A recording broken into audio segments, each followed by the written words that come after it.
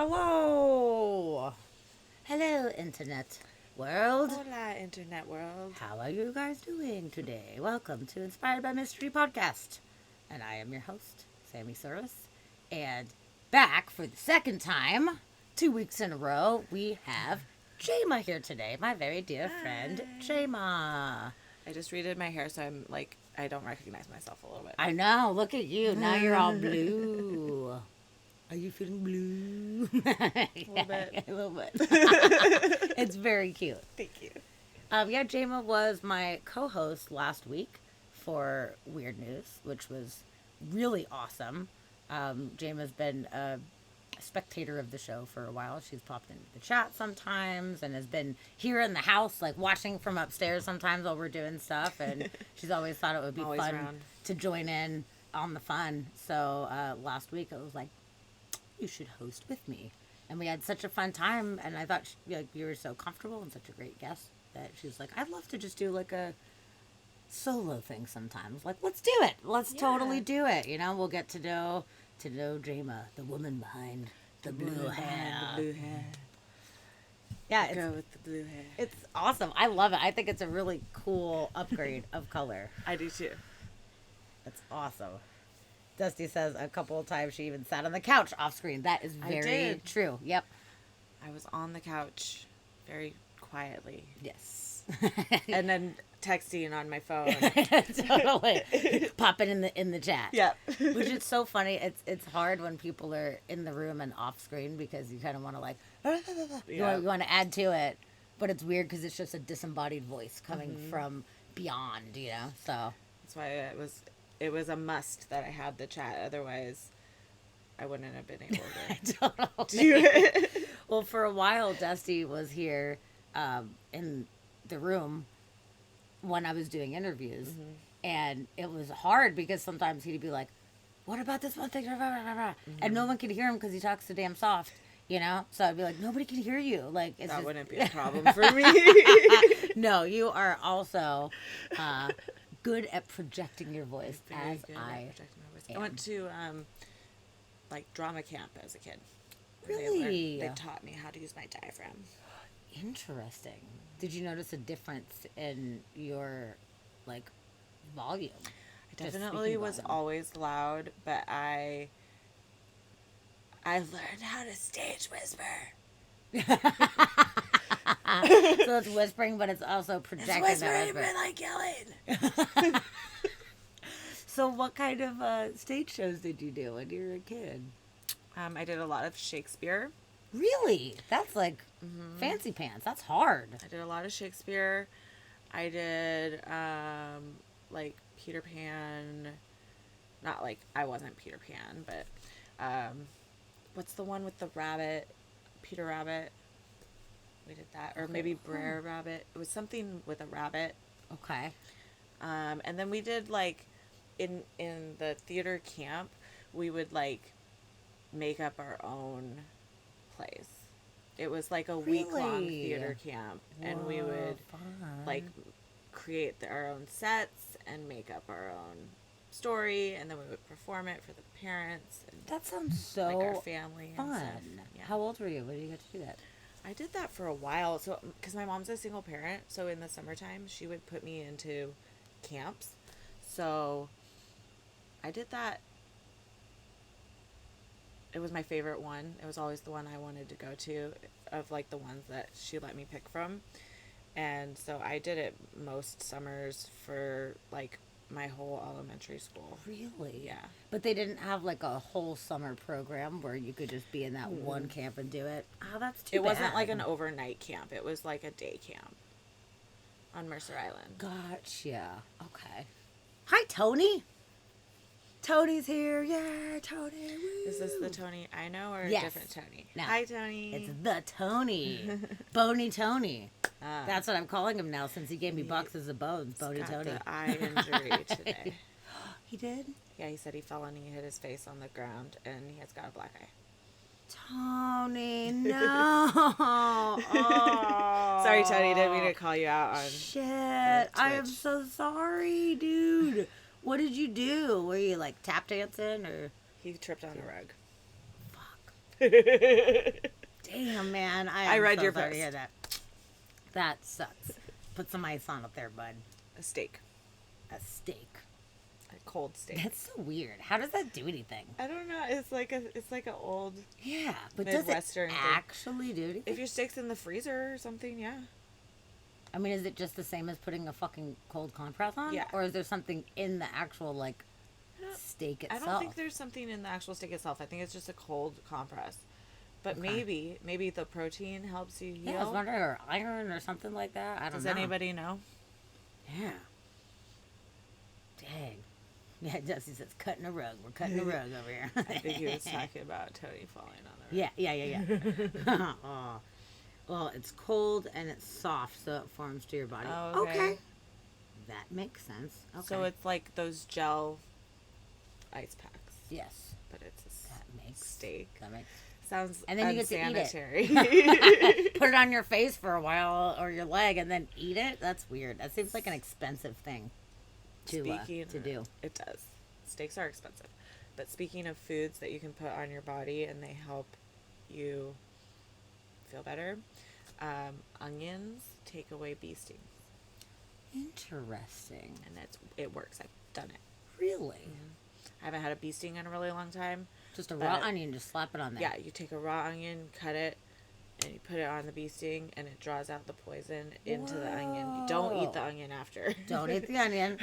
Everybody that's listening, don't do it. Don't eat it. But it works. I read it in a book when I was a little kid, and then I stepped on a bee, like, fairly soon after I read it, and so I tried it. Interesting. And it worked. And I stepped on a bee. Yeah. And then I had a friend who had a bee sting, and I was like, oh my god, onion, do it. And she did it, and it worked for her too. That is really cool to know. You know, I love all the little, like, tricks out there. I love reading those articles that pop up. Yeah. That are like things you didn't even think that you needed to know, but you do know now. I'm like, oh shit, okay. It was like not an old wives' tale, but like an old wives' tale, but like a medicinal one. Yeah. Yeah, there's so many like random little old timey things that people did, and I don't even know if they really knew why they were doing them at the time. But if it works, then it works. That's why they're doing it. It works. I guess so. Yeah. Shit. Hello, Blue Realms. Eli in the house. Hello, my friend. Welcome. We're happy you're here. So many people coming. I know we got friends coming in. Hooray! So as you know, I'm really interested as far as you doing the theater stuff. Yeah. Is this something that you were always interested in acting, or is it something that she was just like, go to this theater camp and see what you think, and then you were like, I love it? No, it was something I was always interested in. She got like a list of different camps that she could afford, and she gave me a list of things to choose from and was like, what do you want to do? And I was like, this one. That's awesome. I tried different ones. Like I went to the other one I really liked was a water sports one on Lake Washington. Oh, that sounds fun. So I know how to sail. Cool. And I know how to kayak and canoe and stuff like That's that. really neat. I'm not like a professional sailor, but but you learn. I know my way around. I have a boat. no idea. So Yeah. if it was me and you, like, you know, you could probably I could hold make it us down. go. That's amazing. Because I'd be like, I don't know. Let's just hang out here and just kick it, I guess, because I have no idea what we're doing. That's like me trying to snowboard, which I didn't know how to snowboard, and I just kept like smashing into the ice walls and falling I'm and really running into bad at people. Like it was snowboarding. not good. So, you know, some kind of direction is good. It's good Yeah. to have with that because I would not want to have a boat. I'd and it's probably just have to sailing in fumble docks. through it because I haven't done it in a long time. But I would be able to like, we wouldn't be stuck in the middle of the lake. I would be able to get us That's home. pretty awesome. Yeah. Wow. That's really neat that you did such like different unique things when you were young. You got to like learn lots of different I little learned lots of skills. Yeah, because my mom was always putting me into camps, so I went to after school camp every day. It was like a daycare every day from preschool to like 6th or 7th grade. Every day, same day camp. Okay. And as I got older, I got like too old for the program, and so I started helping out Cool. around, like I was like Counselor type of thing? Yeah, I was like the junior lead or whatever. Cool. And I would just like help her keep track of the kids basically, and help set up snack and stuff like that. That's really nice. So They didn't kick you out. they didn't kick me out. My mom like begged them basically because she was like, I There's don't not have... very many other options that Yeah. you had at that time. And then after I really was too old, then I became a latchkey kid. Which, hopefully built some kind of like independence in you at that time where you, Yeah, handle your shit. I would say my mom was wise to keep me in the daycare as long as possible because I definitely got into trouble more after I was like not doing stuff like that. I was a little bit of a rebel. So what kind of things did you learn and get to do during that like after school program that's like unconventional school things? There was also a lot of drama there. We would do plays and stuff like that. She also had she was an artist, so she had a whole art studio in her garage. So I learned how to do like pottery clay. Like I know how to use a pottery wheel. Cool. And we did a lot of ceramics. And one of my favorite things that we would do is we would melt crayons on a hot plate. We would take a hot plate and we would put paper on it and we would melt crayons on a really low heat and make like these crayon watercolor paintings. Oh, that sounds fun. It was really fun. That's neat that you got to do different kind of stuff. Like it sounds like it was a pretty cool And we went opportunity. swimming. I learned how to swim, and I learned how to swim there. We went to swimming lessons when we were little, and then when we got older, we would go to the lake and go swimming. Because it was like the same group of kids, pretty much. Like we kind of like grew up together. Oh, that's awesome. And we went to Were you school good buds? together. And Were you still no. keep in touch with any? Really? They weren't One. Okay. I was Okay. actually in her wedding, but Aww. only one. And that was because our parents were friends outside of that. Your cat wants to come in. Can I Oh, take a thank little... you. Yeah, that would be great. Yeah, Jedi's just sitting by the door, just like staring at us. Which is funny because he wants to go out and come in and out and in all the friggin' time. So probably in about 48 seconds, he's going to be like, hey, how about this door? Could you open it? And we're not doing that. So you're in. Ha ha. He has Joke's no on idea. you, bitch. I'm back. Sorry, what were we talking about? We're talking about all the things. that All the you've things learned. It's I've really, learned. It's really neat that you got so many different skills, and even if it's just like learning a little bit, like maybe you're not like a sailing master or a pottery master or whatever, but you have the understanding of how these things work. And I think it's good to give variety to kids too, because sometimes you don't even know what you're into. How do you know until you try it? You don't even know. Kids are just kind of like, that scares me figuring it is out. because I've tried a lot of things and I still don't know what the fuck I'm into. well, that's the thing. Keep fingers trying, are so keep blue trying right new now. things. I dyed Yeah, my she I it dyed my everything. hair today and my fingers are dyed. That's so funny. Oh, I love it. It's great. Extra color. Never hurt nobody. You Yeah, it's just it's a new nail trend. know? yeah, totally. Just dye your nails. So as far as with acting stuff, why did you not keep up with it? What caused you to kind of phase out of that rather than? I kinda actually go into really it? wanted to keep doing acting, and my mom did not want me to keep doing acting. Why not? She didn't want me to get famous. She was afraid of fame. So she didn't want me to try. That is very unfortunate. But even doing like children's theater and like smaller things, like you don't have to go to LA and go to She didn't auditions. want Shit. me to be objectified, I think is really what it was. You know? Okay. I can understand. I'm a hot little mommy. And she didn't want her daughter to be sexed up. I mean, that's totally fair, but not all things that involve acting kind of go in that route. So my mom also, she didn't let me watch Disney movies when I was growing up because she said that the Disney characters were like sexed up and objectified because all the women are like really skinny and like have like, I don't know, their boobs out or whatever, and she didn't like Hollywood or Disney or anything that sexualized women publicly. She did not like that, and so she didn't want Okay. me to get involved in something like that. Okay. And as far as image goes as well, it does cause a lot of, I don't know, depression or strife for people in general because there's like so many standards that are put out there where people feel like if they don't meet those standards, then they're not good enough. So, I Yeah. can understand being like, you know, don't focus on this. This isn't what it means to be beautiful. So I can understand from that angle. Like, but I do believe though personally that you can teach that without completely removing it from children's view. I feel like you can learn Yeah. more a lot of times when we're like, hey, this is what's happening,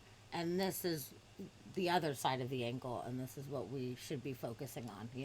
I also think trying to do acting as like a career, especially as a child, is expensive too. And we didn't have the money for that. Might make more sense there.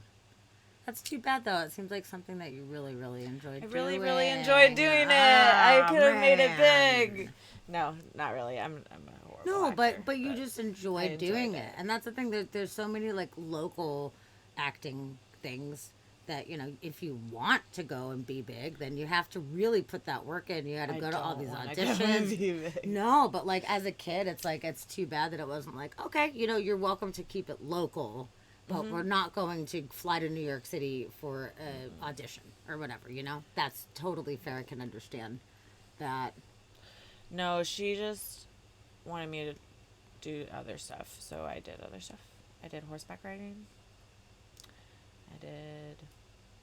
What all did I do? I did horseback riding. I did water sports. I did art. I did acting. I've done archery. Cool. I like bow and That's arrow super archery. fun. Yeah.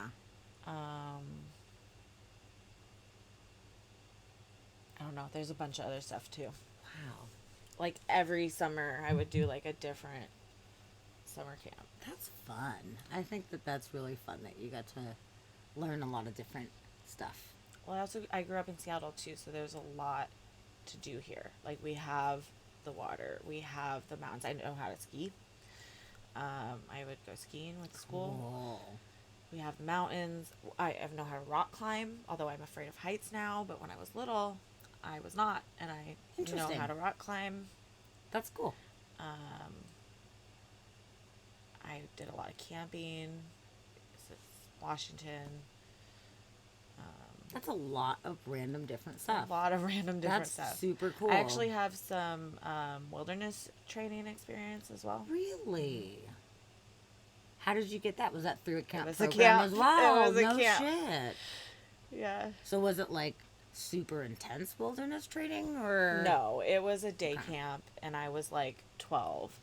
But they taught us how to make a shelter out of what's around you. They taught us about like evergreens are really good to put on the outside of your shelter because they have waterproof leaves. So if you put them on the outside, it helps your shelter be waterproof. They also Very told good us to know. to put something in between you and the ground because the ground is cold. And so if you put like a layer of moss or a layer of branch, like evergreen branches or grass, or something you make like a little insulating? bed to insulate you. Yeah. And then you put like what am I trying to say? Sticks, big sticks, to make a Okay. shelter, and then you put the evergreen on top of the sticks, and then it helps you stay dry. That's so fun. Yeah. That you know how to make a random I can make forest shelter. a forest shelter that will last for like a day. Hey, if you need it for the day, then you're Yeah. in luck. And I know like what to do if a bear comes, or I know how to like filter water, and I know like that you should boil water before you drink it, and I know some plants that you can eat and stuff like that. Really cool. That is really good, solid stuff. Because just in case of emergency, like I've learned a little bit from my friends since I've been in this area with more foresty stuff, but I didn't grow up with forests at all. So I had no idea. And anytime that we ever went camping, we went camping at like KOA campgrounds. So there was Oh yeah, that's so different. there was no nature. Of Maybe that a kind bunny. of stuff, really. Yeah, and it was in the Keys or whatever, you know. So we're on the fucking like, water in the Caribbean, you know. So it grew So up very, different. very, very different.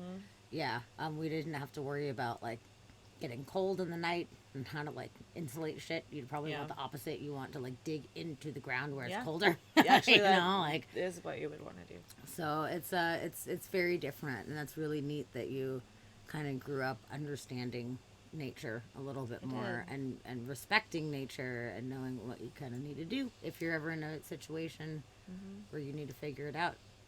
I know I feel like knowing that stuff makes it so that if I do get into a dangerous situation out in nature, I won't panic. I will be That's calm good. and know how to think about and assess the situation. That's very valuable skill to have.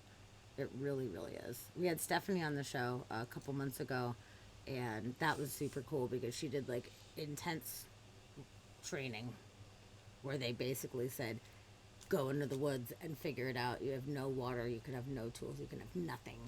Yeah, that's way more intense than what I did. She did a But whole I was a kid program. also. Yeah, this is like an adult like program that she's certified in now, which That's is cool. but That's rough. really Hearing cool. some of the stories, I was like, damn, dude, it was intense. We went kind of deep into it because I was like, I need to know Yeah. what the fuck was going on, you know, like what was it like? There's actually a TV show that I really like that's based around that. It's called Alone. Check it out. Check it out, Alone. Am I not allowed to do that? Let's promote something No, else. you totally can. Okay. Yeah, there you go. It's a good TV show. Yes. About like About survival stuff. Yeah. Cool. Dusty said, what kind of water sports? Like underwater. Not bowling? underwater bowling. I don't know what that is. I don't think that's a thing. Surfboard jousting is also not a thing, but I did. Should be because that sounds super fun. I mean, you could maybe do like a windsurfing jousting. Or like, what are the paddle boards? Paddleboard jousting Paddleboard would jousting? probably be. Yeah, because windsurfing, Awesome, you couldn't actually. go both ways because the wind is only blowing one way. Yes, but with paddleboarding, you zoom, and then use your oar to try to knock the other person off. I Hey, like it. This is That's actually a kind of thing. cool. Yeah. Or it should be a thing Should be a because thing. it would work. I agree. But the water sports that I did were sailing, kayaking, canoeing, windsurfing, swimming, What was your favorite out of those? windsurfing. Really? I've never windsurfed in my life. It's hard, but it's fun. I was Looks ripped hard. when I was doing it. Really? Yeah. I was like Fucking 17 A. and I was like muscly because you have to like pull the sail up like hand over hand on a rope, and it's like it's not like super heavy, but it's probably like 20 pounds, and then you have to hold it up until the wind catches it, and then the wind holds it up for you. Gotcha. And you start in the water, like you're in the water and you hop on the It's board a and you put it up? surfboard. It's like a surfboard that has a sail on top. So you're on the surfboard and you paddle. The sail is laying flat on the back of the surfboard, and you paddle out, and then you stand up on the surfboard and you pull on the rope to pull up the sail. And once the sail is up, you have to hold it so that it catches the wind. Gotcha. The handle is curved, and you move it like this to catch the wind, and then you go, and it's really And fun. Once you catch it, you go. Huh? Yeah. Ooh. One time I fell off, and That's fun. the sail hit me on the head, but I had a life jacket on, so I was okay. But Oof. I got knocked out for a second. Knocked you out while in the water. Whoa, dude. And you were all concussed after that? I just kept windsurfing. That's intense, man. Yoo-hoo! I love Uncle Scar. We made our Twitch, baby. Hooray! 9 months. 9 months of subscribed. Thank you so much for being with us for 9 freaking months. That is awesome. We're happy you're here. Hooray! This is Jama, which you actually met her last week in here. So, Yeah. Hi. so now we're learning about all of Jama's many random skill I sets, didn't even which is realize really cool. how many there were until we started talking about them. Like, It's I a knew there was lot. a lot, but, like, it's a lot. That is honestly, it's very unique. I feel like in Florida, I'm a things unique were person. very different. I mean, I guess anybody could get into whatever they want as long as it's readily available there. But like, I don't know, in the communities that I was in, like things were real basic. Like you could either do like sports, which I was never into, and none of my friends were even into that. So that was not something that was even like on the radar for me. Or you could do music stuff, which I ended up taking guitar lessons for a little while and doing that for a bit. But really, there wasn't like as many extracurricular kind of things like that. Yeah, I was never really into sports either.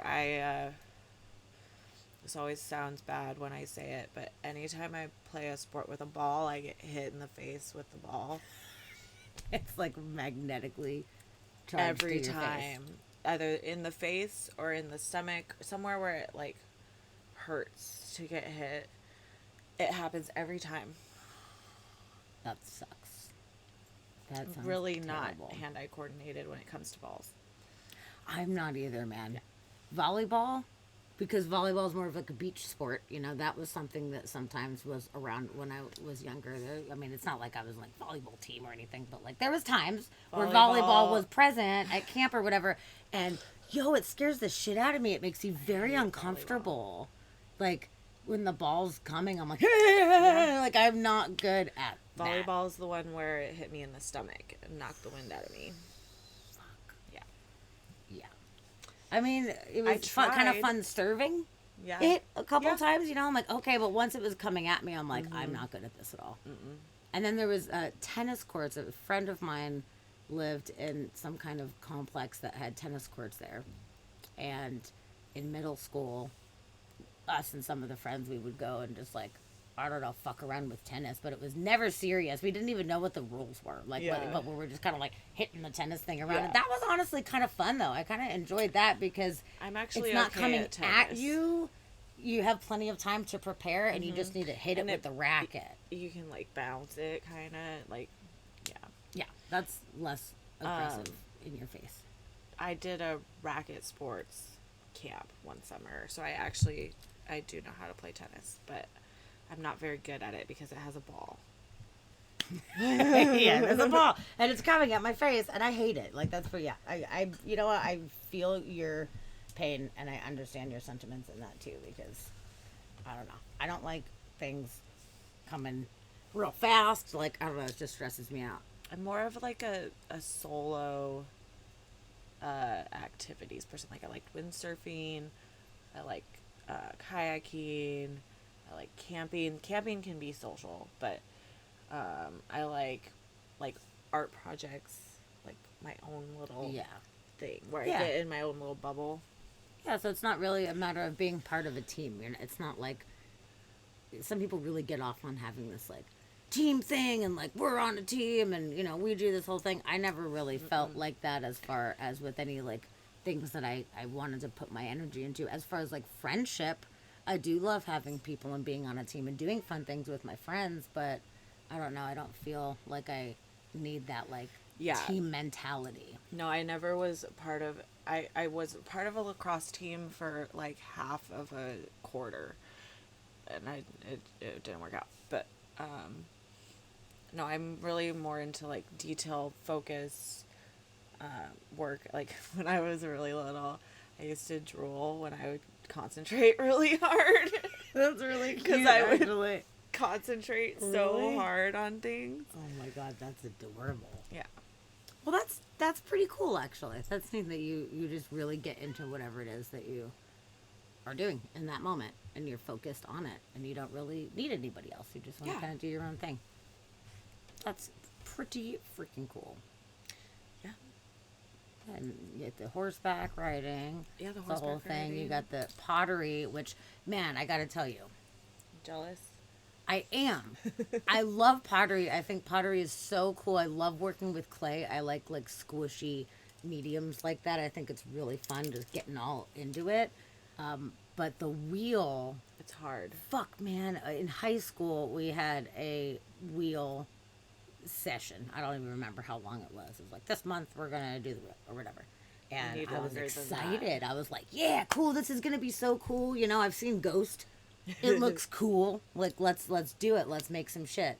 Even though I was more interested in sculpture type of stuff, I still was really excited because I thought it was gonna feel really cool, and It's just hard.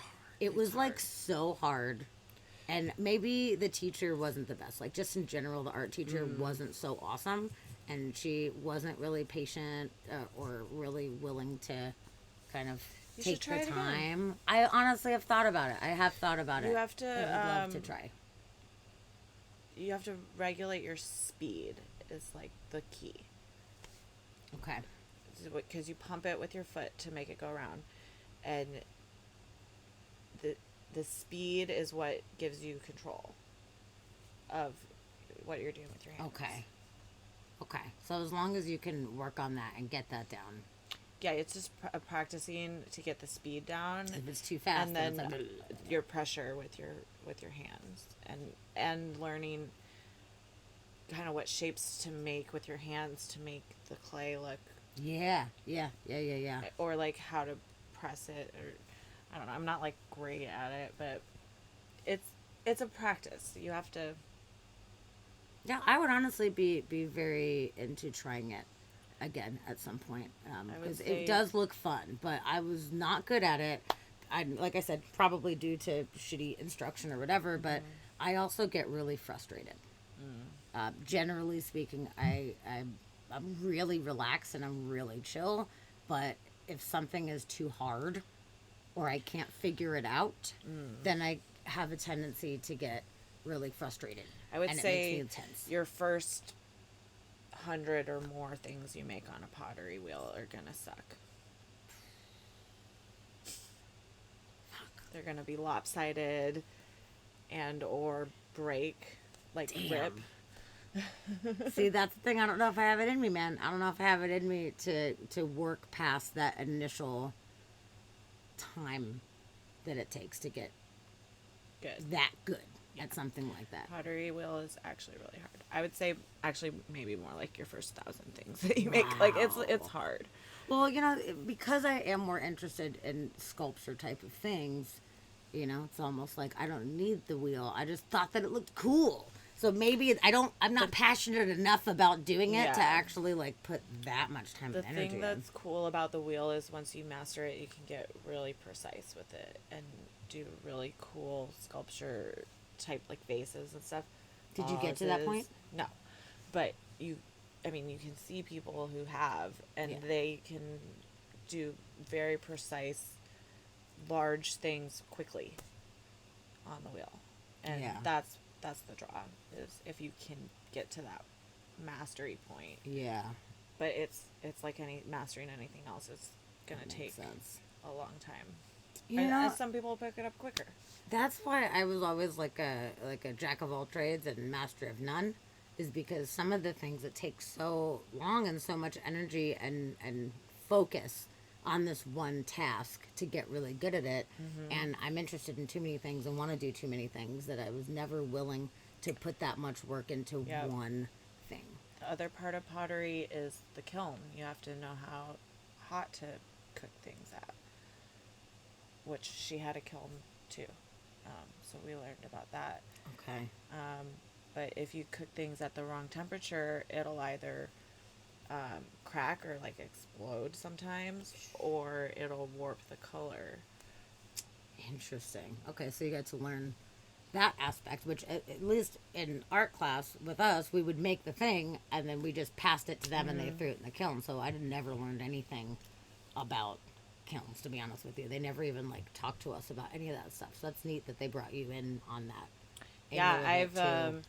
I've seen a kiln opened while it's hot. Has stuff in it. Have you ever done raku firing? I don't even know what that is. No. It's horrible. I hated it so much.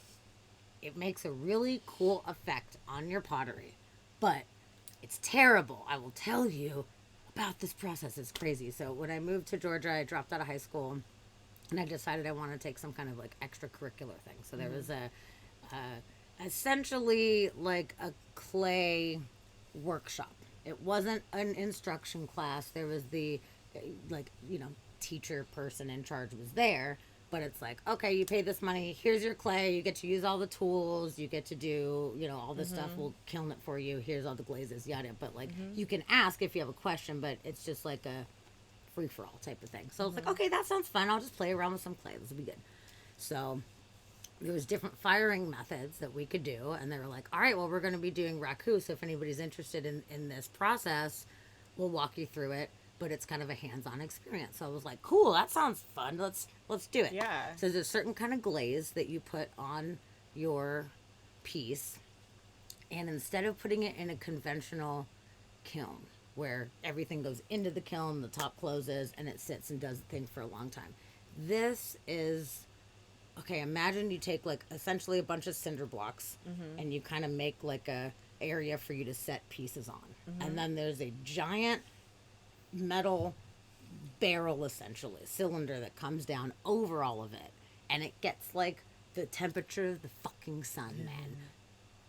It's so hot in there. But what makes the raku do what it does is, so the goal that you want is like an oil sheen look on the outside. I'm sure you've seen some of that oil sheen. It's not just a glaze that they use, it's this technique. So you use a special glaze that reacts, and then what you do is you it's so bizarre, and I don't know why it works like this, but scientists would know. Take like a metal bin or trash can or bucket or something like that, and you rip up a bunch of newspaper. And you put newspaper inside of this bucket. And the faster you get your piece from the kiln into the bucket, it automatically starts to burn the newspaper, and it turns to smoke, and the smoke somehow chemically affects the glaze. Okay. So the faster and hotter that it is, the more rainbowy shit that you get. So the goal is sense. you fucking lift the top off, and you go in with these tongs, and you get your fucking shit, and you put it in the thing as fast as possible. So she was like, okay, everybody, you wear the eye protection thing. You got these long ass tongs. She's like, it's gonna be hot, so be prepared, but you want to execute as quickly as possible. Like, go, go, go. And I'm like, okay, I'm fucking ready for it, man. When they lifted the top off of this fucking thing, It's so hot. it was so fucking hot. And for anybody that knows me, knows I am very sensitive to heat. I do not like the heat. I grew up in South Florida. I was miserable with the temperature. And I maxed out. I don't ever want to be hot ever again. If I could never be hot, that would be so awesome. So I'm sensitive anyway. And man, they lifted the top off this thing. And it was so hot that my mascara melted together. It melted my eyelashes like together.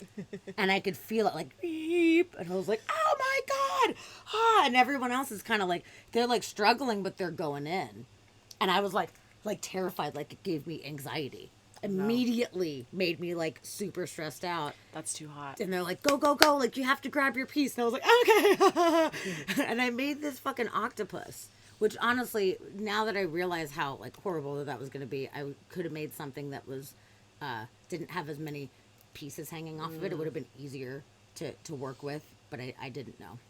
And this little octopus box, and I fucking went in, boom, grabbed that shit, put it into the thing, and one of its fucking legs broke off because I was like shaking so much, and I just like put it in there, and I was like, get away! It's fragile when it's hot. And it was glowing fucking red hot. You're Yeah. picking up this glowing red hot thing, so it was really big bummer that his little leg broke off. Kind of similar to, it reminds me of like glass blowing or something like that. Where you're, Which like, I've always in wanted that to do, shit. but I've never done. Yeah, it does sound really fun. But because of the heat, it's something that I have strayed away from too. Because I know people that have done it, and I would be interested. But man, I don't think I could. I could do it. Hello, Chid. Hi, ass tongs. Yeah, you need some big ass tongs. Oh, you did say that. I was like, what are you talking about? about? Yes. Yeah, you definitely have a pair of ass tongs. I'm sure you do. I'm glad that you're here. Everybody, give a big round of applause for Chidley Michael Armand. Yay! We're happy you're here. Yeah, so that was really super intense, and I was like, well, I never ever want to do that ever again. I don't care how cool and rainbowy it makes the fucking thing. I ain't doing it.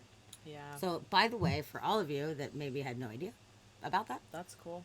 just saying, if you ever see a piece that has that kind of oil slicky kind of thing, you have respect. Thanks for the follow.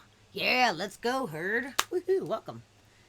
But yeah, have respect for that, because somebody had to go into the sun and retrieve it for you and then place it nicely into a bucket without destroying it. Man, that shit was seriously fucking rough. But yeah, I do really enjoy clay stuff, and I would love to go find some kind of like clay place to just fuck around with stuff. You totally should. Not like great at it, but I enjoy doing it, so it's fine, you know? It's not about that. It's if you enjoy it or not. It's kind of like with me and karaoke. I have fun.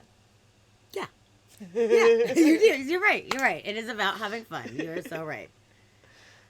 Oh, Let's Go Herd says, perhaps more Play-Doh time? Play-Doh time is definitely awesome. Yeah. And it's not nearly as hot. Perhaps more Play-Doh time. Play-Doh is not the same as clay, but it is fun. It's not. I do like Play-Doh. Yeah, I like molding stuff, and, you know, like you're saying, like, you don't have to be, like, super duper great at it. But it's fun. I enjoy doing it. I like having my hands in something. And it's so funny because Dusty, as an artist, he is the opposite. He does not like messy mediums. He doesn't like having stuff on his hands. He doesn't like it. Even charcoal and shit, even though he's a drawer, he doesn't really like charcoal because it's too fucking messy. Chalk a lot. Yep, I know. I feel like chalk gets all over me. It does. So it is interesting, and he uses his hands to kind of spread it. But especially like paint and things that are like really like liquidy, and with the clay, it's real sticky and liquidy, you know. I don't like Play-Doh because of the salt content. I don't like how salty it is. Not that I eat it, but it dries out my hands. And no, that makes sense. I don't like that. It's a little too salty for your flavor? It's too salty for me. Because it's like flour and salt. I've made Play-Doh before. It's like flour and salt and water. And I think maybe something It's else. fun if you're just fucking around, you know. But yeah, having like nice, like good solid clay, it's really, really, really fun. So that's neat that you got a chance to play around with that and kind of have a creative outlet. Do you do other kind of art as well? Do you draw or paint or do anything stuff like that? I do. I draw and I paint. My favorite kind of art is a little bit of a cop-out, though. I really love coloring books. Which is still My totally favorite cool and fun. kind of art to do. But I also do draw a little bit, and then I'll like color in my own drawing. I haven't done that as much as coloring books lately. Like the older I get, the more I just want to color. That's cool though. You know, I'm working on like the shading and blending and Yeah. everything, so it's more like the use of color. Mm-hmm. So And I I'm don't a think pretty it's good cop-out. colorer. You are. I have seen some of your coloring. You are a good colorer. And I've seen you paint before too. I'm an okay painter. I do kind of stick figures, but But it's fun. Yeah, it's But you fun. enjoy doing it. Yeah. And you know, like we're talking about with karaoke, like, you know, so many people have come up to me after karaoke and they're like super sensitive and they're like, oh, that was terrible, it was horrible, like, oh, everybody hates me type of thing. And I'm like, nobody cares. Did you have fun? Yeah, nobody cares. Well, yeah. Okay, well, that's the whole point, that you had fun. Like, don't worry about other people. It's fine. So, you know, there is that to be said where even if you're not, like, great at something. That phone, I moved it away. Oh, was it vibrate? Was it on? I don't know. They said move the phone away. Gotcha. From the mic. I'm Oh, so I didn't sorry. even I hear it. didn't know it. I didn't know it was going off either. So I didn't even hear it I vibrating. didn't hear it at all. Okay, thank you. Mod love for bringing that to our attention. Oops. The phone is ringing. Sorry, everyone. That was my phone. That's so funny. That's okay. Um, yeah. That's fun. There's a lot. That's a lot of cool things that you got to do as a kid. I did. And you did mention that a lot of the main reason that you had to do all of the stuff with it be after school care or summer camps and everything is because you were a kid to a single parent. Yes. And this is something that I was really excited for Jama to share and tell her story because Jama has a very unique and very individual way of being brought up. And it's extremely unconventional. Yeah. So I would love for you to share the story, kind of, moving from having your mom be a single parent. Let's go back to the beginning. Okay. So tell me the Yeah. story of your birth. You were born at a very young age, yes? Yes. Okay. I was very little. Very, very little.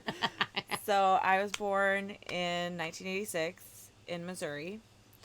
My mom, who raised me, is lesbian, and I was adopted. My mom, who birthed me, was very young.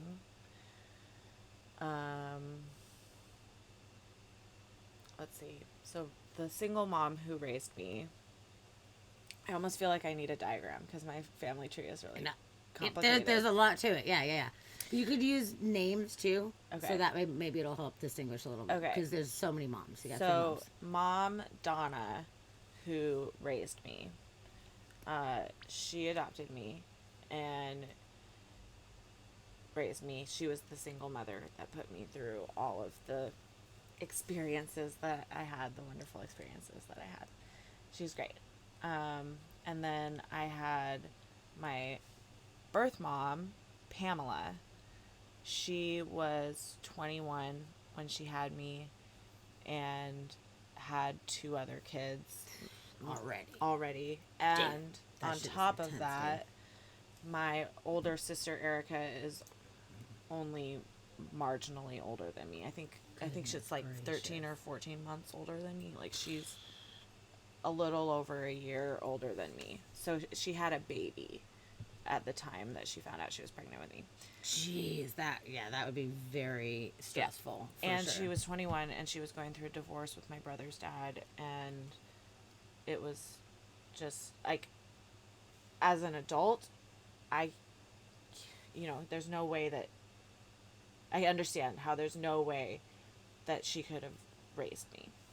Yes. As a child, it was hard to understand why she didn't raise me, but Sure. But now yeah. as an adult, you're like, As an oh adult, my I'm God, like, you yeah. made a good choice. Like, Thank you're not you. yeah. Yes. No, the decision to have me adopted was made out of a lot of love on both sides, my birth family side and my adopted family side. Everybody just came together with love and made sure that this baby was safe, and that was me. I'm so glad Yeah. that you were where you were wanted. I mean, a lot of times it's interesting to me because people that are adopted a lot of times have these abandonment issues and they have this underlying feeling of being unwanted. But from the outside perspective looking in, it's like you were so wanted that somebody like paid for you or whatever, like they wanted you so much that they went through a whole process in order to retrieve you. But you Yeah. can't tell somebody to change their emotions. But looking on the outside, it's like, man, like we have to understand that sometimes a parent wasn't prepared or for whatever reason that they had. Right. But you're really loved and wanted. Like my brother is adopted. Right. And, he didn't really struggle with feeling that unwanted feeling, but he was very curious about his heritage and all that, and I kind of tried to find some of his birth family, which didn't end up working out well at all. That's But unfortunate. it was really sad. I felt really bad for him. But yeah, it's like you are so wanted that people went out of their way Yeah. to acquire you. And my situation, because it was the 80s and my mom that adopted me as a lesbian, she had to go through even more hoops to get me. So I was adopted by two moms. So there's Cheryl and there's Donna that raised me. Well, And Donna raised me. how long were they together? I don't know how before long they were adopted together you? before they adopted me, actually. I don't know. But they separated when I was like 4. So, Okay. 3 or 4. But they already had an established relationship where they decided they wanted to adopt a child. One of them wanted to adopt a child. One of a them lot. wanted to adopt a child. One of them was not so happy about it. Actually said no, flat out no. And the other one went ahead and did it anyway. So That is a rough one. it's a rough one, and I bore the brunt of the like repercussions of that, unfortunately. Or at least I feel like I did, because There's resentment. there's resentment and there's feelings of not being wanted by your mother. But it's not her fault, and it's not my fault. It was the situation that we were both put into. Sure. She just knew she didn't want that role, and her partner Yeah. really wanted it, which that's okay. It's understandable that if you want different things, that makes things I hard. think that's ultimately why they broke up, honestly. Is I because can understand. It's dishonest too to Yeah. go behind somebody's back and be like, "Ta-da!" about something You that said big yeah. too. It's. I mean, it's still not good, but it's one thing if you're like, "I want a kitten," and then you just like come home and you're like, "I don't know, I just found this kitten," you know, and you're like, "God damn it!" Yeah, I'm You not know, a like, kid. No, it's a person. It's a whole way gigantic, huge commitment, the biggest commitment Meow. of all time ever. So I can understand Yeah, Cheryl, your other mom. Cheryl, the other mom that didn't want me. That's putting it kind of harshly. She never like hated me or anything. She Of loves course, me. but she didn't want to be But a she parent. didn't want to and be a. She was surprise you're a parent. already a parent. She had 3 children from a previous marriage. Shit. So I have 3 adopted siblings, and the youngest of them was 16 years older than me. So Cheryl had already fully raised Gotcha. 3 kids, and they were out of the house pretty much. And then my mom wanted to bring in a baby. How old was your mom when you were adopted? 31. Okay, and then Cheryl. Cheryl Sounds like she was is older. older. Because she had a fucking, Cheryl's the youngest was 16. Quite a bit older than my mom. That makes sense why there was that disconnect at 31. She's like, no, I want to do the thing. I want to be a And parent. Cheryl was, I think, probably almost 40. Okay, that does explain a little bit of that difference there. Yeah. Okay. So there's definitely a lot of abandonment issues that I have because of that whole situation, but at the same time, intellectually, I understand where everyone was coming from, and I don't hold it against her. I love her. She's my mom, but I don't have any contact with her anymore because she never wanted to be my mom. She just was forced into it, basically. You know what? That's something that is common and does happen a lot of times when partners are together. Thank you. Let's go, Herd. Good. You know, I was really hoping that, like, you know, this conversation would be good and help other people, Yeah. you know, to feel like they're not alone if Not they are alone. going through a similar type of thing. You're not alone, and it hurts. And even though you can intellectually understand what's happening,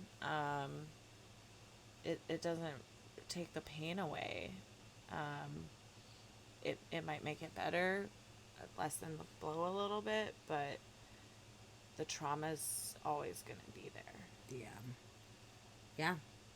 And especially having two moms and wanting the attention of both of the moms, and then one of them is resistant to it.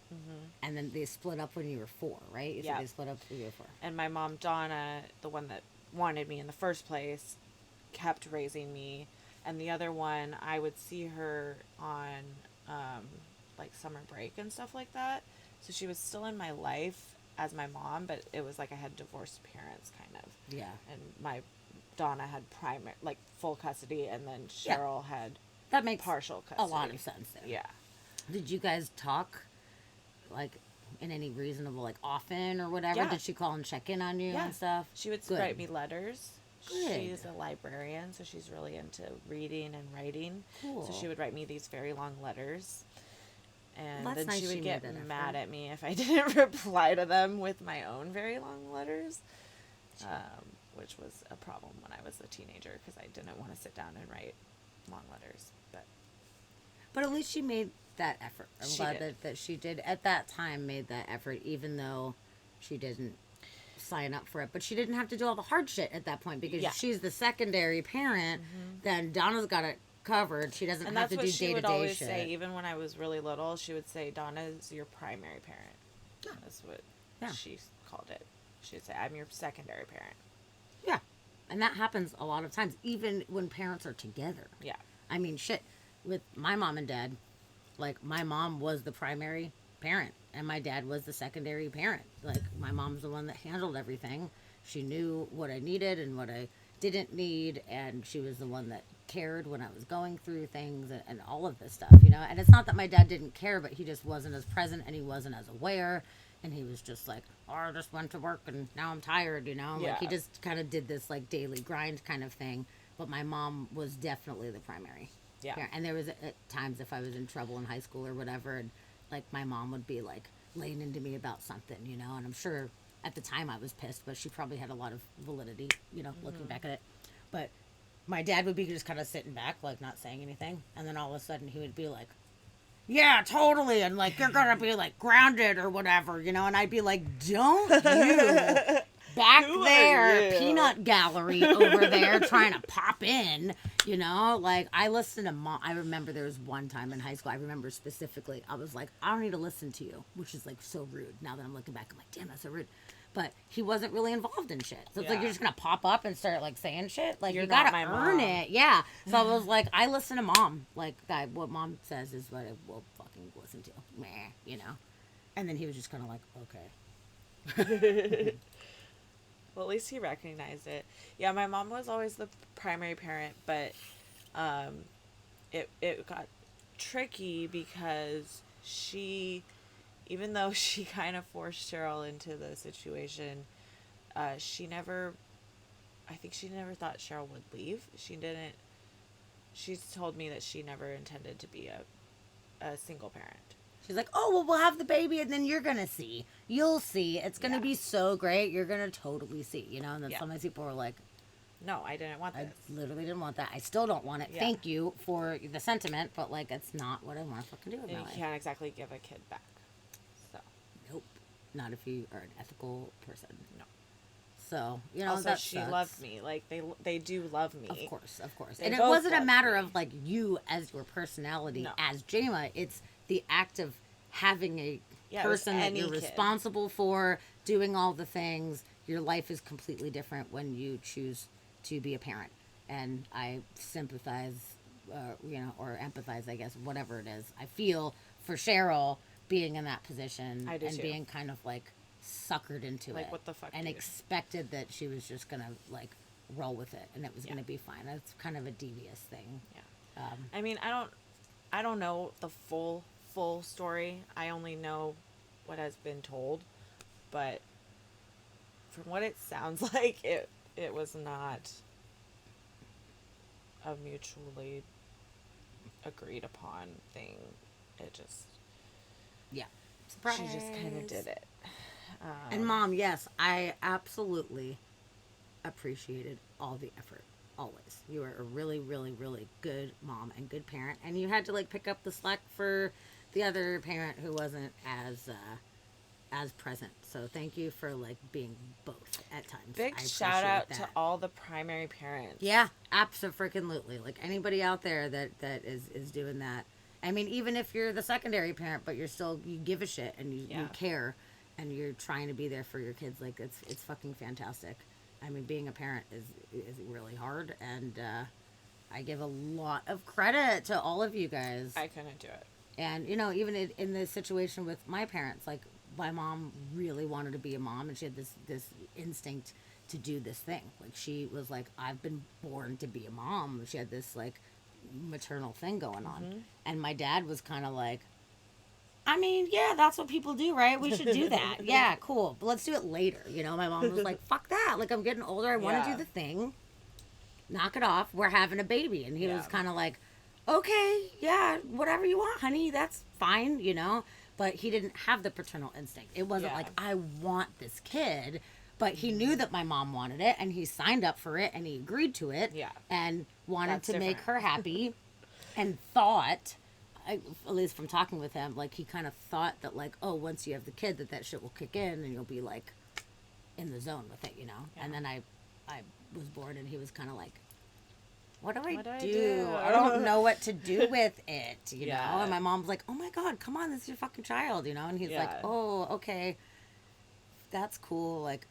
Poke, poke with a stick, you know? And, like, he wasn't, like, shitty. He wasn't, like, mean or anything like that. He just didn't have that instinct. So my mom had to totally take the reins Right. and have the instinct for both of them. And, you know, she didn't really have a lot of help. You Yeah. know, it's like, it was one of those, like, yeah, baby's crying.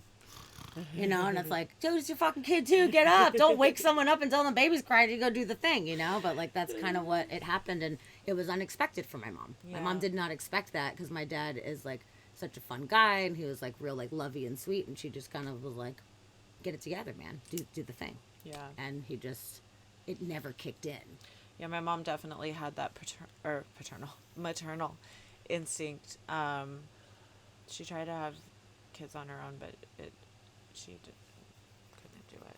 So she had a bunch of miscarriages. Really? So that's why you were adopted. That's why I was Man. adopted. Gotcha. Okay.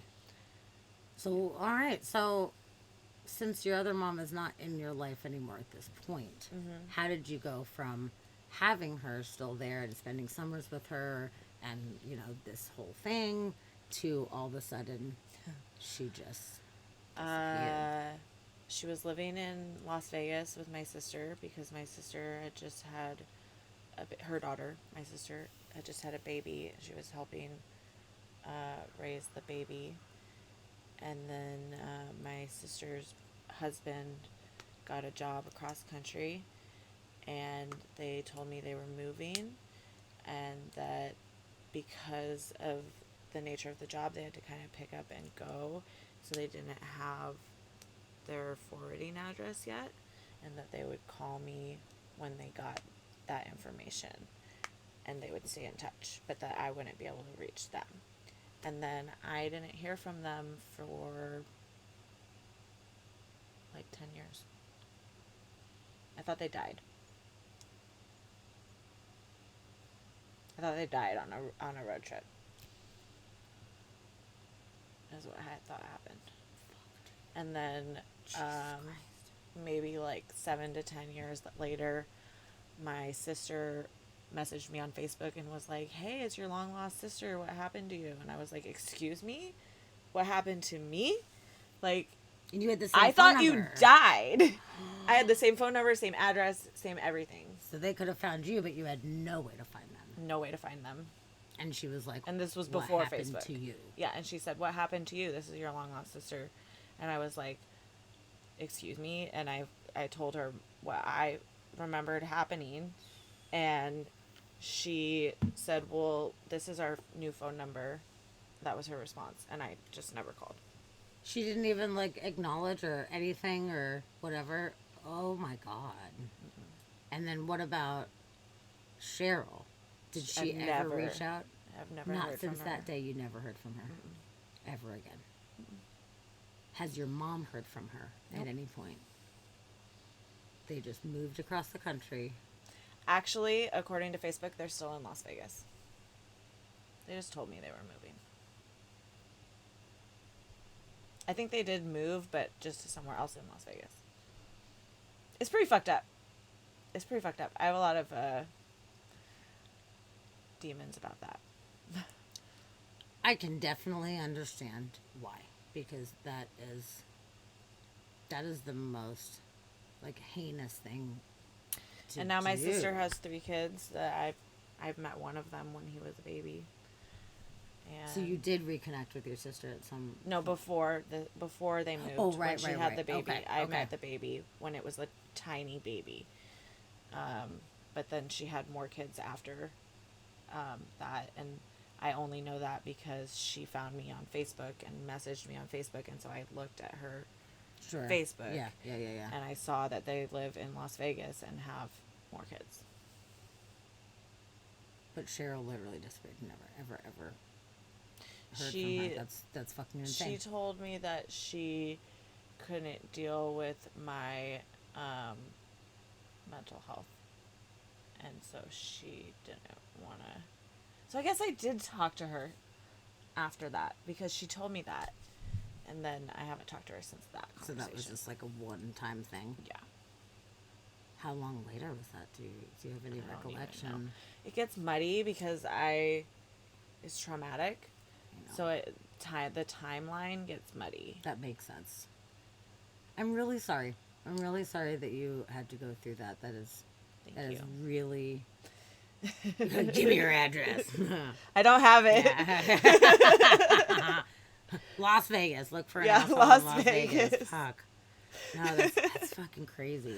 But, at the very least, well, and it's not even like the least, but, just saying that your mom, Donna, who is your fucking mom, who wanted you, went through all the trouble She wanted of getting me you, so badly. and she has been so helpful and supportive through everything. And even though I know personality wise you guys have differences in personalities as Big far as time. nurturing and what you need, she's not the most nurturing person, and that's certainly disappointing for you. But when it comes down to supporting you, She's always especially been there. through your struggles, she has been there. And she's very supportive of my mental health issues. She has had me in therapy most of my life, and like I am able to cope with things as well as I do because of her support. Maybe I'm not so because glad. of her directly, but because of her support. Yes, yes. Yeah, you were definitely not unwanted. I was not you were not unwanted. unwanted, so you don't have to have And that I was feeling never leaving them. unwanted by my birth family either. I just they couldn't make it work. Like Yes. financially, it wouldn't have worked. No, logically, that was a wise choice. Yeah. But it was way later when you actually reconnected with them, which Yeah. is such a cool story. Yeah. And I would love for you to tell about how you guys found each other and what Okay. it was like connecting. Also, Facebook. Fucking Facebook, man. It's So, helpful sometimes. Shit. okay, so when I was born, part of the condition of, because they didn't go through an adoption agency, they just did it privately between them. And part of the agreement was that when I turned 18, I would be given the option of meeting my birth mom or not, and it would be left up to me. I like that. That's And good. that was part of the conditions of the adoption. So when I turned 18, my mom, Donna, I already knew I was adopted, but she gave me a letter that my birth mom had wrote when I was born and a picture of her, and told me that at this point I could choose to contact her if I wanted to. And I wrote her a letter, and she didn't write me back. I wrote her another letter. We sent it certified mail so that she would have to sign for it and show an ID. So we knew she got it, and she didn't write me back. What the fuck? And then Jesus Christ. Horrible. in 2012, which I don't know, how old was I in 2012 if I was born in 1986? So from the time I was 18 to 2012. 26. So however many years 18 to 26 is, that's how long it took her to get back to me. Oh, man. I know it's fucked up. I'm sorry, my story is so fucked up, but it is. But it turns good in the end. It turns good in the end. So anyway, she didn't write me back. Then on her side of the story, what's happening when she's not writing me back is she got scared. She was worried that I was going to hold it against her, be mad at her. Then she also had some health problems. She got meningitis and she almost died. And so she was really sick for a long time. And then she was also scared. And then my sister, my younger sister, is the person who talked her into finally reaching back out to me. She was like, Mom, like, you're being stupid. Like, I want to meet her. She wants to meet you. That's all she wants is to meet you. She doesn't care about all the things that you're scared of. And it's true. I didn't.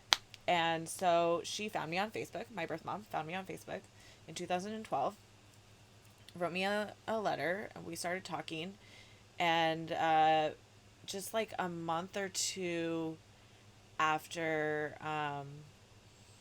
we first connected, I went out there and met her in person. Wow, that's really fast. So she wrote you a letter? On Facebook, a message. Okay. A long message on and Facebook. said, I'm really sorry that I didn't respond, but I do care and I do want to connect. I and actually get to know still each have other. Yeah. Oh, I have it saved on my Facebook. I love that. That's really sweet. So what was it like when you went to Missouri and my got God. to meet the So I person went- who you shared genetics with? Also, just real quick, hi for Argentina. That's cool. Hello, welcome, Argentina, Chemofs. Thank you for coming in and thank you for the follow. We're happy to have you. And hi, lady. So, meeting my birth family for the first time was the most nervous I've ever been in my whole life. Really? But also the most excited I've ever been in my whole life. It was probably the best day of my whole entire life.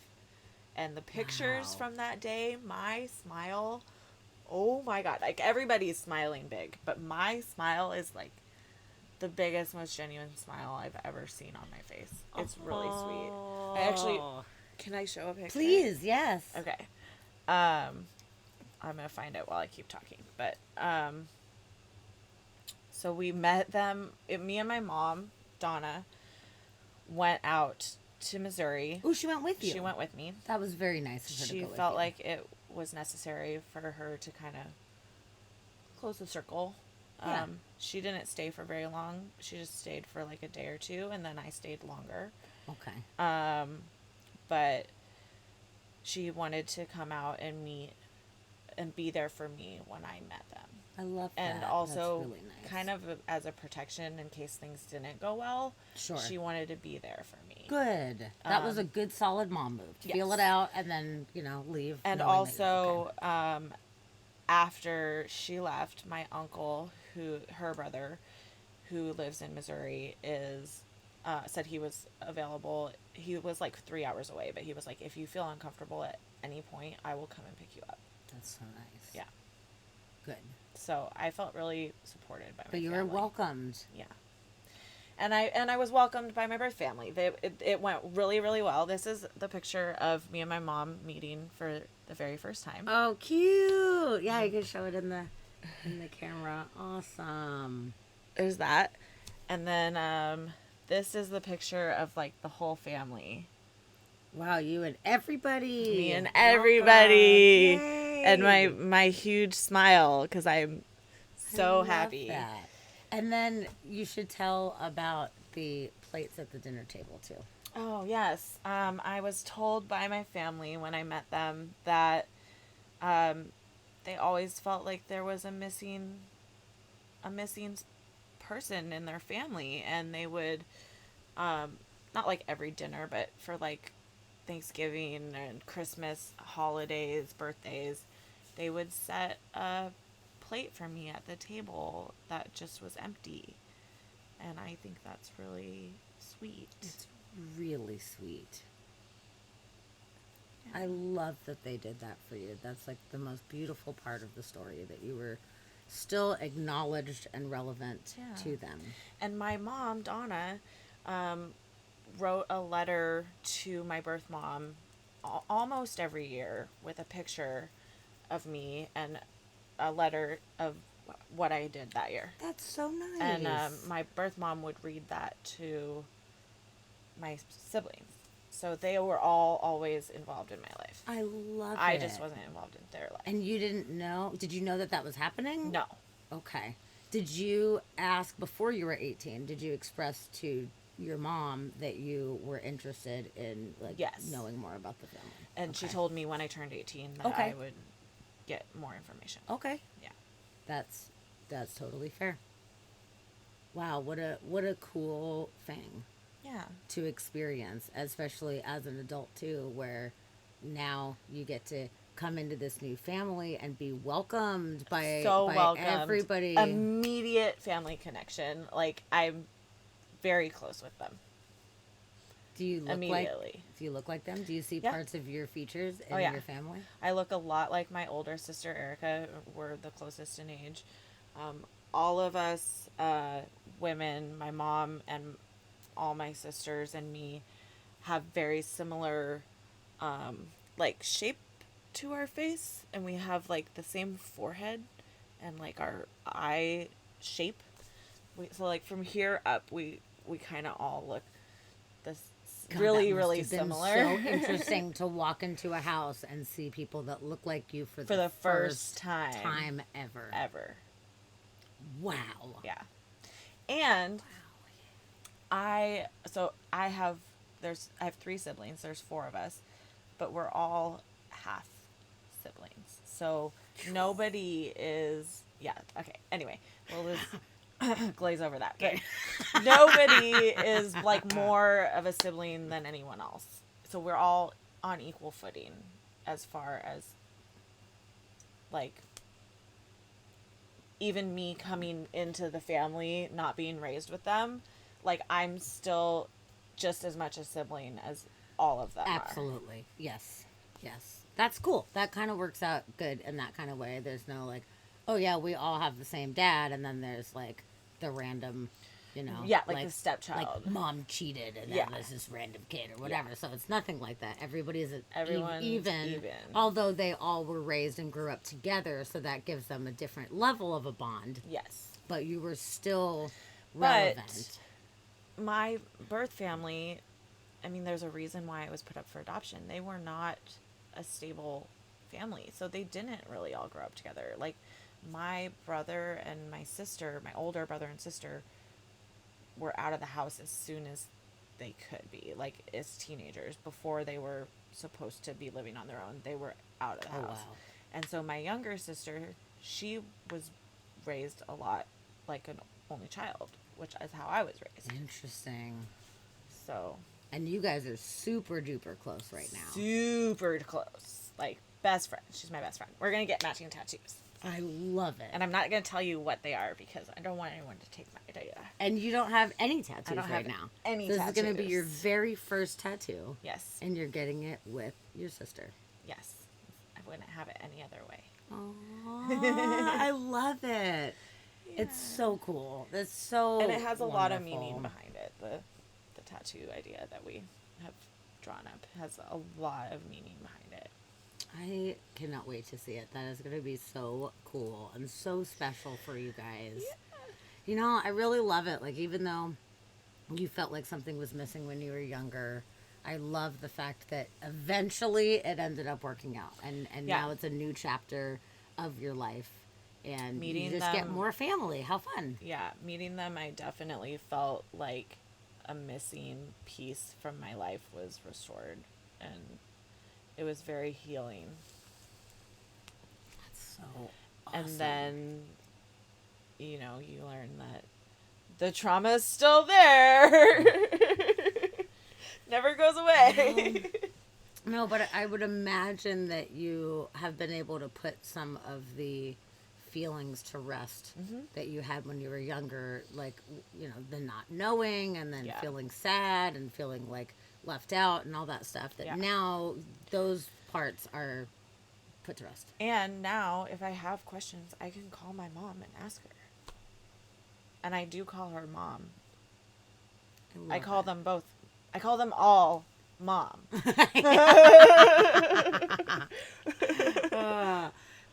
Okay. So there was no distinguishing of like mom, mama, mom. Like what Oh, about your yeah. two moms when you So were growing up and young? when I was growing up and young, there was mommy was Donna, and then Mama Cheryl was Cheryl. Okay, And then Pamela, my birth mom, I call her Mama. that's really cute. It's But a if lot of I'm, moms. That's yeah, like a lot of moms. it's a lot It's of a super moms. lot of moms. But if I'm talking with my sister or if I'm talking about her, I just call her mom. Okay, yeah, that's fair enough. But for you to distinguish in your brain, it helps Yeah. to do that. I actually more, when I say a distinguishing feature or name, it's for other people. Yeah, So okay. that people can follow my train of thought. That makes sense. So, what did it feel like not having a male figure in your life like that? Like, Yeah. I'm curious how that kind of manifested in you, just having like It's all that estrogen. interesting because I wonder about that too. It's hard to say because I don't have the knowledge of what it's like with a male Sure. figure, so I don't have the context to answer that question, I feel like. Did you ever But feel like something was missing as far as not having, no. like, okay, I never missed having a dad. Actually, that's not true. Like very occasionally I missed having a dad. Like um daddy daughter dances, or if I thought about getting married, when I was going to get married, I was sad that I didn't have my dad there.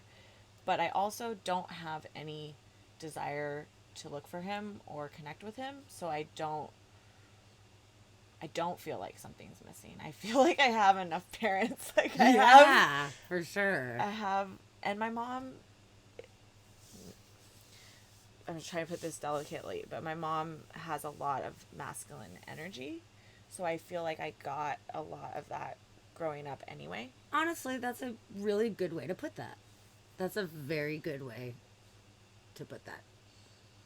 I like that. Yeah, And as far as like your birth dad, I mean, he was never a dad to begin with, and it seems no, like he didn't have the same arrangement that your birth mom had, where it was like, okay, you can contact me at this no. point or whatever. So really, it was just a sperm donor Basically, it thing. was a total accident. He does know that I exist. His mom wanted to raise me, my Oh grandma, wow. but my birth mom said no because there was drugs involved in the family, and she didn't want me Smart. raised in that Very smart. environment. Very good that that didn't happen. She really made sure that I had the best chance possible. She was like, if I'm gonna give my baby up for adoption, like they're gonna have the best fucking life. I love it. Yeah. Oh, that's so awesome. So good. I mean, that did really work out well It did. in that kind of way. And like we were saying, your mom's always been there for you, as far as making sure Yeah. that you have what it is that you need, and Nobody's she really perfect. cares. But But she she loved- raised you in a very unconventional Yeah. way. Which thank God she did, because I got to have so many experiences like we were talking about at the beginning Yeah. of the podcast. I have a plethora of experiences that a lot of people, it takes them their whole life to build that up. I experienced that all as a kid, Yeah, and now I'm an adult and I have all these experiences. that's really great. I'm so glad. It's very cool that you had that. But the fact that your mom is more masculine energy, as you put it, and is not necessarily a very like lovey, cuddly, nurtury kind of mom. Yeah. It's interesting that she was so dead set on wanting to be a parent and really wanted to do it, but the way that she shows her love is in a different way than I would say conventional, traditional parenting normally is Yeah. very like, goo goo gaga, little I think baby. that has whatever. more to do with her upbringing. That's like all she My knew. basically. grandparents were alcoholics, and there was a lot of anger in the family growing up so she grew up with a lot of distrust for her parents and a lot of separation between her and her parents because she didn't trust them.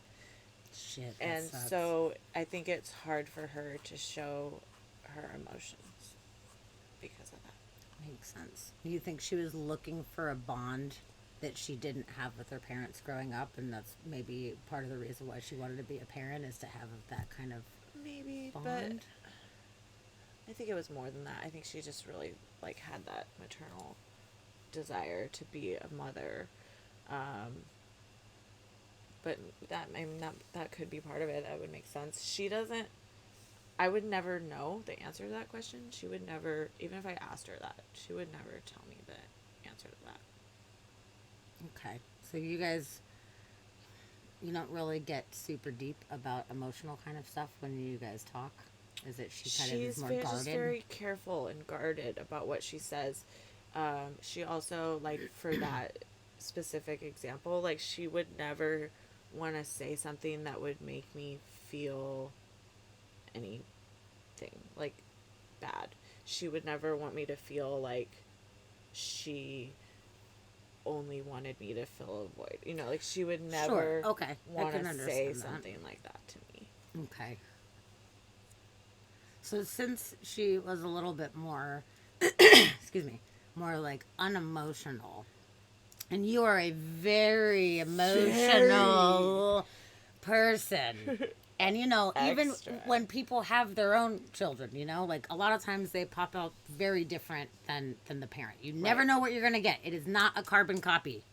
And anybody that thinks it's going to be a carbon copy is a lot of times sadly mistaken. You never know what you're going to get, but especially with adoption too, there's different genetics involved and different, you know, family medical history and things like that. Yeah. So you really don't know what you're going to get.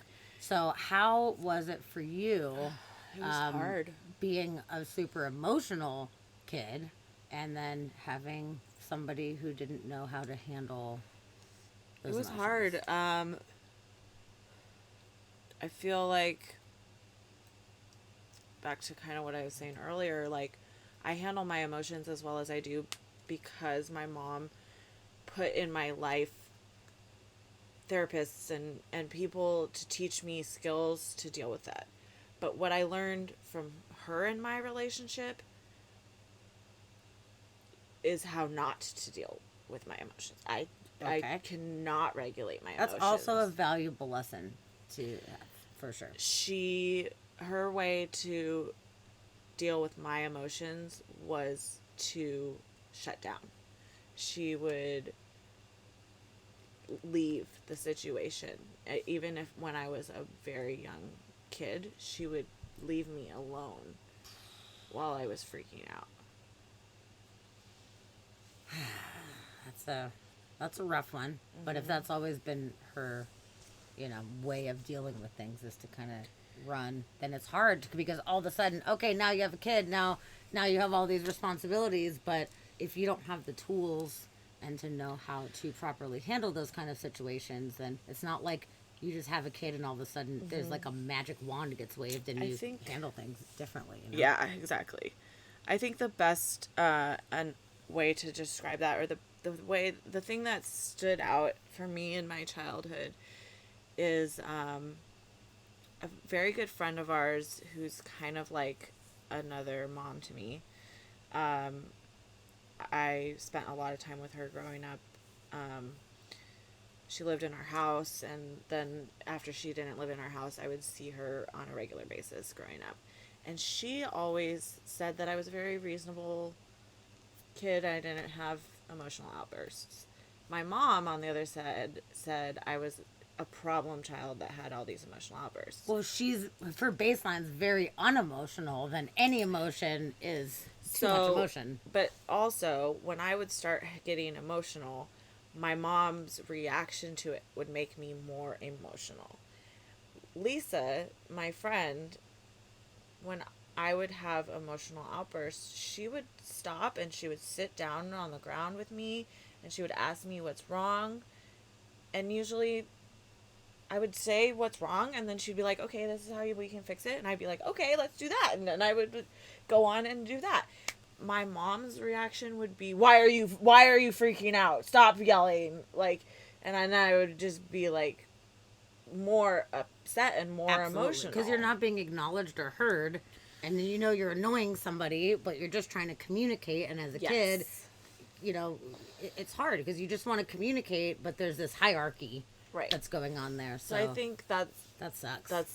that was always very illuminating to me, just like how different people dealt with my emotions and how that would change my emotions in my little kid brain. Like, it's not quite as easy as that as an adult, but as a kid, your problems are like, I have a rock in my shoe, or someone was being mean to me at recess, or whatever, and if you can just sit and talk about it, then you can figure it out and go on with your life.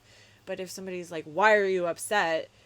Like, but like in an angry way, like, stop being upset right now. I can't deal with your emotions. Yeah. Like, instead of just saying like, what's wrong? Yeah, you just want to be heard. Yeah. So That sounds like a challenge. Yeah. For you, for sure. but And a challenge for her as well. Yeah. Let's be fair. Challenge for her as well. If you're a very like kind of like unemotional person in that kind of way, then you know you'd hope you would just have somebody that's just like even keel, just like you, and everything's quiet and calm and fine, you know. But like kids don't work like that. No. Like no kids. Even And Dusty was like the goodest and like calmest kid, you know. And I was not. I was But definitely that's a like, rare thing. she wasn't wrong to say that I was a problem child with emotional outbursts. I was. But she also didn't handle them very well. Yeah.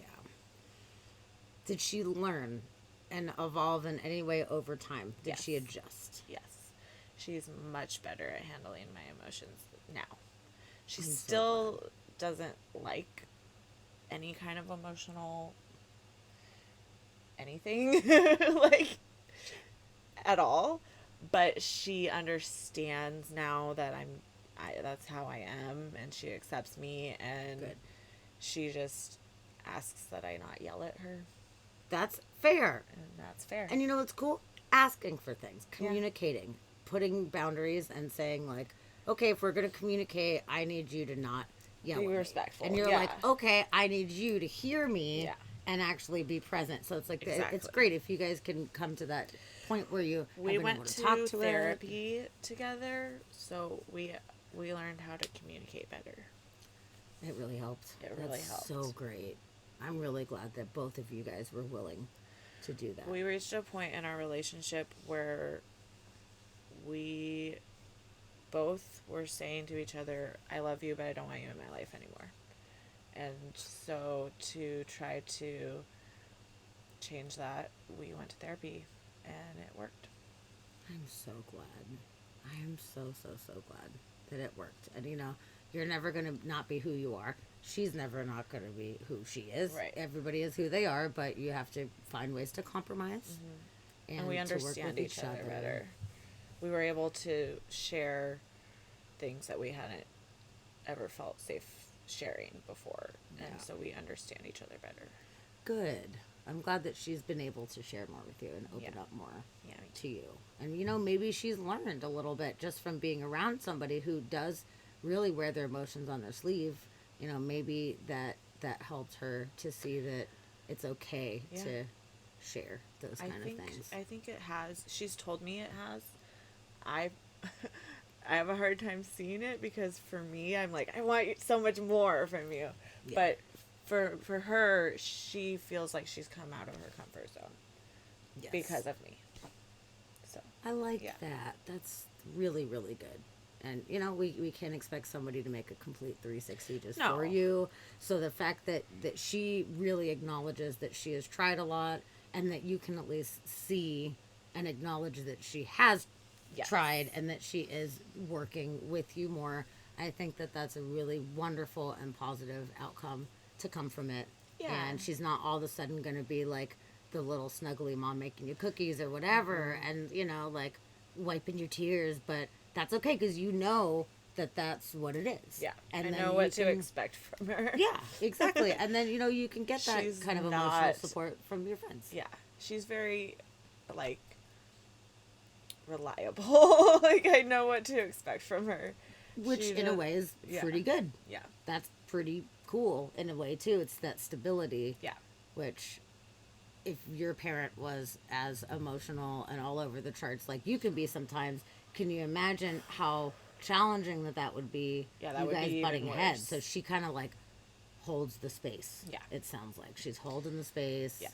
But and she sometimes just that is can patient. be triggering for me because like you said, I can feel like I'm not being heard. Yeah. Especially when I was really little, it was triggering for me. As I've gotten older, I use my brain better and it's less triggering. But as a little kid, we had a lot of problems. I had like a temper tantrum issue growing up. I was that No kid. I was way. that You kid. had temper tantrums? Yeah. I can't imagine. I know. Anyone who knows me can never imagine that. Jeez. So yeah, that must have been tough, but I'm glad that you've moved forward. Yeah. And things are kind of in a better place for both of you guys.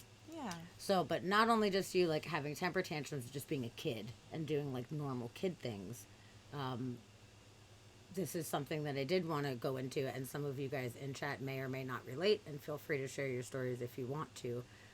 But you do have different various mental illnesses that you have been aware of For a long time. for a very long time, and it's been a long process of trying to figure out what they exactly are and how to medicate them properly and all of these things. So I would love to have you share, if you Yeah. want to share Yeah. what your deal is. I've been depressed since I can remember.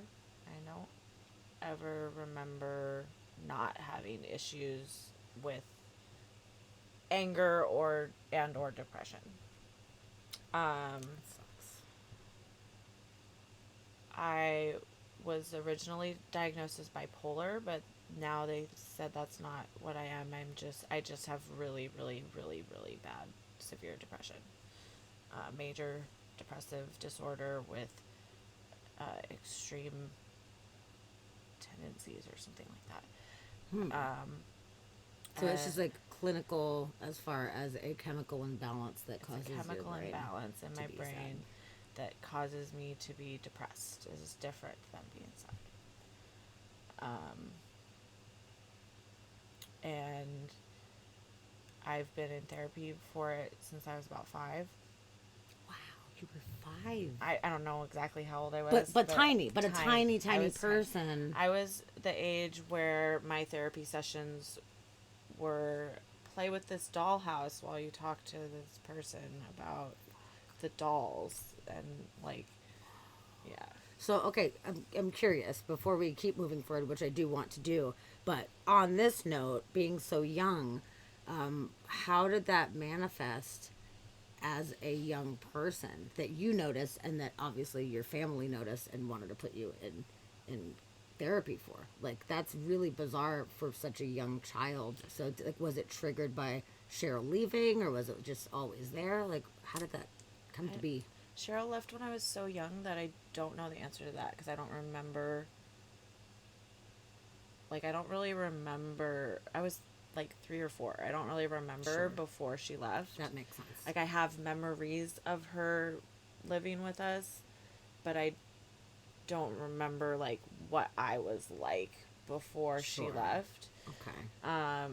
And I wasn't in therapy before she left, so it probably did correlate with that. Might have. But what kind of signs were you exhibiting during that? Extreme anger and emotional outbursts. I was violent and just really, really angry and really, really sad and crying and withdrawn, and I was depressed. I was a little kid and I was depressed and angry and I wear my emotions on my sleeve, so everybody fucking knew it, and I got violent sometimes. So Like with your mom or with like kids on the playground or Both. Anybody really? both. I almost got expelled from, like, third grade because I punched everybody in the school. It was a school of 32 people, but I punched all 32 people at recess. Like in a row? Yeah, like I went up to everybody and was like, punched everybody. I was just mad at. I don't even know why. I was mad at everybody, and I punched Wow. everybody, and they were gonna Shit. expel me. No way. It was bad. That's super It was really intense, bad. dude. Wow. So it that's was like really... unavoidable. I feel like I'm making myself look so bad right now. No, you are sharing the truth. Yeah. You know, and I think that it's good to It was share that truth. unavoidable for everybody around me to notice that I was having a problem. And it's understandable that why I was having a problem. I had major abandonment trauma on top of major abandonment trauma on top of being a little kid that's trying to figure out what the fuck is going on. Yeah, and then having an unemotional parent who's not helping you work through these things. Yeah. So It you was didn't like know the how to get perfect it out. storm of me being a crazy person. Yes, I am being very genuine.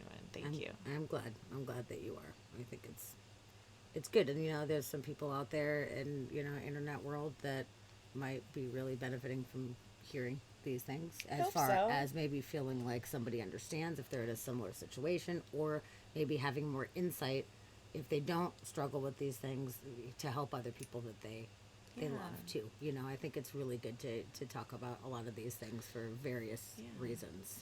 And I don't think it's coming across this way, but I'm not proud of these things. Like, I have regrets about being this way, but it is, like you said, it's the truth of what happened. But yeah, And you're learning as you go. I'm You're learning as I go. to do But better. I've definitely, like, hurt people. Like, not seriously, but I've definitely hurt people. How did you feel at the time when you did? Was it like one of those immediately like, oh, now shit, I feel bad because I hurt you, I didn't mean to, or was No. it just like a, I yeah, have take that? blackouts.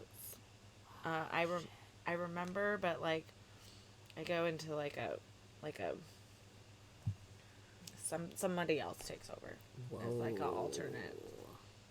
Yeah. But you remember it afterwards. Yeah, it's not me. It's not like a split personality alternate. It's like I get so enraged that my rage is just, that's all I can see. I see red. Like how people say you see red, I see Yeah. red. I don't literally see the color red, but like I see what you mean. I can't, it's not, I don't think logically. I just am sucked into that anger feeling, and that's just, it's all consuming.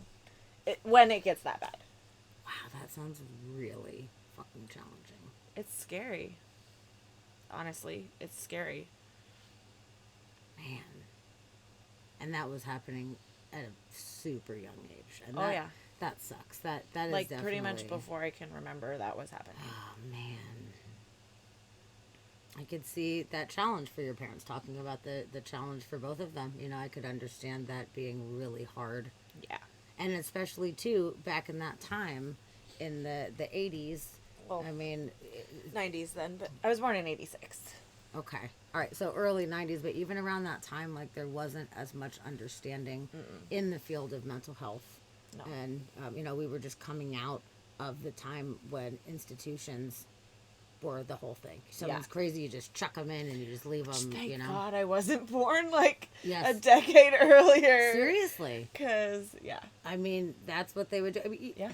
Even if you Or I was were a possessed little by the depressed, yeah, devil. like some stupid dumb thing, you know. If you were too emotional one time, they would just kind of chuck you in there. Your husband or parent or whatever would just like sign you in and let you go. And the conditions in there were horrid. Yeah, they were not trying to help people No. to do better in most circumstances. So, I mean, I'm not really a God person, but for the grace of God go I.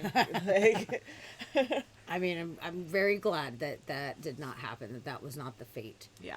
But it was this weird in between time. But before it was just like lock them up, and then now, obviously the medical system is completely fucked up. So this is not what I mean. But I do mean there's more awareness now of the spectrum of different disorders. So if you are in a privileged enough position to be able to go and handle that, there's people understand it more and can medicate it more properly. But at that time, it was this weird in between time. Yeah. Where like, well, we're And not I- going to chuck you in there, but we don't know what's wrong with you, so just stop it. You know. Like, And I wasn't medicated as a child. I was only medicated as an adult. My mom put me in therapy, but I did not receive medication, which I probably should have. yeah. I wonder why. I guess it was less My medications and mom- less understanding, huh? My mom is a very holistic person. She doesn't really believe in like Western medicine very much. So, And the plot thickens. and the plot thickens again. Yeah, so yeah, your mom's unconventional in many ways, and Yes. with that goes this extreme holistic approach to things and opting out of medication, And our diet was very extreme. which I think that that's something very interesting, the diet situation. Yeah. Jama was raised in a very unique fashion as far as what she was able to eat and not eat. Man. And the saga was very continues to strict. this day. Yeah. So, yeah, tell about that. I'm going to real quick go to the bathroom. I'm still going to be listening. Okay, I'll be okay. right there, though. So, when I was little, we were, people aren't even going to know what this is, but we were macrobiotic, which is, I don't even know how to explain it that well, but basically what it is a really extreme veganism. Like, you don't eat meat, you don't eat sugar, you don't eat any processed foods. When I was in a little, I don't know what grade I was in, but I was a little kid and they were doing a food drive at my school, and I came home and I asked my mom, what is a can of soup? And she laughed at me because I'd only ever had homemade soup. And I didn't know that it came in a can. And anyway, that was, yeah, it's like a macrobiotic cult. It's kind of like a cult. Being on that diet is kind of like being in a cult. It's very, very strict. There's rules about how you chew your food, how you drink water surrounding eating your food. There's rules about like how many times you chew it before you swallow it. What are the chewing rules? I don't remember, but it was like give me- too much chewing. It was basically, Like, you had to count. yeah, you had to count how many chews it was, and it was like 20 or something. Like, it was like a lot of chews. Like, every bite was like, you had to chew it until it was like disgusting consistency in your Which mouth. I know they say as far as for digestion, it's better to over chew your food. I get Yeah. that. But that's interesting that that's so, like, strict. It was also how you cooked your food. There was like a lot of like pressure cookers and like brown rice. And, I don't know. weird. But then now, it's basically the opposite. Now, my mom pretty much only eats meat and vegetables.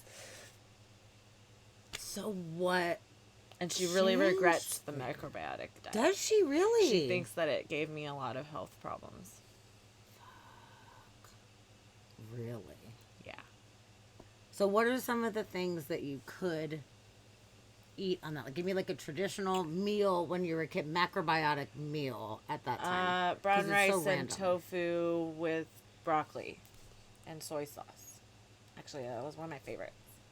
Was there any, like, oil, butter, salt, fucking Olive oil. spices or whatever. Olive oil. Okay. Salt, pepper, spices. Yeah. Okay. Could use that. Yeah. But it was very like bare bones basic.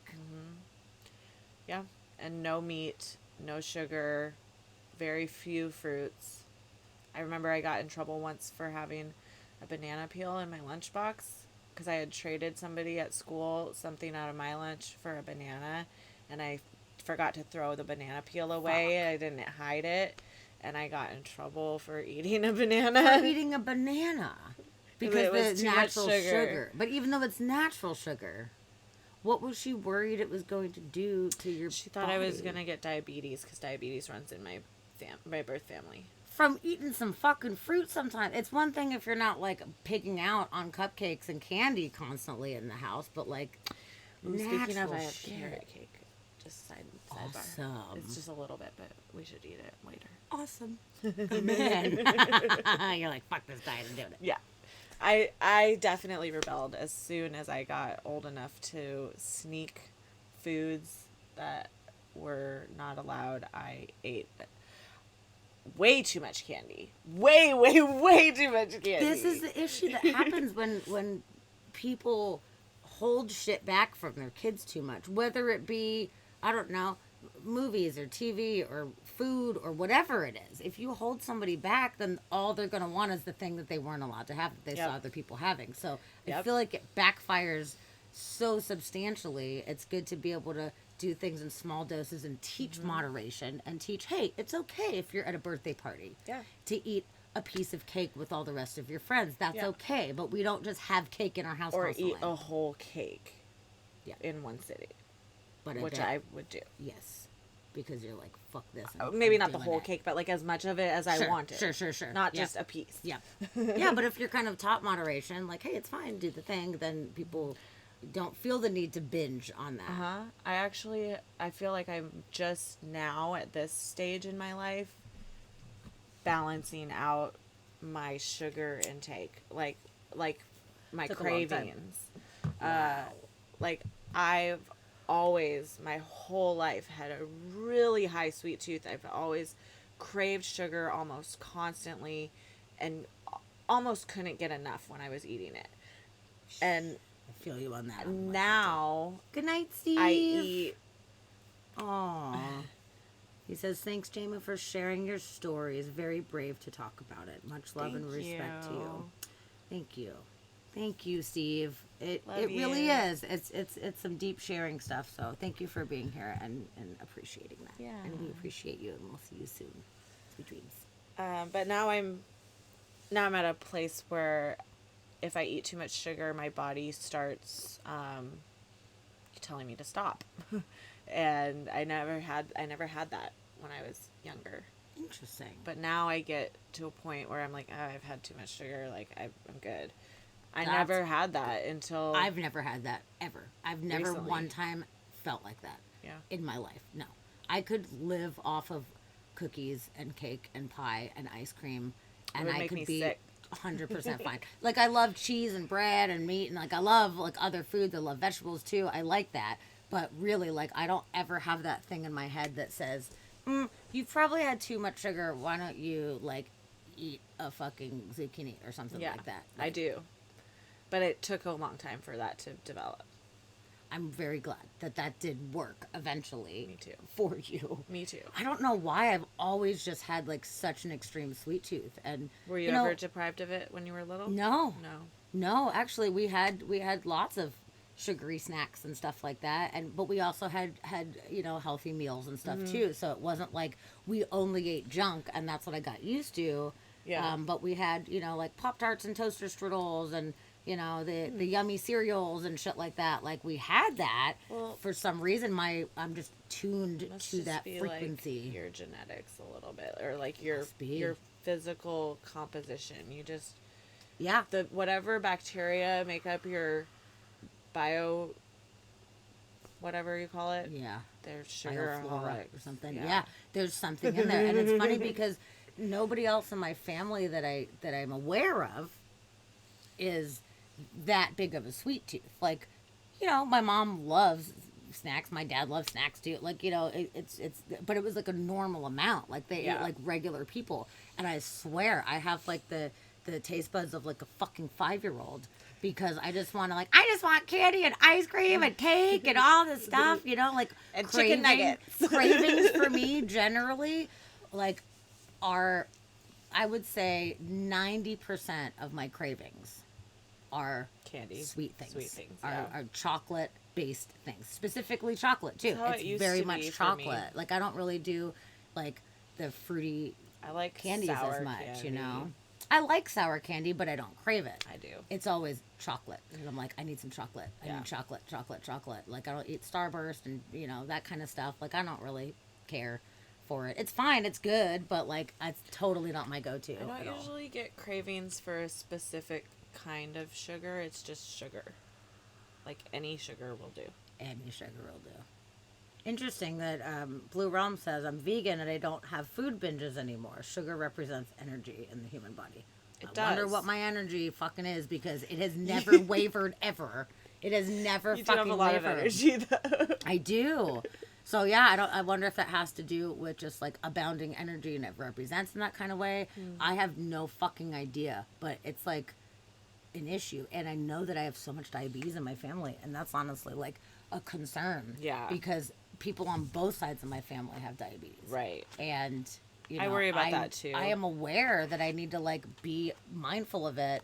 And actually a couple years ago, I went and did like a checkup kind of thing, and was like, okay, I haven't had blood work done in like 8 million years. Like, look at my blood work and tell me what's going on. And I was fucking horrified, Yeah. because the one thing that I was worried about, I was like, if they tell me that my sugars are really high and I need to fucking cut that shit back because I might be like pre-diabetic or something, I'm gonna be fucked. I'm gonna be so fucking fucked, man. So they did the blood test and they got back to me with all the information, and my sugars were totally normal. And I was like, yes! Oh, how are That's they normal? I good. don't know how they're normal, but they are. That's great. And that's fucking great, dude. I was so happy to hear that. Mine are high. Thank God. Mine aren't, like, pre-diabetic high, but they're high. My cholesterol was slightly elevated. That was the one thing. It was like, okay, your cholesterol is a little high. It's not like a danger zone, but like it's something to be aware of. And I was like, but my sugars. And she's like, your sugars are fine. And I was like, are you serious? Like, check it again. Make sure that is fine, because like I have concerns, and apparently, nope, everything's totally good. So that kind of gives me a little bit of license to be like, well, we're fine, like Yeah. it's totally fine. But I know that the more sugar that you eat, the older you get, it could kind of make that worse. But I also, in a way, see it as like a fucking carpe diem kind of thing too, because since so many people do have diabetes, my parents don't, but all my grandparents did. So it's like, all right, so when I'm fucking old, I you might can't get it, eat then I this can't stuff. eat it. So I may as well enjoy my life right now and eat all the fucking Swiss cake rolls Yeah, and do shit, it. you Fucking know? do it. But I'm better about not eating as excessive amount of it in a sitting as I was. Like when I was younger, I would just like have like I'd be obsessed with the cookies, I'd be like, okay, I'm gonna eat these cookies. I'm gonna eat like 4 cookies, and I would like, okay, I got 4 cookies in my hand, eating the 4 cookies, and then I would just kind of be like, there's more cookies. There's more cookies on the table. Okay, I'm gonna eat one more cookie, and then I'm gonna put the cookies in the fucking thing. And I eat the one more cookie, and then I'd be like, there's fucking cookies in the kitchen. Yeah. There's cookies in the kitchen, and it was shitty because I felt like I was like it's hard for me. addicted to Yes, I was like addicted to it. Like, oh, fucking Oreos, man. I love Oreos, and I have a kind of a issue with Oreos when they're around. I buy them sometimes, but I don't have them around as a staple because you'll eat them all. especially with milk. Oh, Yeah. Dude, me and Tavia, we have had many a night where we would open a new fucking pack, man, and And we it would be have gone. we never ate the entire pack. I will say that, but definitely realizing like, whoa, we I have really eaten a whole pack of Oreos by myself before. That's impressive. I can honestly say, even with my sweet tooth, I never have, because there's guilt attached to it to me. I feel guilty if I eat like way over the line, although I really want to. But I have eaten an entire sleeve of fucking Thin Mints, though.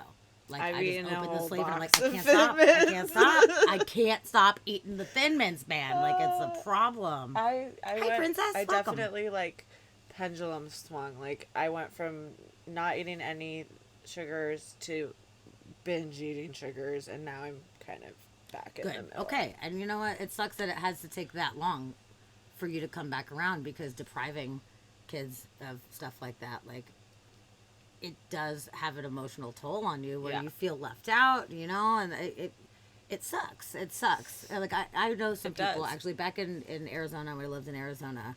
I knew this girl. She was a friend of my roommate, so I didn't know her really well, but she had a kid, and she was like super duper hippie fucking chick lady, and her kid had never even tasted sugar ever, and was not allowed to have sugar, and she would even like make sure that we knew if the kid was around or whatever. Hey, just a heads up, do not give the kid any sugar. Yeah. And I was kind of like confused at first, so I had a conversation. I had some questions about it where I'm like, so she's never ever had any sugar? Nope, not anything that's not natural sugar. Fruit is okay, but zero like candy or whatever. So I was like, Yeah. but what about like at like birthday parties or stuff like that? Like, what happens when she goes to these like little parties and everyone's eating cake? She's like, it was the saddest thing I've ever heard. She's like, I'll send her with a bag of like nuts and flax seeds and Yeah. stuff, and she knows that that's what she can eat. And I'm like, at that point, I feel like it's fucking mean. It is. That is fucking mean, dude. I have had many experiences like that where I was the only kid eating something weird while everyone else was eating ice cream or cake or candy or whatever, and I was eating like carrot sticks or like yeah, dude. Like, I understand, like I said before, I understand being more mindful about it, but when it becomes a thing where it's like making your child singled out and different, like, what is the benefit of it? Okay, so you don't want to give your kids diabetes, that's fair, but like, yo, special treat. What happened to the like special treat thing? Yeah. What, And for what was me- your special treat?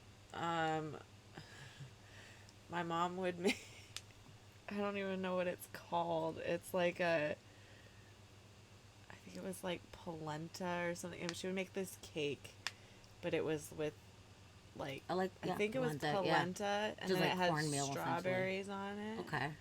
That was like Okay, so that was a fruit though. the cake. Okay. that when I was older, I got that With the strawberries. with the strawberries on it. But no whipped cream. Nope. None of that kind of stuff. No sugar. It was just like Yes. strawberries and polenta, basically. Wow. And and she made these cookies that I liked when I was little, but they were not like, it wasn't like chocolate chip cookies. They were like carrot and raisin cookies. Where it's like oatmeal It based was or like something oatmeal like that. raisin carrot cookies, and I remember liking those as a kid, but now as an adult, remembering what those tasted like Damn. That's rough, dude. That is really. those were my treats. That's But I fucking also rough. have a memory of so Lisa, my friend who I mentioned before, she used to take me to get Santa pictures every year. And Santa gives you a candy cane when you go and get your picture taken with them. So one year, we usually would just skip the candy cane. And one year she was like, this is bullshit. Like, she should get something when she goes to visit Santa. And so she brought an orange for me. And she snuck in. She told me she was going to the bathroom. And she snuck up and asked Santa's helper, like, hey, this kid can't have sugar. Can you give her this orange instead of the candy cane? And, like, made this whole thing happen to me. And I felt so special that Santa knew that I wasn't allowed to eat sugar. Oh my God, that's And he so gave me the orange and cute. said, my mom got mad at her for giving me that orange. And what? Seriously, She got in trouble for in that. circumstance, She got in trouble. with Santa and the whole thing, and it's a fucking fruit. Yeah. What the fuck? That is really bizarre.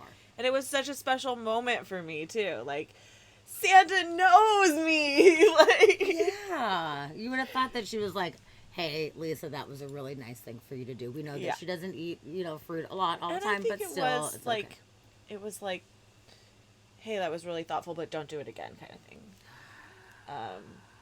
Like it wasn't like a. Rah, rah, rah, So she'd you're rather in you get trouble, literally but nothing and she'd feel rather left I out. get literally nothing and feel like Santa didn't want to give me anything. That's really a unique perspective, I would say. That's a very unique perspective.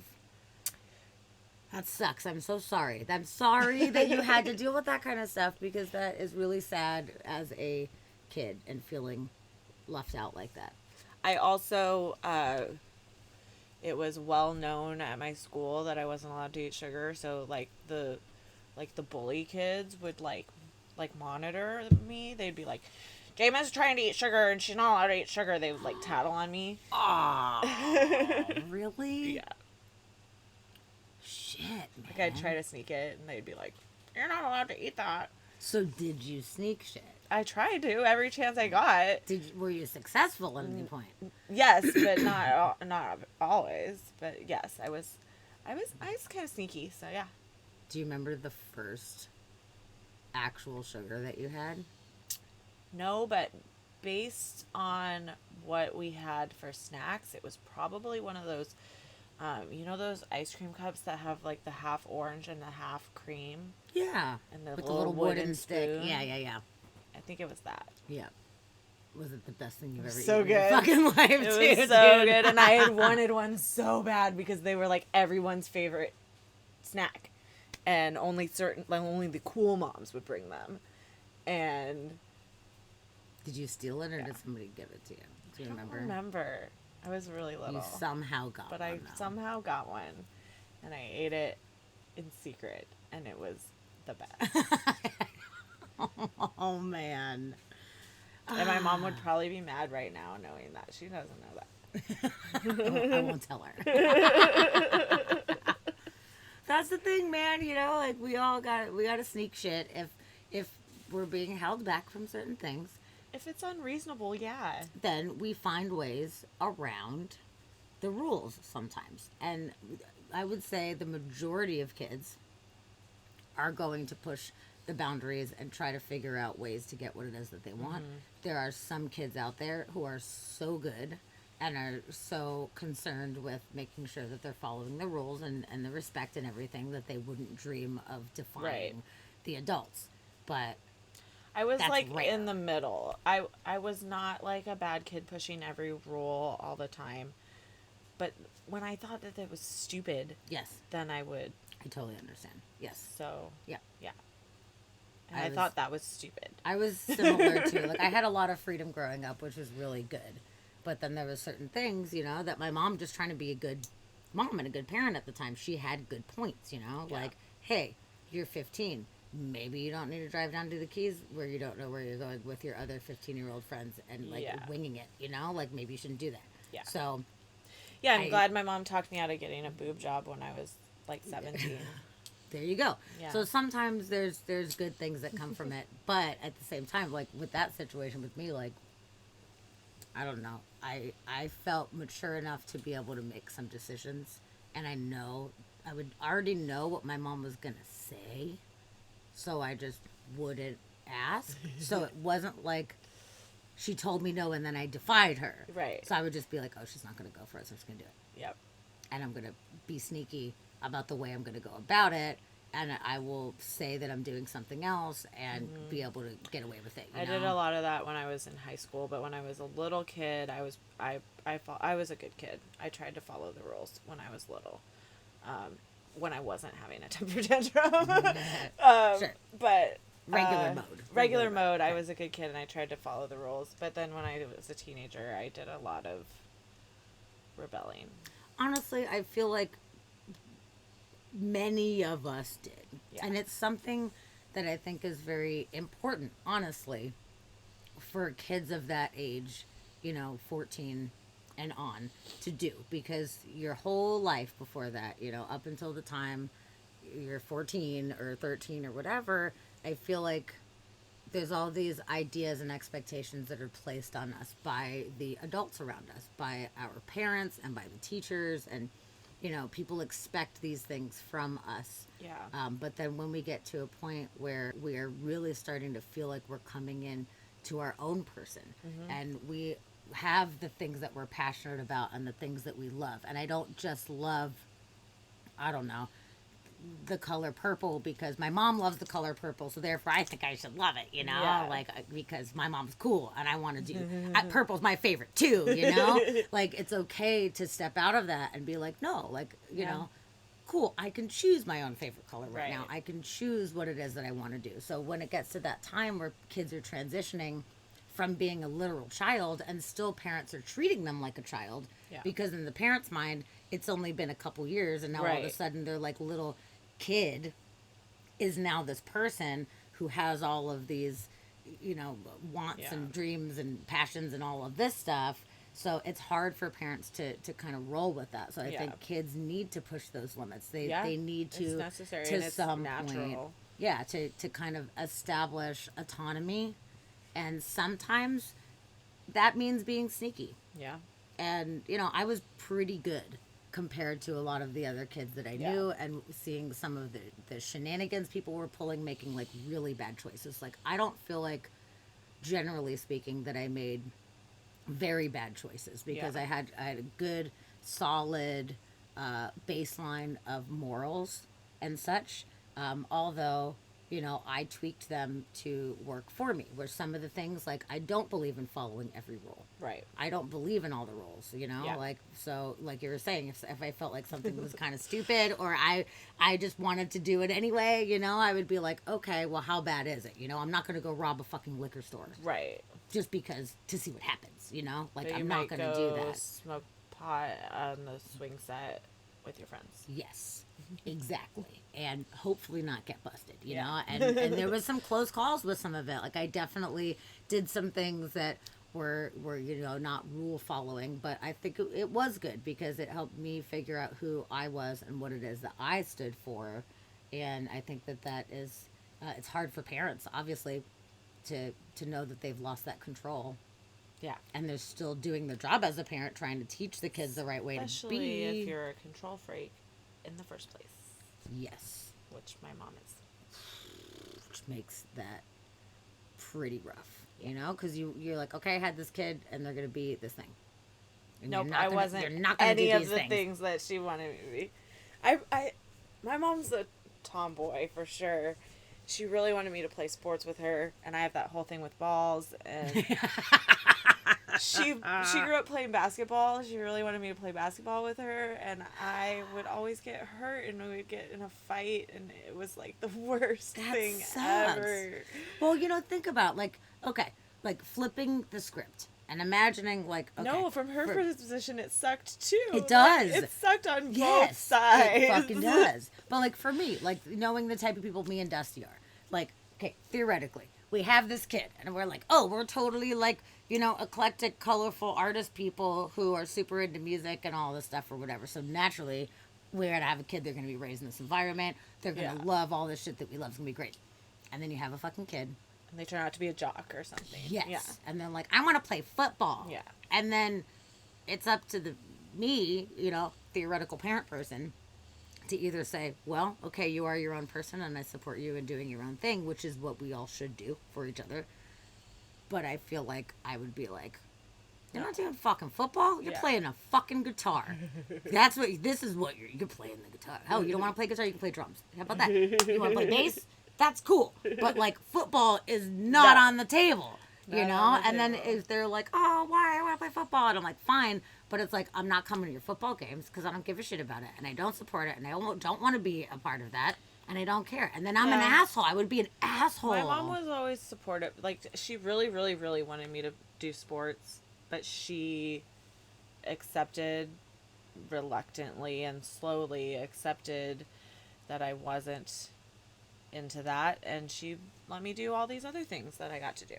Well, I think that is great. I'm glad that she at least kind of gave you like, like we were talking about at the beginning, like all the little things that you got to try. I so got it was to like try you get so to many try things. so many different things. Okay, so I if also you're not did into dance. Really? I did jazz dance for a long time, and I know how to river dance. Really? I don't know. I don't remember very much, but I know like the basic That's stuff. awesome. Like I could do I could do it right Oh now. my god. It would shake the whole floor though. That's fucking awesome. I'll do it for you later. Yes. No, this is really cool. I feel like I'm learning a lot more about you than I even realized. Like there's so many things that like keep coming up that we just like never even talked about. It's so cool to realize how many random things that you I've have. done. Yeah. Yep. I've lived a whole life, but I was little. So as an adult, now what are you passionate about in this adult life? Yeah, I really like animals a lot. I've been doing some dog sitting, and I really like that. I also got into wine. I went to school for wine. I'm not gonna do the river dance Damn it. now. I'm sorry. Gosh, that would be so awesome. I wish. Maybe we could- I'll get Sammy to record it, and then we we'll could put it in the post Discord or something. Yeah. Okay. But I'm not gonna do it right now. But wine. Yeah. wine. we're talking I about got into wine. I went to school for wine, and I know a lot of random interesting facts about wine. I don't know enough for like if you're a wine buff, I don't know anything, but to the layman, I know. Yeah. a lot about I mean, you wine. went to wine school. Yeah. So naturally, you learned quite a bit. I Yeah. would imagine you know more than the layman. I definitely know more than Yes. the layman. Yes. How long were you in school for that? I was in there for about a year and a half. I didn't finish the program, so You just decided it wasn't what you wanted to do in the I end. ran out of money, and so I had to stop going, and then I also started working in the wine industry and realized it wasn't really what I wanted. So it was kind of a mixture of things. It happens, you know. A lot of people go to school for something because they think that that's what they want to do, and once they really start digging into it, they're like, "It's not all it was like Yeah. cracked up to be." I'm really glad I went though. I really enjoy the knowledge that I learned, and I will probably do more wine classes, but I don't want to do it as a career. That's totally fair. But I really enjoy it, especially food and wine pairing classes. Those are like the fucking bee's knees. Really? Yeah, you go into a room, a professional chef cooks food, pairs it with wine, serves it to you, and then tells you about the area that the wine and the food came from. Interesting. So you just get awesome. to eat food and drink wine. You eat In food and school. drink wine and listen to stories. That sounds awesome. Yeah, it's the best. It's the best ever. And you get So- school credit for it. Wow, that's awesome. You have to spit the wine out, but you get to taste the wine. You don't Okay. get to drink the wine. Why do they make you spit it out? Just so you're not It's a getting drunk at legal school? thing, yeah. Did you like swallow half of it and then spit the other half? I'm sure everybody did. I mean, no, I never did that ever. Interesting. So, okay. So, as far as that goes, like, I'm curious because I honestly don't really know much about it besides the basic. Like, okay, with red meat, red wine, you know, that's what you go, whatever. Not always. Like, what are some of the, like, basic rules of wine pairing? Okay. Like flavors go together. So, like I paired for my final, I did a skirt steak taco with a Vino Verde, which is a very light white. It's actually called a green wine, which is why it's Vino Verde. Interesting. It's a very light white wine. It has a high acidity level, so I did a lime marinade on the steak and made these tacos and paired them with the Vino Verde, and it was really, really good. So like flavors go together. The other basic rule is if you're ever in doubt, go with champagne. Champagne goes with everything. Really? Yes. Why is that? What about it? Because it's light, but it's also has body. So it has weight, but it's light and bubbly from the bubbles, and then it has a good acid content. It's um, refreshing because it makes your mouth salivate because of the acid, and it just it's really like a good baseline. As far as wine goes, it's not Neutral. it's very neutral. So Okay. it goes with a lot of things. It's also really good to pair with sweets. Champagne is a dessert wine a lot of the times. You don't want to do too much sweet and sweet together though. Like a lot of dessert wines are really sweet, and you kind of want to drink those on their own, not with food. Like port or something. Port is Yeah, so like good, but that's it's like super something that sweet. you just want to kind of sip on its own, and you don't need to maybe pair something savory with it, like blue cheese or something like that. Okay. I could see that. Doing like a cheesy kind of thing. Yeah, But you don't want to something go light. over. So even though like sticks with like, you don't want, if it's too sweet, then you don't want to overload. Yeah, like flavors go together, but also slightly contrasting. So, um,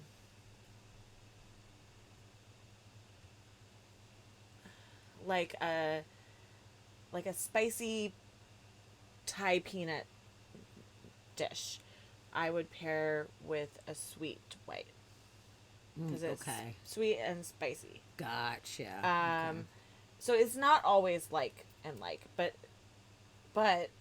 like a meaty steak, medium rare with like au jus sauce or whatever, I would want a big bold body red with that. Gotcha. So that's kind of like and like it's like kind of Interesting. earthy flavors together. That's kind of fun getting to learn all of that. It's kind of like learning cooking. It's kind of like learning recipes. It's just you add the wine in with the Yeah. recipe, That's and super cool. a lot of it's trial and error. Sometimes you try stuff and it doesn't work, but yeah, it's fun. It's fun to That try. sounds like that was fun to do that. So Yeah. that being said, what is your favorite kind of wine? And I'm sure there's different favorite wines for different things, but Yeah. just generally speaking, deserted island, one wine forever.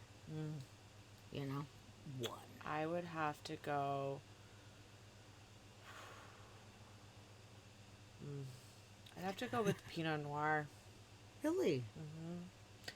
because I like higher acid wines. It's got a higher acid in it, but it's a red. A lot of higher acid wines are whites. Interesting. So it's a light, full-bodied dark red. Interesting. Okay. That's the one. Pinot Noir. Yeah, that's my favorite. But it's not always been my favorite, and my taste buds change. So, if I was deserted on a deserted island forever, I would probably regret choosing just one wine because my Right. taste buds change. Right. And also, depending on what you're eating, like if I was on a deserted tropical island, I probably wouldn't want that. That's fair. It would depend on where your island is. If I was on a Interesting. cold island, I would probably want something a little heavier, even. Okay. Huh. So okay. So that being said, that's your favorite. What's your least favorite? A Sauvignon Blanc. Not in it. You didn't even have to think hard about that. I like Southern Hemisphere Sauvignon Blancs, but Northern Hemisphere Sauvignon Blancs have too many pyrazines in them. What is that? It's a bell pepper flavor. Bell pepper flavor.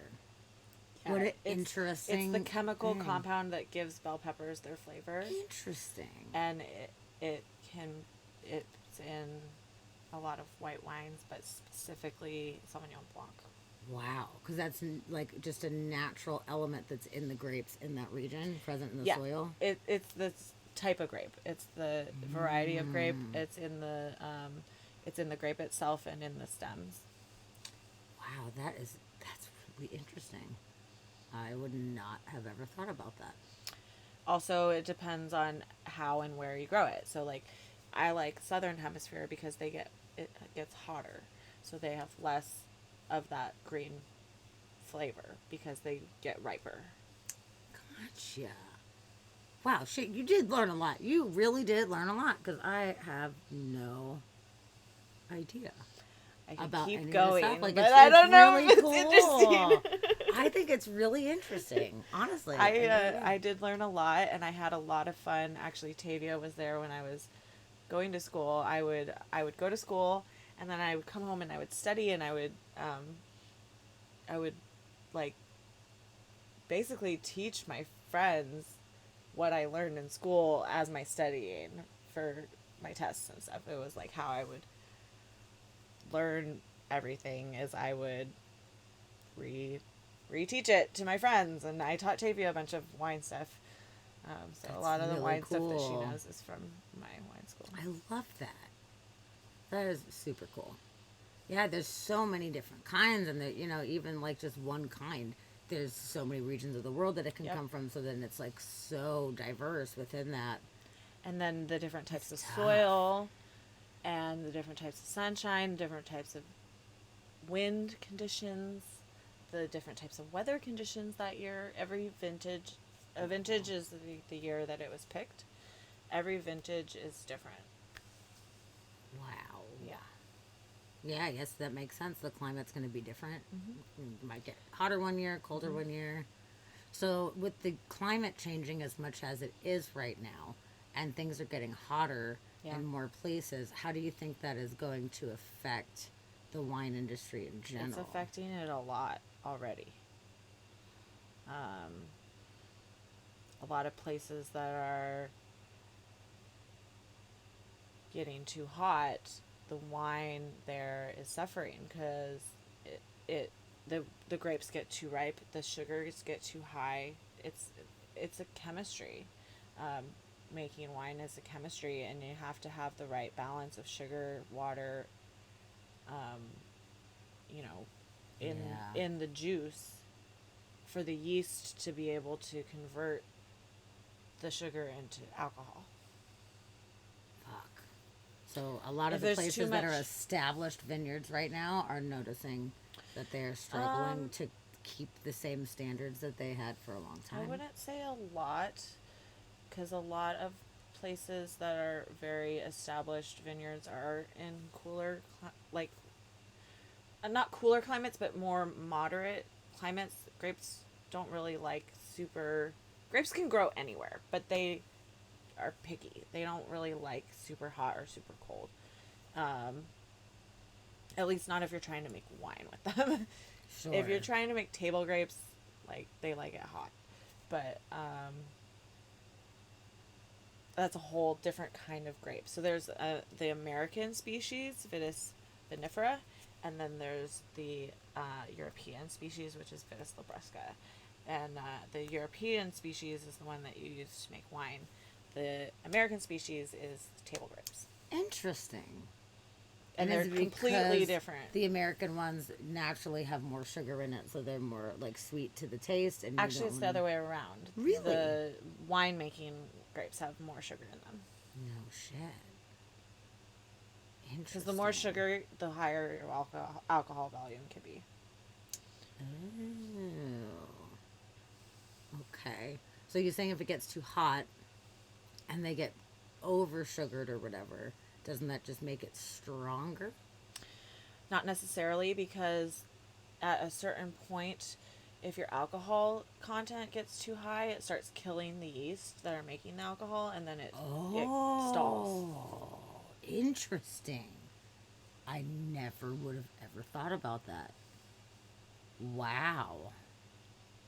It's a lot. There's a lot. There's a lot of here. That's a lot. That really, wow. Interesting. So, I have, more respect than I even did before.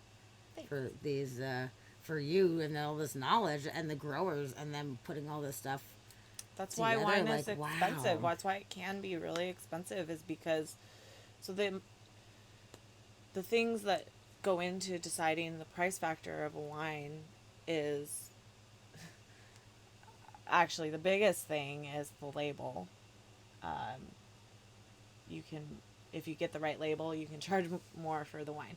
But Just because it looks cool? Yeah. Basically? or like if it's an established, known label, like that's been around for a while that people like. Okay. Even though the vintages are different every year, people will keep buying Yeah, because that they label. trust it. Yeah. Okay, I got it. So the label is like the biggest thing, but then as far as the wine itself, it's down to where it was grown, the variety that the grape was, and then how the wine was made. So where it was grown mostly has to do with tradition, especially in Europe. There's very, very, very old vineyards that are, so the way that they establish their vineyards is Well, hold on. Pause for 1 sec. Good night, Mom. good night, Sammy's We love mom. you. Thank you for being here. Thanks for listening We to me appreciate ramble. you. It's been great. Sweet dreams, Mama.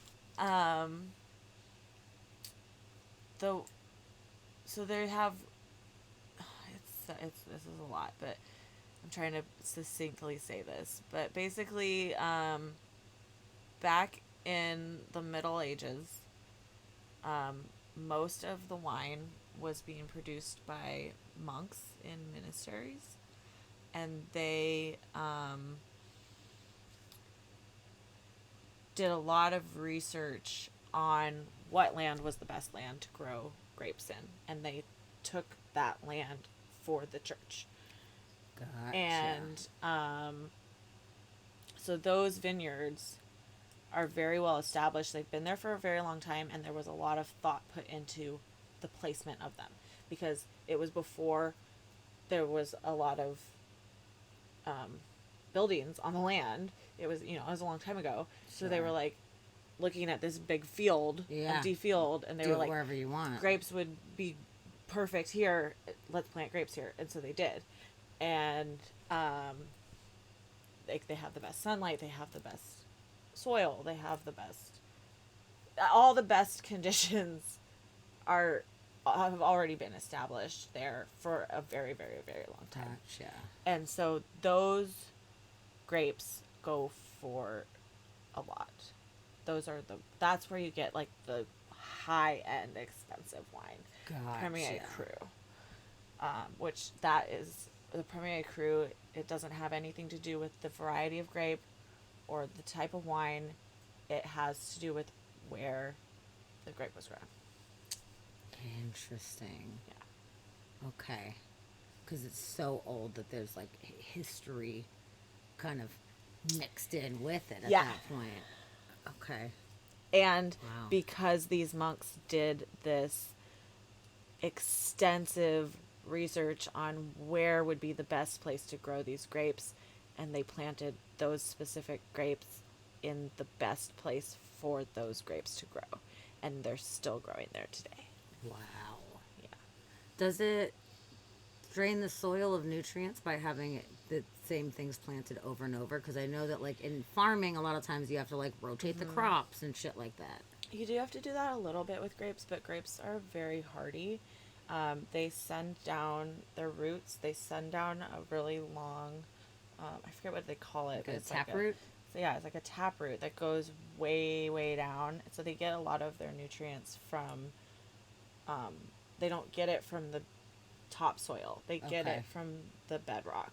And they actually really like limestone. So they like to go all the way down to the Interesting. bedrock of the limestone, and then they get their nutrients out of the limestone. That is very interesting because it's very calcium rich. Yeah. Wow, that's pretty cool. Yeah. That's pretty far. They go down that pretty They go far. down really far. Yeah. Wow. And they're very hardy. They once a grapevine is established, it's not going anywhere unless you like dig it up. And then at the end of the season, do they chop them all down? Because I know at least I have 2 grapevines outside, and they say that you need to chop it to like 90%. Yeah. You chop all of that down. So is that a thing Yeah. that you have to do? What if Yeah. you leave grapes? What if it's like, oh, it's an abandoned house and there was grapes in the yard or whatever, and Your next nobody's year cutting you them? won't get as good of a crop.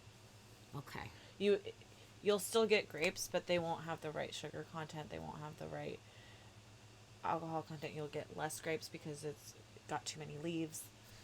And it's spreading that energy out over Yeah. the dead areas. You Okay. want to be pruning your grapes as they're growing, otherwise you're not going to get the best As crop. you're growing too. Yeah.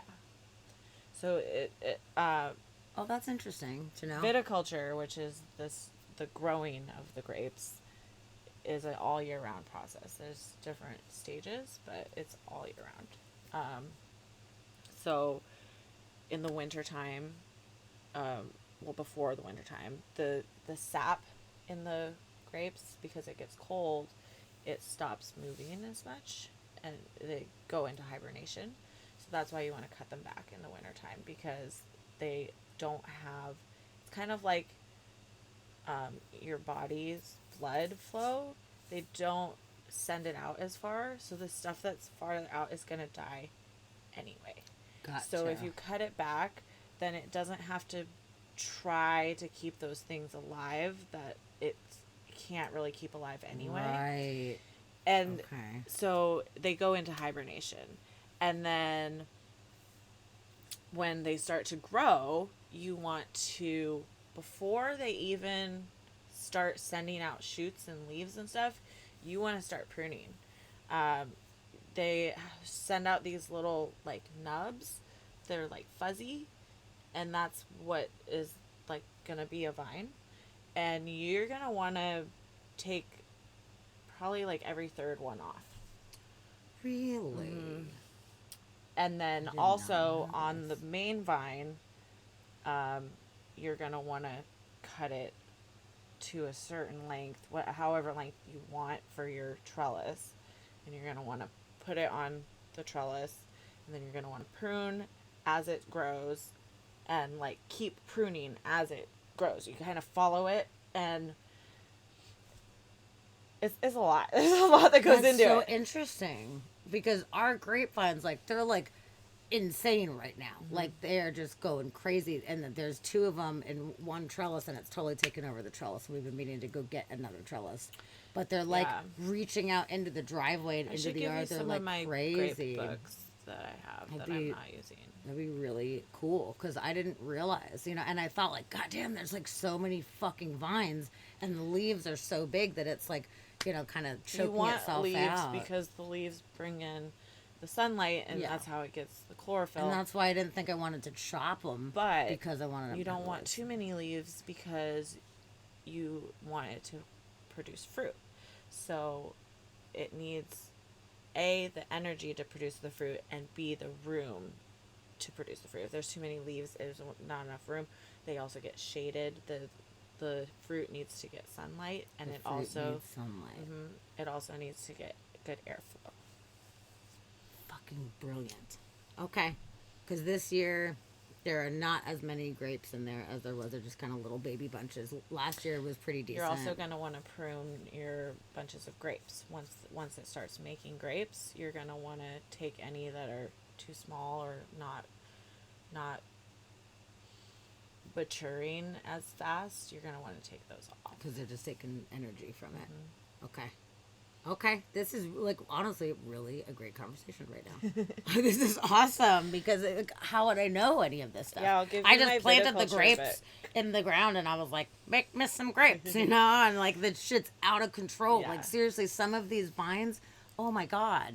I mean, you've seen my yard. Like some of them are like I don't know, I would say 12 or more feet long. Yeah, they grow really fast too. So you can cut them back every year, and they will grow just as big the next year. That's fucking nuts. I yeah, forget every the year they're rate. coming back like with a vengeance. Yeah, for sure. I forget the rate of growth, but it's something crazy, like a centimeter a day or something like that. Like it's I would not be fast. surprised. It's out of control. And it's crazy because when I cut them down and they're like just these little sticks, and I'm like, oh, I'm so sorry, but I know that it's going to be good. And then now looking at it now towards the end of the summer, I'm like, Jesus Christ. Like they're like large and in charge, man. Yep. This shit is fucking crazy. And I might have fucked up because I put 2 grapes that I might have put them too close. Oh, you got to go? Let's go herd. thank you for coming in. I am so glad that you were here, and thank you for the new follow. Yeah, thanks for your support. Yeah, it was nice to have another adoptee Yeah. in here too. I think that was kind of cool timing that you found us tonight. But I do hope that you come back again. Mondays and Wednesdays at 7:30 Pacific Standard Time is when we do the show, and Monday is usually weird news, and we cover a bunch of weird shit that's going on in the world, and it's really funny. A lot of Florida man news and like bizarre shit. We also talk about astronomy an excessive amount. So if you care about that, come in for that. And Cool then Wednesday, stuff. it's really cool. It's super fun, and we're really interactive with the chat on Mondays. It's like actually Dusty, who's in the chat right now. He's my co-host, and we're like really engaged in the chat and really bouncing off what people are saying in the chat. But when we do interviews, we try to like, be a little bit more focused on the person rather than having to kind of bounce back and forth too much. So you should definitely come in on a Monday too. It's really, really fun. And then Wednesdays, we either do interviews or do some kind of like deep dive into a various subject like reincarnation or life after death or whatever, like there's a bunch of random shit that we've talked about. Aliens, that comes up a lot. So yeah, I hope that you come back. So thanks for being here. You're part of the fam. Yeah. Yeah, it's super, super interesting. That's really cool that you have learned so much about that. And you know what? So what? You didn't get a degree. Who cares? I did not get a degree, but I learned a lot. I'm so glad. And I retained a lot of the knowledge too. Like, it's been a while since I've been in school, and I just popped all of that out. You did. I know. It's really, really cool. Yeah. So that's still something you're passionate about, even though you don't necessarily want to do it as your career, which is totally fine. I mean, there's a lot of things I'm passionate about that I don't necessarily want to do as a career either. Like cooking. I love cooking. And I've seriously considered going to culinary school, but I didn't want to stop loving cooking. Yeah.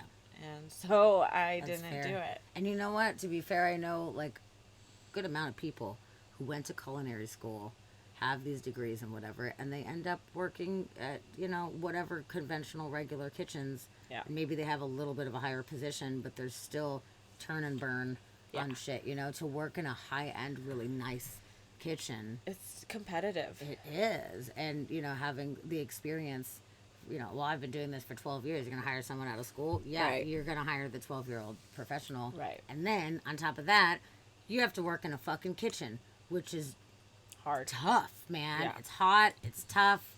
It's dramatic a lot of times, too. Stressful. Restaurant industry in general is extremely stressful. Have you seen The Bear, the show The Bear? No, but I've heard everybody talking about it, and I really want to see it. I don't have Hulu right now, It's though. fucking fantastic. I loved it, especially anybody that's worked in the service industry ever. Yeah. It looks amazing. You connect with that shit. It looks amazing. For sure. And it's I love really, that really actor. good. I love that actor, too. I forget his name, but I love him. Oh, yeah, he was in Shameless. Yeah. Guy that played Lip in Shameless. Oh, he's fantastic. Honestly, I really enjoyed the show a lot.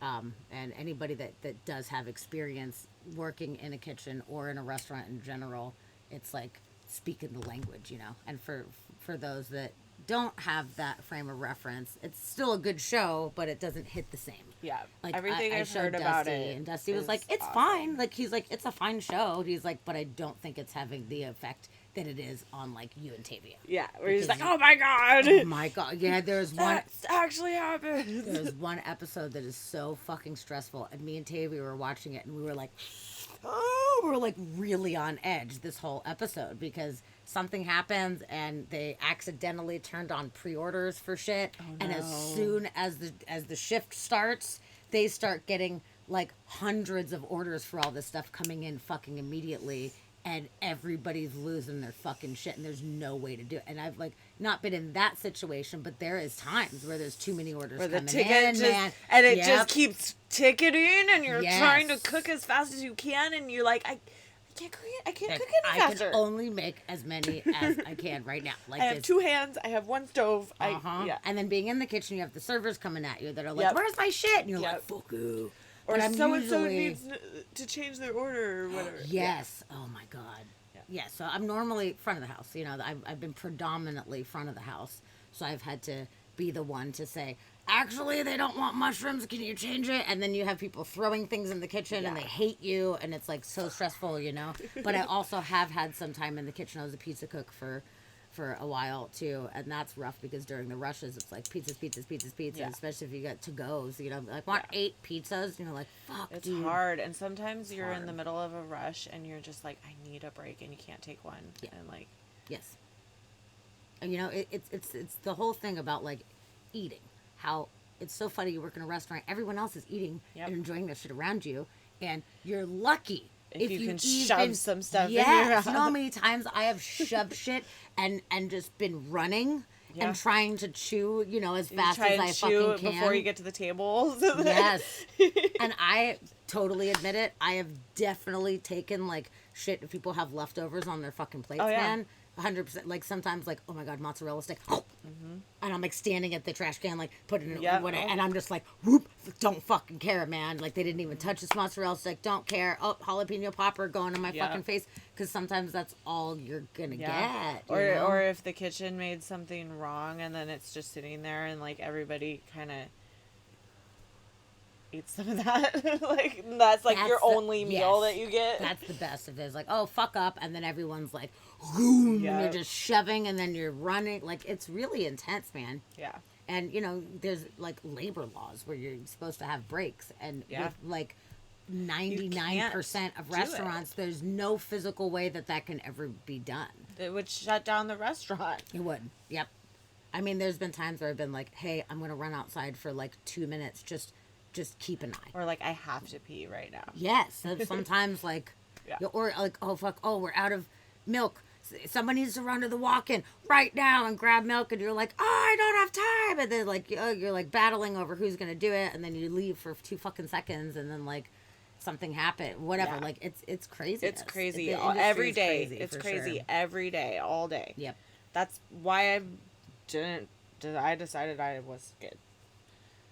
Yeah, I'm at least for this point in my life right now, I'm opting out of doing that in anything resembling full time at all. Like right now, I'm not in the industry at all, but I'm not opposed to, you know, doing some little things here and there. It depends on the place, but I don't want to do that full time. Like right now, it's summertime, and I'm thinking about what's happening at Luna Park Cafe right now and how everybody wants to just like murder each other behind the scenes. And I'm so glad that I'm not a part of that right now. Yeah. Like, I'm so glad I'm not dying of heat exhaustion. Yeah. Or chooped down on an alki where it's just, like, so busy. Yeah, Tavia got heat stroke one time when we were there. She, like, it was not good. And then in that moment, you're like, please, go sit down, drink some ice water. I got you. And then you're like, fuck, now I've got 5 more tables, but we got it, you know? And you're like, like, it's fucking crazy, dude. Oh man, lady, that is very interesting. Your friend's a private chef for a rich dude, and he eats like a 5-year-old and doesn't use any of the skills. That is so bizarre, actually. Why would you even want a private chef if you just want to, like, I don't know, you don't have to cook some chicken nuggies or something like that? My goodness. Because you're lazy. That's so interesting. Or too busy. That's a weird one, but hey, whatever, man. As long as it pays good, that is good.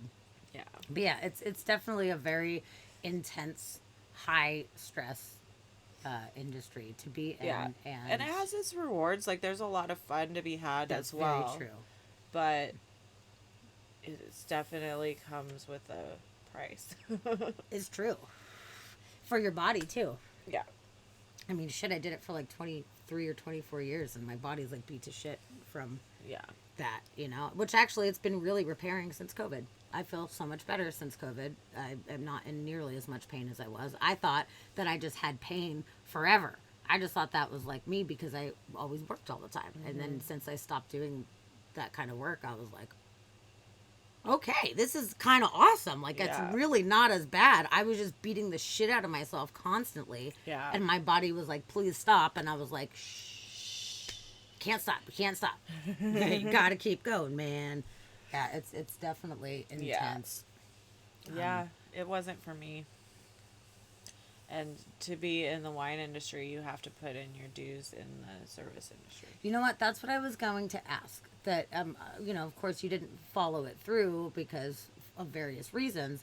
But what was your initial goal when you decided to go to wine school? What did you want to do? I wanted to get my associate's degree in food and wine pairing, and I also wanted to get my associate's degree in wine marketing and sales, and I wanted to become a sommelier.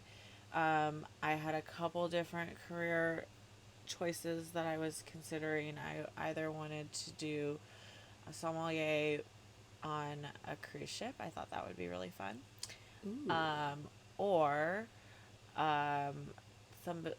somebody who goes and buys wine for like QFC or something. Like they go to France and they try wine and then they like say like, oh, this is the one that you should import and buy. Okay. So like an importer, a wine importer. But as for the cruise thing, for example, like being a sommelier on a boat like that, are you the one purchasing? Are you the one serving? Are you just the one going to the tables and talking to people? Like, what is All the of the position? above. Really? Yeah. Okay. Well, it depends on the cruise line. Also, But just generally speaking. but generally, it's all in one, or like a team, a small team. Okay. So you're still waiting tables or tending bar, essentially. Yeah. Okay, so you're not It's more impervious tableside. to that. You're not like the boss where, everybody does their thing and you're the one behind there following up. Okay, interesting. Wine buyer for an international luxury hotel chain would be awesome. Yeah. I think a wine buyer It would. for anything would be awesome because you go and you try a bunch of wine and you travel and then you say yay or nay to different wine. One thing that is You're common right about misconception though is that when you try wine, the goal is to not get drunk when you try wine. You wanna be spitting because if you do get drunk, it impairs your senses of being able to taste what the wine actually tastes like. That makes sense. So if you're doing it professionally, For a professional you purposes, have yes. to not be drinking the wine. That makes sense. Otherwise, you will buy the wrong wine. Yeah, no, that is a very good, valid point. And if it is a professional gig that you are doing, and you're representing a company or whatever, and it's on the company dime, absolutely. Yeah. And You're then not when drinking the when wine. you're clocked out, Then you get to drink a lot of wine. do whatever you want. Yeah. Go to the local, little restaurant or whatever. Most and of the hang out. time, most people in the wine industry have more wine than they know what to do with. So that's not a problem. Oh, lady says I have someone trying to get me to do that, but do brands for dispensaries. Oh, That would be fun. that would be super fun. Like a Weed a taster weed type of person. sommelier. Yeah, that would actually be really amazing. Rather than I want to just do that. Honestly, I could see you being fantastic at that. Which, by the way, we haven't even got to any of that. But she is like the biggest pothead of all time. And I gotta say, back in the day, I puffed tough. I was with a lot of people that puffed tough back in the day. But a lot of us have like either stopped smoking completely or have like toned it down. It's more manageable or whatever. But I have not in my adult life seen anybody that smokes as much, and it's like really impressive because you're able to maintain, like, you're not just like sitting there like all super like stony eyes or whatever. Like, you just go about life and you're like taking bong hit after bong hit and you're like, all right, what are we doing? Let's do shit. Like, it's really impressive. I really like weed. You do, dude. It's my favorite. It's my favorite love. It's weed. very impressive the amount that you could pack in, especially because so for me, like, back in the day in high school, especially in Florida, the weed was really shitty. It was like Mexican compressed brickweed majority of time. Yeah. It was that or the really expensive fancy stuff which was the BC buds at the time, which now it's like that would be the shittiest weed that we would ever have. But at the time, that was the high end weed. So we had like crypto, we would call it crypto. And it was like, there wasn't a middle grade until Yeah. when I moved to Atlanta. It was interesting because there was different terminology and there was different versions. So we had like swag and mids and then dink. But in Florida, it was regs or crypto. Yeah. It was like one or the other. Well, I grew up in Seattle, so weed is pretty big out here. And So you always had pretty reasonable I always stuff. had pretty reasonable stuff. And I started smoking late for people in Seattle. I was 16 when I started smoking weed. And all my friends already were well established in it. So I had good guides that knew the ropes. That's And good.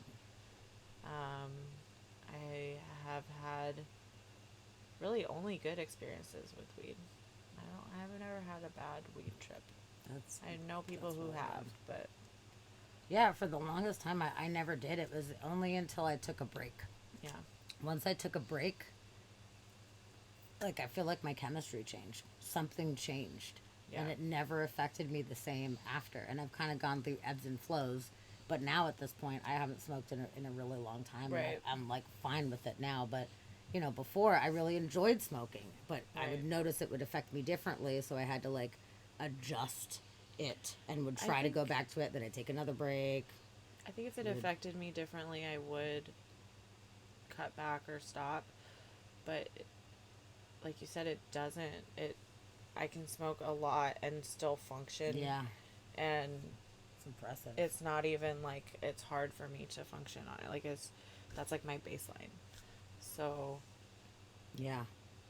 Yeah, that's good. I mean, if that keeps going, maybe it won't ever change, but sometimes people's chemistry I have just cut back changes. a lot recently, but that's for other reasons, not because of how it affects me. I just have been cutting back on all substances. So Which is good. yeah, And especially, too, like cost as well. Oh, yeah. To smoke as much as you would want to smoke, that shit I like, can't afford adds it. up. Yeah, Yeah. it's impossible. no, I can easily smoke like 4 blunts a day or more.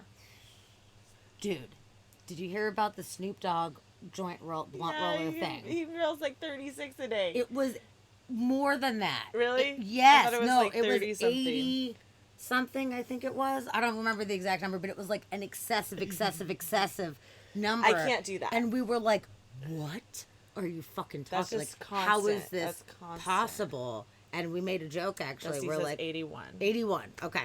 Thank you. And yeah, we had actually made a joke where I was like, the only person that I know that could fucking hang with that is Jama. I would try, but man, I don't know. I think Snoop would be impressed with me, though. I've had I a think lot so. of people be impressed with me. I genuinely think so. I have one experience where, so I met some people that, well, that doesn't matter, but I was in a situation where I was doing dabs with somebody who was very high up in ranking in their club, and they were trying to get me too high to the point where I would tap out. They kept giving me more dabs, and I kept taking them, and they were like really confused why I wasn't getting fucked up, and Wow, your tolerance is that high. it was that, yeah. Did you ever tap out? No, my boyfriend at the time was like, okay, we should go because I feel like you're gonna get too high, and I was like, no, I'm good. And he was like, yeah, we're gonna go now. Oh my god. No shit. Yeah. Wow.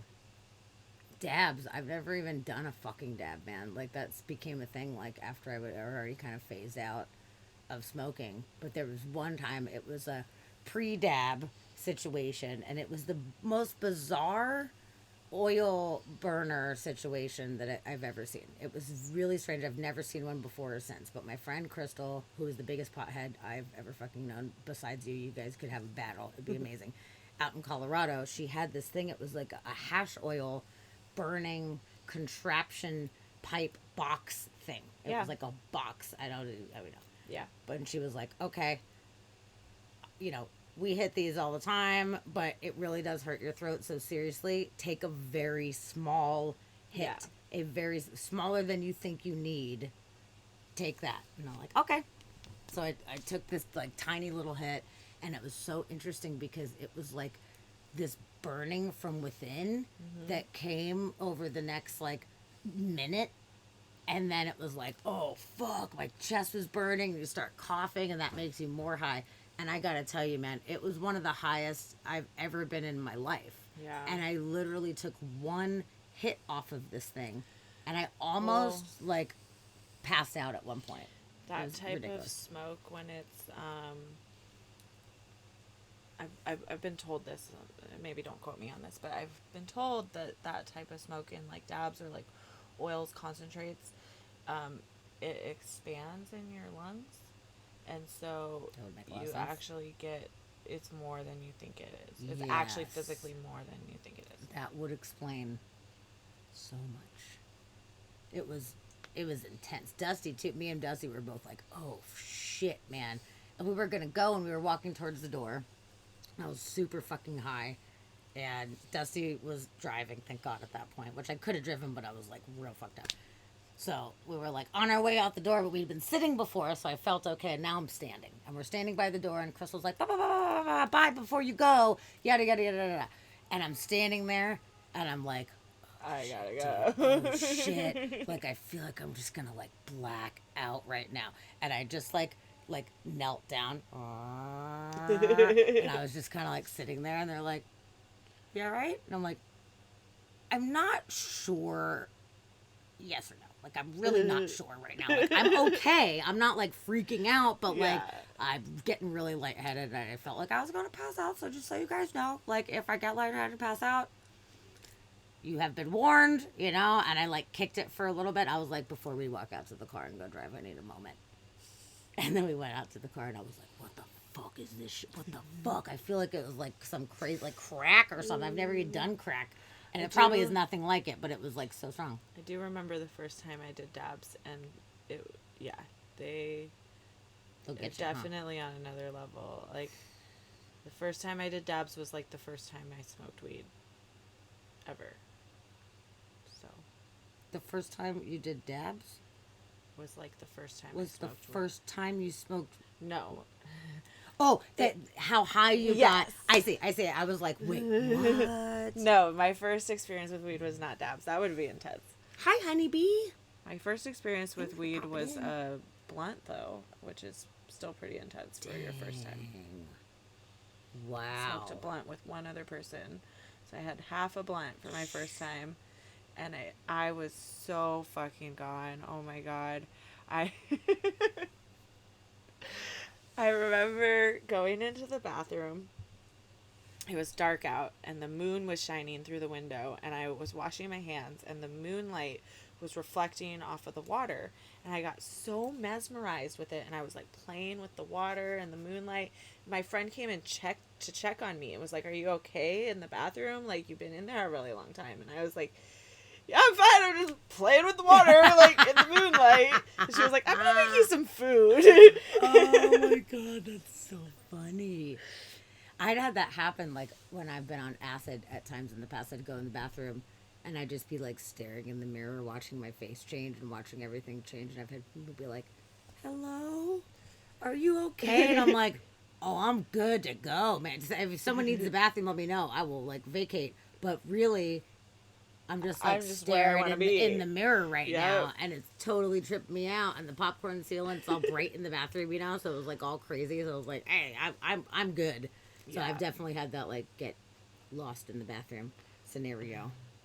I will say though, interestingly enough, which I heard was more common, is I did not actually get stoned until the third time I smoked pot. Oh. And I've heard that being a thing where sometimes certain people, depending on their chemistry or whatever, they don't. It doesn't affect them right away. They have to do it a couple times for it to actually work.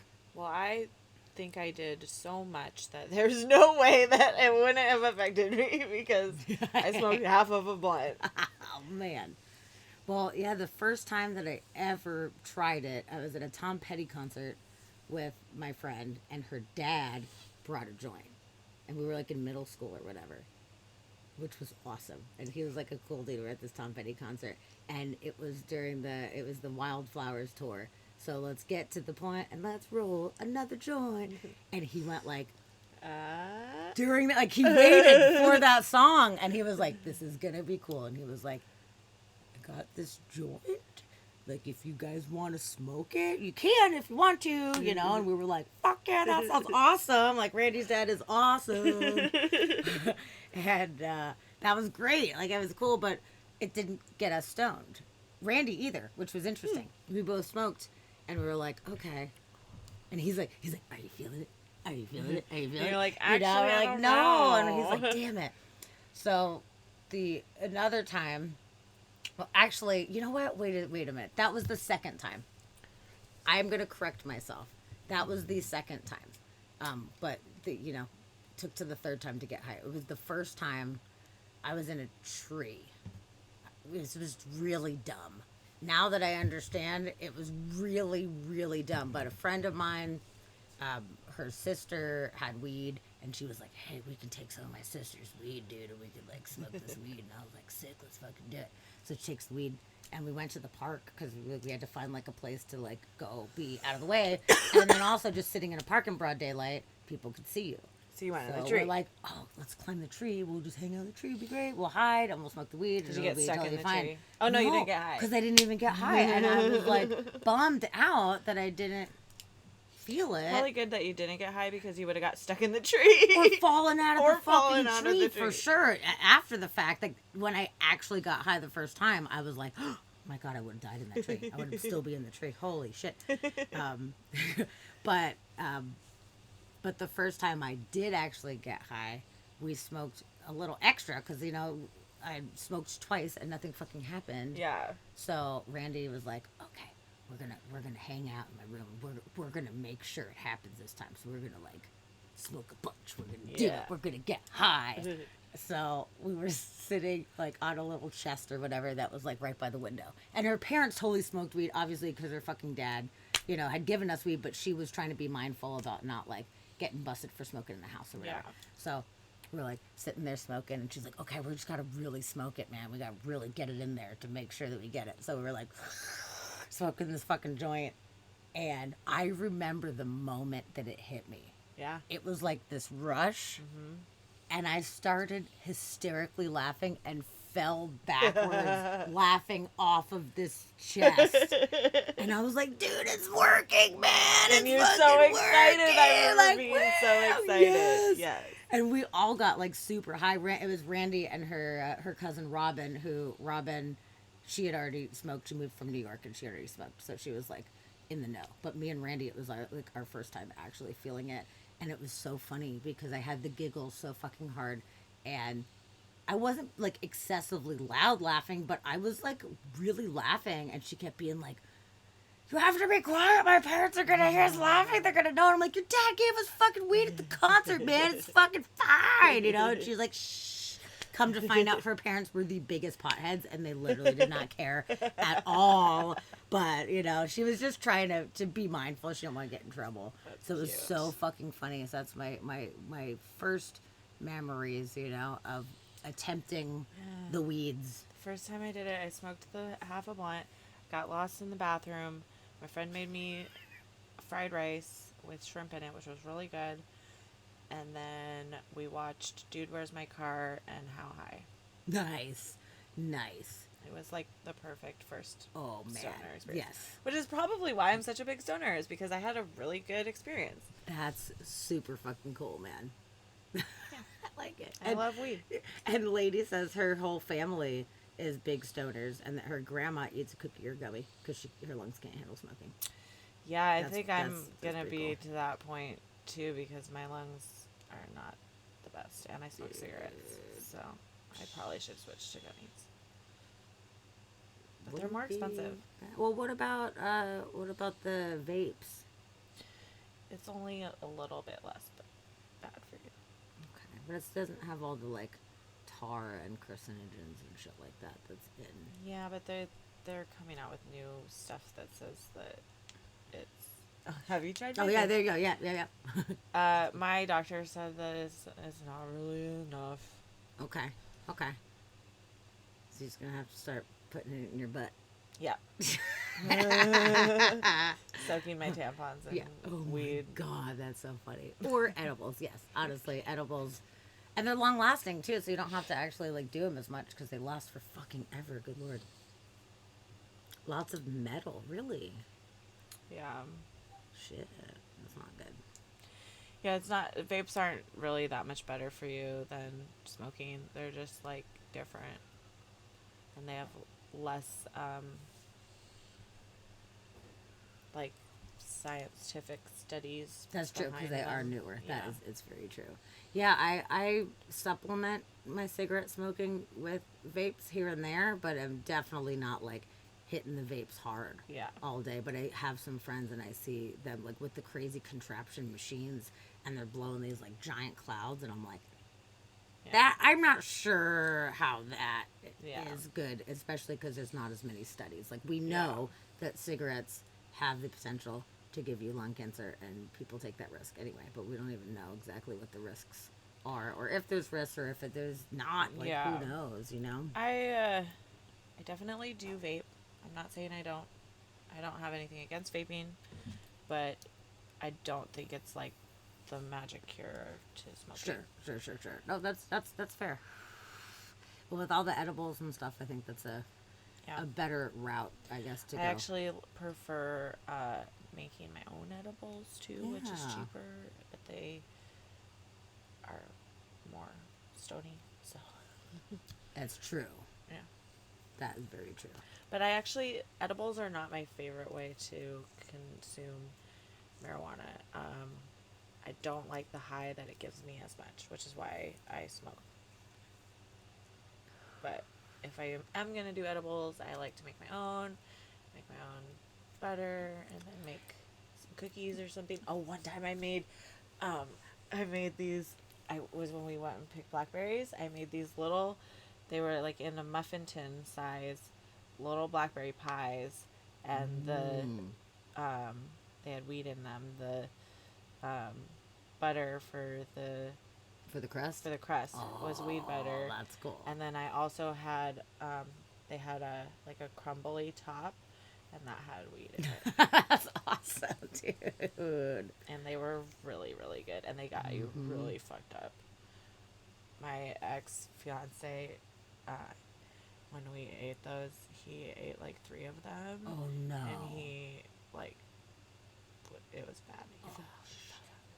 He fell down the stairs. Oh no, dude. That super sucks, dude. Wow. Oh man, that's not good. No, it So was really did bad. you? I think I remember giving you some of the Rick Simpson oil that my brother made.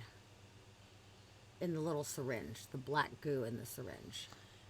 Yeah, you did give me some of that, but what did I do with it? I don't know. I'd hope that you'd utilized it. So I don't know. You guys probably are familiar with it since you guys are, into the weed thing. But for those that may not know, the Rick Simpson oil is made with the leftover parts of the plant, and they use alcohol to extract it, and it's basically a boiled down like sludge. It's like a black sludge, brownish black, and they have different levels of strength. My brother does a CBD one. He does like a all CBD, and then he has like a high THC, and then he does a mixture. Hybrid. I think you gave me the hybrid one. I thought I got you the like full blown one because Full-blown THC one. yes, because his warning on this shit, he's like, seriously, grain of rice no larger than a grain of rice, and this is generally used for like cancer patients Yeah. and stuff like. And my brother is amazing. He's a grower, so he has a lot of extra stuff. So he makes a lot of extra money by making this RSO and selling them to one person who actually distributes them to people as medicine. I feel like what did happen to that? Because I do remember you giving it to me. It's fucking strong shit. I I don't think could I could ever get you some more next time I'm used down it, there. honestly, and I don't know what happened to it. That sucks. Well, I will see if I can acquire more for you. Sorry, But it's I no, promise that's I okay. won't lose It was it free. again. It's okay. And my brother gave it to me as a gift. I was like, "Yo, can I have some for my friends? You know, they would love it." Maybe somebody took it because I don't think I ever used it.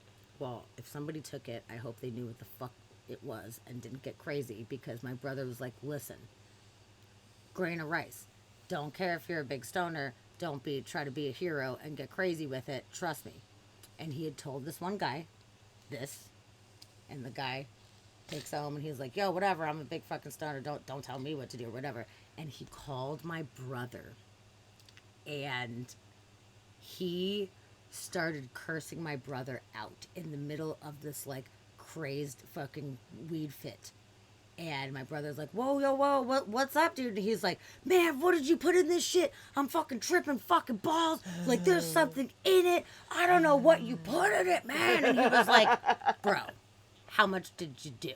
He's like, "I told you don't do more than a fucking grain of rice. And something is telling me that you took more than a grain of rice size of this product." How much did he do? He didn't even know. He couldn't even like illustrate, but he's like, "I don't know, just squeeze them on my finger, man, like whatever." So he probably did a big ass blob And then and ate took it, and he was like seriously tripping balls, essentially, to the point where he was like, "Yo, man, I feel like I'm being like possessed. I feel like my body's coming out, or my soul's coming out of my body. Like I feel It's like I'm like being those possessed." 911 calls that you. yes. And I had it happened a similar type of thing with an edible that I gave somebody an edible in Colorado and told them the deal. Only drink like a shot glass worth, and they drank the whole fucking thing, Oh, and no. they felt and I quote, "I feel like I was being possessed by the devil," is what my friend. I'm like, "Well, you didn't follow the fucking rules, man." But yeah, this guy was Yeah, like, that's a freaking good out. example of when you should follow the rules. Yes, with stuff like that, yes. But the thing is, with edibles and those kind of things, like they don't hit right away. You take a Yeah. hit of weed, and you're like, "Okay, I know maybe I don't need another hit right now." Yeah. But with that, you take it, and sometimes it's 45 to an hour or more later when it actually kicks in. This is actually why my mom doesn't like weed, is because her only personal experience with weed is she ate an edible and she got too high and it hit her like out of the blue kind of thing, like, so Yeah, yeah.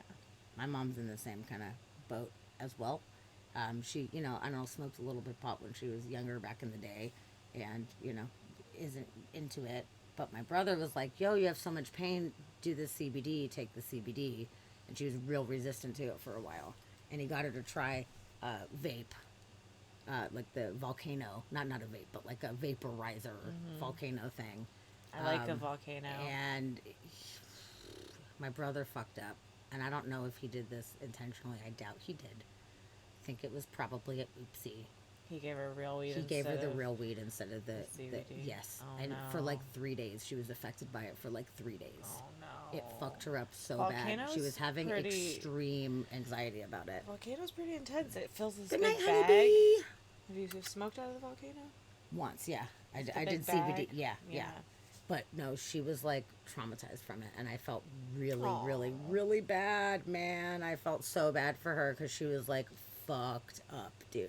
And she's not a smoker, and she doesn't really drink, but maybe a glass of wine every now and then, Yeah. So like she's not used to having head change, and it like Yeah. really scared her. I felt really bad for her, dude. I was like, "Kevin, oh my god, believe what you did you do to poisoned our Mom." mother? Oh my god!" And it was one hit. Oh. It was one. She didn't even do like the whole bag or Fucking anything. Can you imagine hit. if she'd done more? No, Oh my no. god. She could have just literally had a heart attack, and that would have been the end of that. Oh. It was fucked up, dude. It was such a fucking bummer. The volcano is a type of vaporizer, and it looks kind of like a volcano. And you put the weed in it, and then you put this bag on it, and it fills the bag up with smoke, and then you suck it out of the bag. It's a very bizarre contraption, It is. but they're very loved. People really like them. I really like lot. them a It's a lot. very clean thing since it's vaporizer. You're not getting all the bullshit in there, and apparently, like people really stand by that the high is different and it's a cleaner high. Also, with it in the bag, it's not as warm. It cools off the smoke. That's good too, so it doesn't hurt people's lungs as much. I also have not hit one in a few years. Lady Real. Lady Real? Adriel, Oh. I think. Yeah, that makes sense. I just was skipping the A altogether. Lady Drail. Sorry. No, it's cute. That's cute. We just call her Lady. She's got the nickname. We call her Lady. It's easy.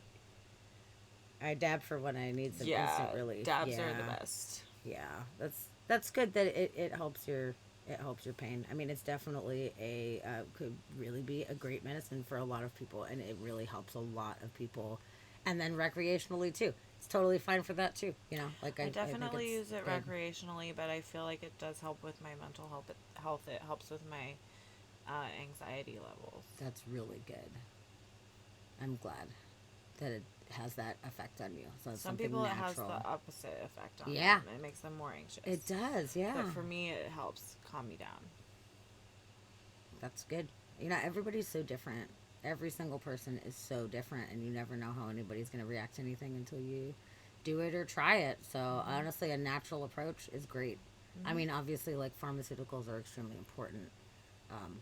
Well, I use both. But exactly. So you're not being like, I'll just smoke weed, it'll be fine. It's Yeah. not fine. So you have like the stuff chemically to help balance you out, and then you have that kind of helps you like in the moment where you can tell a difference Yes. in your mood and in the way you think. Yes. Yeah. You have small towns making tons of money around there from the taxes. Hey, I'm glad that in Michigan it is now an actual thing. I'm glad to see that it is growing throughout the country and more places are jumping on. Me too. It's really great because even with medical, when medical first came out, that was like fuck yeah, good, okay. And we know people were scamming and being like, oh, I've got issues. Dusty, actually in Colorado, it was really funny. We went in to get the medical cards, and he's like, I have mouse elbow. My elbow hurts because I'm on a mouse all the time. It's mouse elbow, and they're like weed card. And I actually still have the weed card in a box somewhere, Does and it it was say mouse? issued on fucking 420. Oh, I awesome. swear to God, we had went. It was earlier in that month, but when they actually printed and issued the fucking thing, I got it in the mail, and I was like, "Shut the fuck up." 420, like that's the coolest ever. It was great. That is awesome. I love 420. I like to celebrate it twice a day. Once in the afternoon and once in Yeah. the early morning. There you go. Yeah, back in high school, our 420 celebration is we would wait until. Oh yeah, the doctor diagnosed you with the mouse elbow. That's true. Okay, but it was mouse elbow. That's what got you the card. But yeah, in high school, like 420 in the afternoon, we would make sure everybody was set up, and kind of our tradition was everybody chooses a weed smoking device of your choice. So hey, if you're a blunt person, roll a blunt, do a doobie if you want, or pack a bong or whatever. So everybody at 420, we all like cheers and like hit it all at the same time. And my preferred weed smoking device was the most extreme out of all of them. It was a fucking gravity bong. I love gravity bongs. I loved them back in the day. That was my like preferred method. I really like just big ass bongs too, but I like the act of like pushing down and it just like goes into your lungs. We used to smoke out of my pool. We used to smoke out of the fucking pool. My mom fucking came in one time when we were smoking out of the pool, and she was not the most stoked about it. Like, she knew that I smoked, but she was like, don't smoke pot. And I'm like, okay, whatever. I'm literally going to do it anyway. So it wasn't like a big deal to her. She was just trying to do the mom thing and be like, don't smoke pot because you're going to fail at school. And I did. So she was right. Whatever. But yeah, it was being my boyfriend, who she wasn't the biggest fan of at the time, necessarily. He was all right, but like, she just was kind of like, I don't know, I got bad vibes on him or whatever. And I thought my mom was gone, and she was gone, and we're in the back, like, screened in patio, and fucking boom, I take a hit, blow it out, I'm good. Jason goes down, boom, fills his fucking lungs up, and as soon as he fucking did, my mom opens the sliding glass Oh, door, no. and he was like, Oh, no. you know, he was shocked, and just this like massive cloud came out, and she just looked at us, and she was like, "Please don't smoke out of my pool," and then closed the door and walked inside, and we were like, That's funny. "Shit, man, sorry." But yeah, that was the fun 420 tradition, and that just shows like where I was at with my weed smoking at the time. You know, I'm like the biggest possible fucking hit ever. Yeah. Oh my god, some things change, man, over time. I don't do that anymore, but I definitely have done that before. One time I smoked out of a 6-foot bong, Oh damn. and where someone else has to light it for you. Oh yeah. Oh wow. Did you And- clear it? Yeah. You did. No shit. And I didn't cough, Oh my god. but I was like 20. Wow. So That's impressive. yeah. So okay, equally as impressive, you know, my friend Doc. He, man, I have never seen anybody eat more like drugs at any time or like do anything in less excess than he did. He was like the winner of all the things, which was like not really a good thing to be proud of, but still, he was like top notch. And there was one time we were at my friend Yanare's house, and you know those big plastic Coke bottle banks? Yeah. They're like massive Yeah. Coke bottle banks. Yeah. Well, we're at Yanare's house, and he's like real like innovative engineer mind guy or whatever, and he's always like finding weird things and putting them together and making shit. And he was just like, "There's this fucking bank over there," and he's just like, "We're gonna turn this into a bong." And I was like, "Holy shit, it's fucking gigantic!" And he's like, "It's gonna be awesome." And we're like, "Okay." There was maybe I like 10 of us love over turning there. things into bongs. And he was like, "Okay, we're gonna dumped all the coins out and shit like that, and like did the whole thing, like fashioned this whole entire thing." And we were all sitting around in a circle in his apartment, and we were like, "Okay, here we go. This is like massive, you know." So, boom, pull it, and then you know we would like all try to take the biggest hit that we could possibly take ever, and you can barely notice really a difference in the thing. So then you pass it to the next person, and they took the biggest hit or whatever. And when it got to Doc, I don't to this day know how it's like physically possible. I don't know. Did None he of us. clear it? He cleared it. He cleared it.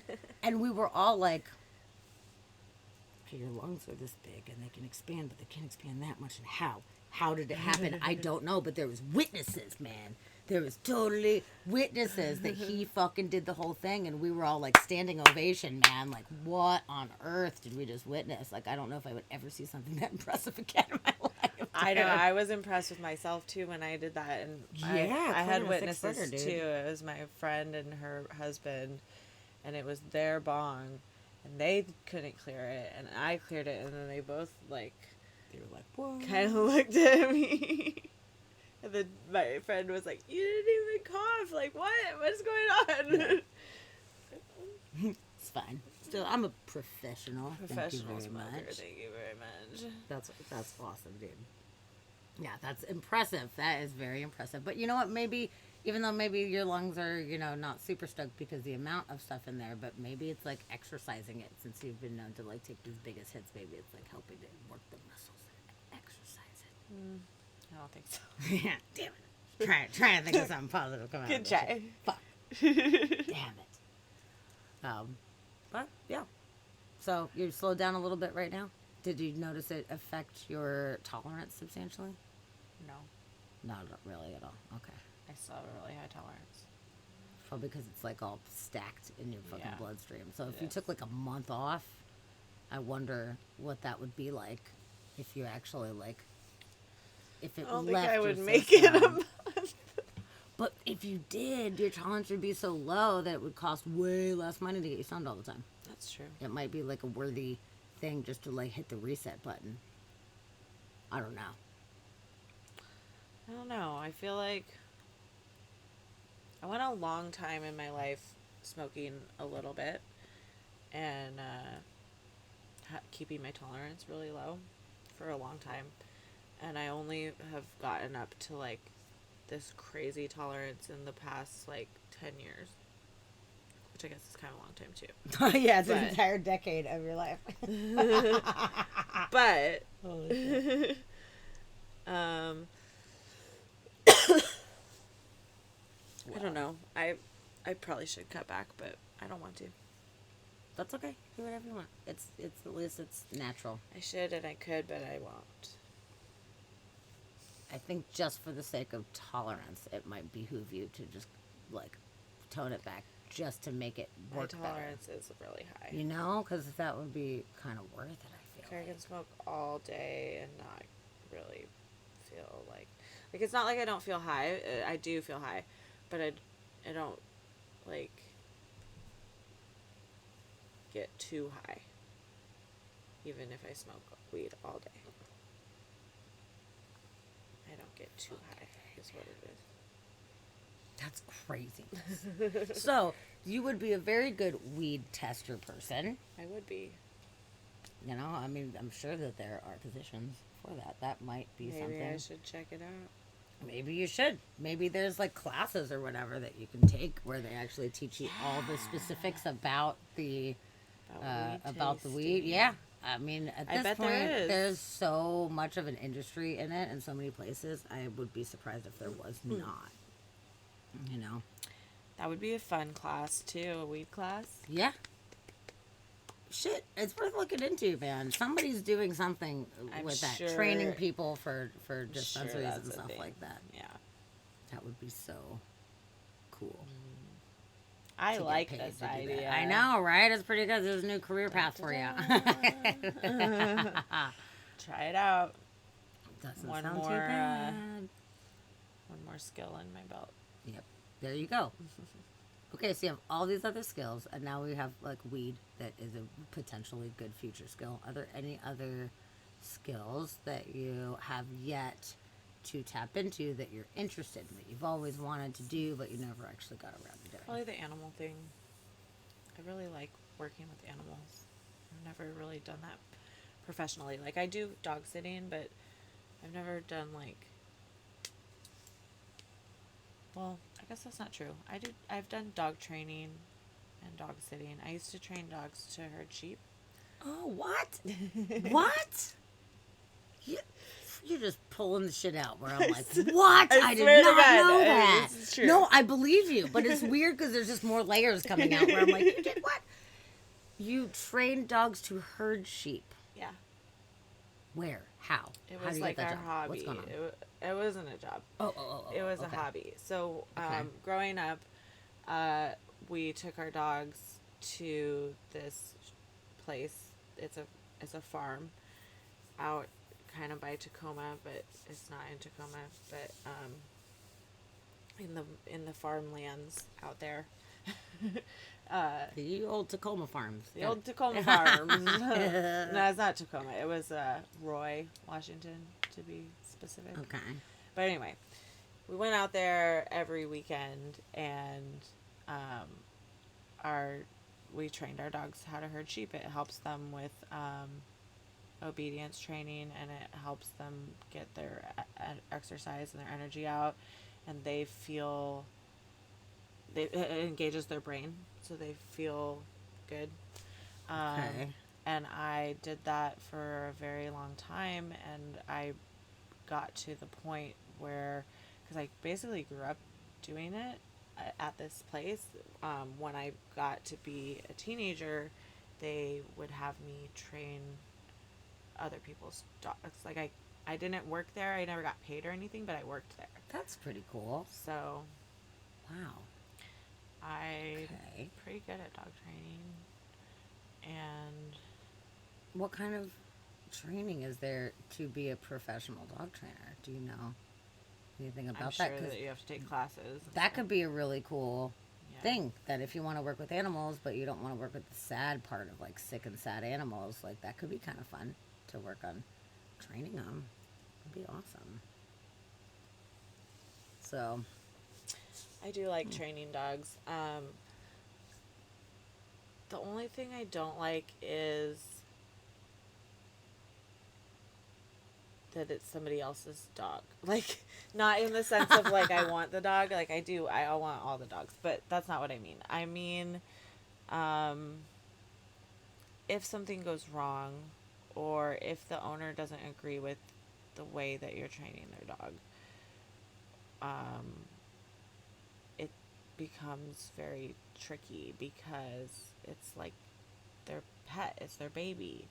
And I'm the same way as an owner. If I don't like how somebody's treating my animal, I will stand up for my animal. For So sure. I get it. But I don't, I guess I don't like the people side of dog training. Okay.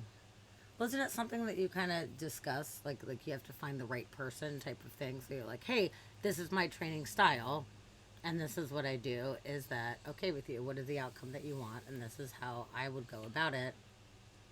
Okay, chat and a handshake, moving forward. Yeah. Like Definitely. It's definitely, I mean, like, I find anything like a therapist or even like the person who mows your lawn. Like, you're not going to like everybody. You're going to want Sure. the right person. yes, exactly. Yeah. And Princess says there's also a certification to be a professional pet sitter. So check into that and see. I think I already have that because I am a professional pet sitter and I had to take a little class. Oh, cool. Online, Oh, that's online awesome. thing. Night, night, little sweet lady. Thanks for coming and hanging out with Bye. us. Aw, I'm glad that you were here. I'm glad always, everyone you're the liked my best. share. Yeah, I think it's great. I've learned a lot of great stuff tonight. It's been really good. Good night, my darling. We'll see you soon. Yeah, I think that could be very cool for you to start working with animals. Mm-hmm. Is it dogs specifically that you feel more Dogs drawn are to? definitely my favorite, but I like Okay. all animals. But I don't really like working with them when they're sick. Like, I definitely don't want to do the vet thing. Maureen, thank you so much for the follow. Welcome in. Oh, oh, good night. Aw. Well, thanks for coming in. I didn't know you were there licking this whole time. But yeah, I think it would be very good. It would be a good avenue to channel your energy into something that you really enjoy. Yeah. I mean, people should want to go to work every day. Yeah. I mean, better to feel like I do want to go because I've got worthy stuff that I'm doing, and the doggies are counting on me. It would be I like very cool. doggies a lot. They're definitely my favorite. Cats are my second favorite, and then I like farm animals like horses and cows and llamas and stuff like that. Donkeys. Chickens. What about your favorite animal in general? Is dog just your favorite animal, but like all creatures of the world? Like, what kind of animals are you? Definitely a dog too. is my favorite, That's but your favorite. if I had to choose something other than a dog, all creatures in the world, I would probably choose a large cat, like really like the snow leopard. Ooh, yeah. Oh, I'm glad you were listening while cleaning. That's awesome. Thank you. I'm very happy to have you. We do have a lurk emote, actually, which is awesome. We've never seen a lurk emote before, so we went ahead and made one. So there you go. They're Nice. there for your lurking pleasure, if you like. But okay, snow leopard. That would be one of your favorite, the big cats. I like big cats. Snow leopards, snow leopards are actually smaller compared to big cats. Most big cats are bigger, but they are a big cat. They are.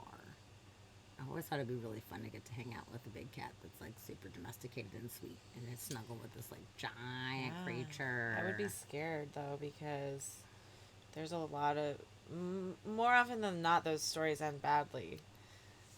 It can sometimes. Yeah. Wild animals are wild animals, Yeah. but also, nurture versus nature. Sometimes it does. Yeah, but also Depend. just the sheer size of their teeth and the strength of their jaws is like ridiculous. Yeah, it is. It So. is. If you're not wrong about that at all. What would be your favorite animal of all time? Like, well, maybe not all time, of all, like all the animals on the world right now.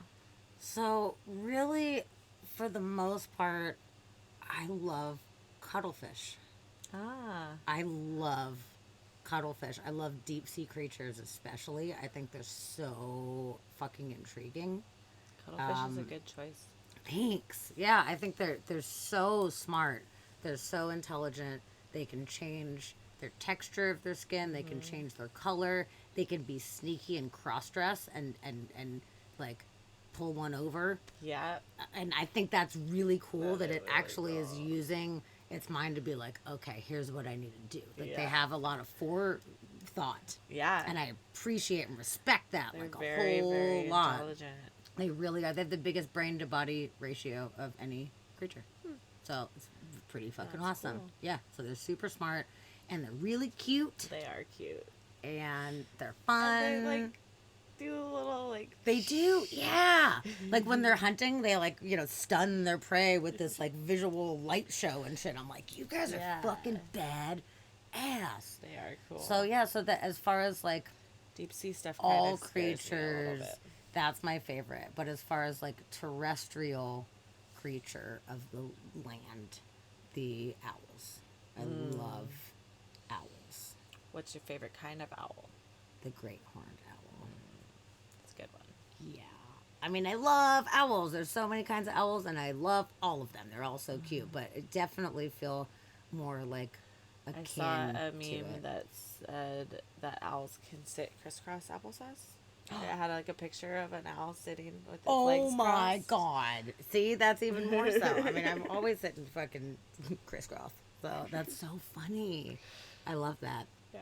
No, I'll try they're and find it for you. majestic. I feel like that's my spirit animal. Like I've always felt that. Ever since I saw the fourth kind, owls kind of freak me out. Ooh, yeah, that movie is super freaky. What do you think about aliens? Like, I kind of already know the answer, but like, you want to hear about my alien story? Yes, of course I do. Yes. Tell me. Tell us. Tell all of us. That's awesome. Sorry, I started out asking you about aliens. No, and it's then I it's fine. flipped it. Hey, I'm the it's totally interviewee. fine. No, yep, you tell me. Okay. Tell me your story. So, I don't know exactly how old I was, but I was probably like 11. So I was young. But I fucking saw a UFO. So I've always been into animals. I used to walk dogs around the neighborhood. There was one dog that lived across the street. His name was Beast, and I used to walk him after school every day. And we would go on this, like, basically the same route every day. And we would go up the hill to the park. And I was walking up the hill with him one day, and I saw a UFO. And Broad daylight? broad daylight. Broad fucking daylight. So I, like, sun glinting off of it. Giant. Like, at least, like, 2 plane lengths. Like, not, it was big. And What it was a circle. It looked like Like a a disc frisbee. shape? It was Okay. a disc shape. Okay. It actually kind of looked like if you took 2 frisbees and you put them Yeah. together. Yeah.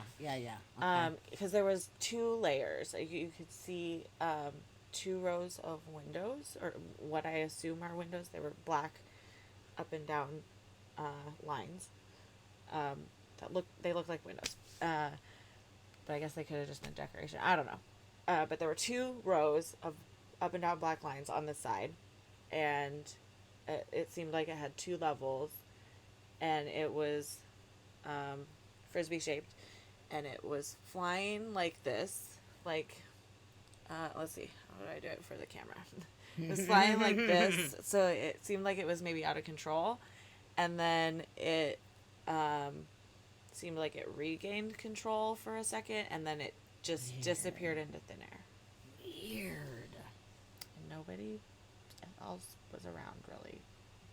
That's Like, so fucking I'm strange. sure other people saw it from, like, other viewpoints because it was huge, but I didn't see anybody around at the time that I Right. saw So you it. couldn't be like, holy shit, we both saw that. Yeah. That's so strange. That it was that big too. And was metallic really and big. reflecting sunlight. Silvery metallic with black what windows is what I call them. Holy fucking shit. And it seemed like it was having a hard time staying on track. Yeah. it seemed like it was flying very like drunkenly, and then it kind of like evened out, and then it disappeared. Just like that disappeared. And it was broad daylight, so it wasn't like I was having a hard time seeing it. It was, yeah, and it was quick. It didn't happen for very long. It was quick, but I definitely freaking saw it. Was it what I already saw. in position when you saw it? Did you just look over and it was in the sky, or did you see it like appear? I didn't see it appear. I looked over and it was already flying crazy. Wow. So I don't know how long it had been going on before I looked over, but My goodness, that's really fucking crazy. yeah. And I don't remember hearing anything. Like I don't feel like it made a sound or anything. But I think because of how old I was, a lot of people don't believe me. That sucks. But I know I fucking saw what I saw. Yeah. Man, that must have been rough trying to go tell people, and people were like, "Oh." My mom But on said that that one. because it looked like a frisbee, that it was a frisbee. I saw somebody throwing a frisbee, and You're I like, just that's literally not in any way what Yeah. I fucking saw. no. It was giant. It was in the sky, like airplane level, but it was giant. And I know what an airplane looks like. Like it wasn't an airplane. Yeah. Well, what a very cool, fortunate experience that you got to witness something clear as day, in the day, with no question in your mind. Like, that's really neat. So, did that, having seen that at a young age, did that kind of get your mind really thinking about, like, more in depth about it? Like, well, who is it? Where are Well, they from? What's the deal? Why are they here? not so much that, but it just I've never questioned whether UFOs are real or aliens are a thing. Like I saw it. So, like, I mean, okay, devil's advocate, maybe it was some government science project or whatever. Maybe it Right. wasn't aliens. But I know I saw something unexplainable in the sky.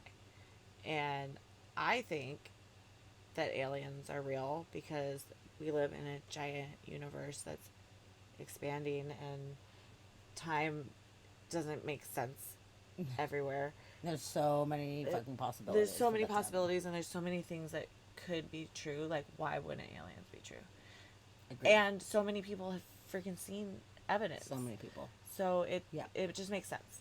Agreed. me. I 100 million. And I percent saw agree. one. So Yes. it's kind of like when people say they've seen Bigfoot. It's like you don't care if everyone else doesn't believe you. Yes. You know you saw Yeah, it. you know what you saw.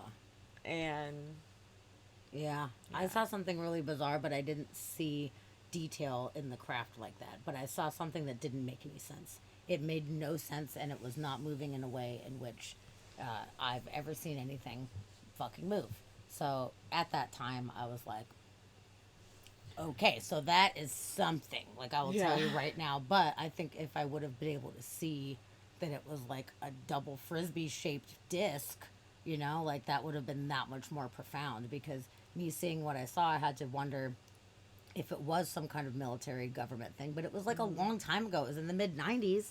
And it's not like, our technology was like top notch. And I actually called the police. I called the police department.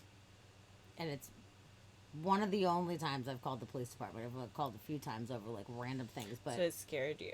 it it didn't scare me. But the reason I called the police is because I was like, okay, they always talk about UFO reports and how many reports that there are. And if I see this and I don't report it, then I'm not contributing to the science that's backing all this stuff Right. up. So I want to be a part of the report making people. So, I wish that I had that Okay. kind of thinking. I didn't even think about that. no, that's right. You were really young I was too. really young. And when I told my mom, she was like, "You did not."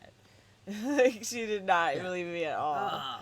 Well, it was interesting because when I had seen it, it was me and my friend Jillian, and there was a few more friends, and they went to the store to go get something.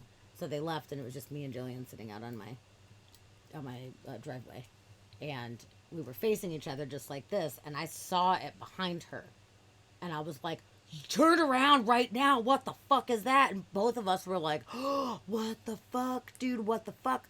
And then like right afterwards, our friends pulled back up. And we're like, "Oh my god, you fucking missed the shit! It was crazy. We saw this thing." And they're like, "Okay." And we're like, "No, dudes. Like, we just saw this crazy fucking thing." Yeah. And everybody was kind of like, "Okay, that's cool," but they didn't understand, you know? And I was Yeah. like, "Excuse me, I need to go inside the house right now and go fucking call the cops real quick." And they're like, "Oh Yeah. my god." And I'm like, "Shut up. I'm doing it." And, you know, I was like, "I'd like to make a report. Unidentified flying phenomenon. I saw it and I would like to make an official report." And they asked me questions about it, and I gave them the information, and I asked them if they had any information about any like shuttle launches, because we always Yeah. knew when there was like shuttles being launched, and to be honest, it wasn't in the direction where the shuttles are launched anyway. But I Yeah. thought, I'm just gonna ask anyway, is there any known shuttle launches or any bizarre things like that happening that you know of? And she's like, no. And I was like, have you received any other reports about this? She said yes.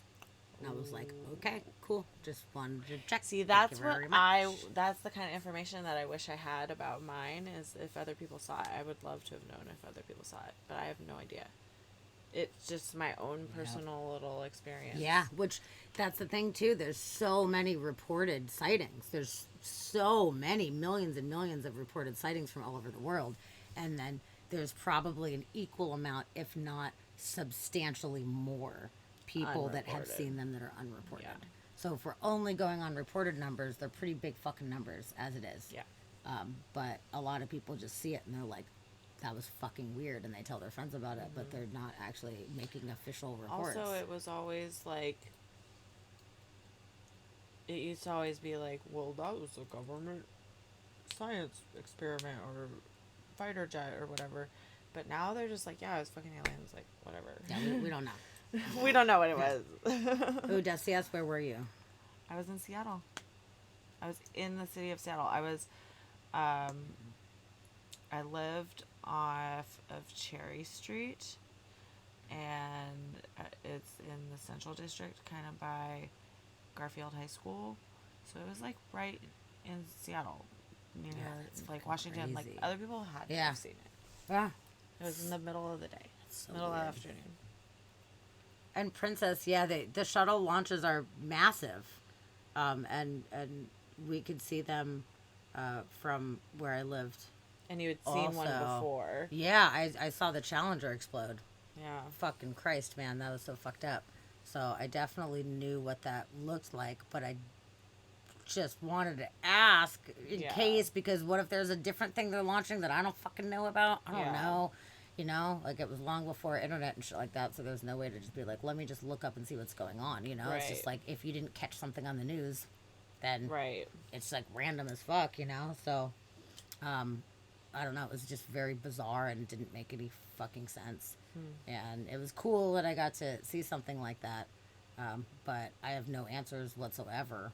Yeah. And you know, I from here on out, I always decided to, like, if I ever see anything again, I want to make sure that I'm, you know, making a police report. But then also now that times are different and it's easy enough to look up, I would look for like UFO report official, like .com, you know, and go on there and make an official report in the database if I ever happen to see anything like that again. Have you seen, I think I told you guys to watch it, and I think you did, but have you seen the, what's it called? Close Encounters of the Fifth Kind? Yes, and that's the second of the two, the unacknowledged. Yes. Was that first one, and then the Close Encounters of the Fifth Kind. Yeah, it was the second really one like for sure. that one. Me too. Yeah, Stephen Greer, man, I fucking feel that guy. Yeah. I really feel like I he wanna is eat him. not full of shit. Like I don't think he's really, full of shit I either. really, I trust him. It's very strange. And you know, I don't know. I mean, anybody could say anything Right. on anything, but at the same time, like he's been involved in this shit for so long, and the fact that he definitely came would- out to share information. I definitely cool. would want to see it in action, but Yeah. I do feel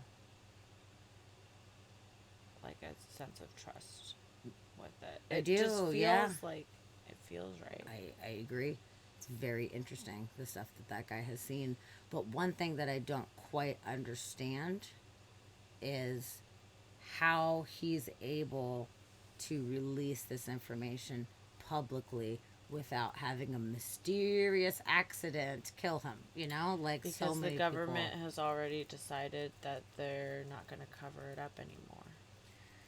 To some degree, I mean, they came out and said, like, okay, there is unidentified things and we don't know what it is. Yeah, But they're not saying it's aliens. it's fucking aliens. But But Stephen he's saying Greer it's is coming out and aliens. saying, yo, it's aliens. So maybe it is part of a, part of the disclosure idea is to just like let him come out and say it Yeah. and get that information out there, and then people can make up their own minds. And now they're saying we don't know what these things are. Here's these videos and this and that. So maybe it is their way of softly allowing disclosure to take place. Yeah, I think they have just kind of decided to stop covering it up, but they're also not like releasing their own information. They're just letting it come out. It sucks because they're hoarding a lot of shit right now. Yeah.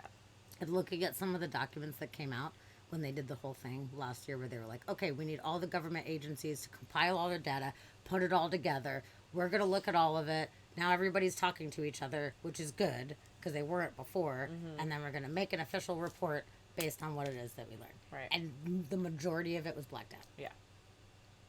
And the conclusion was, yeah, there's some weird shit, but we don't know.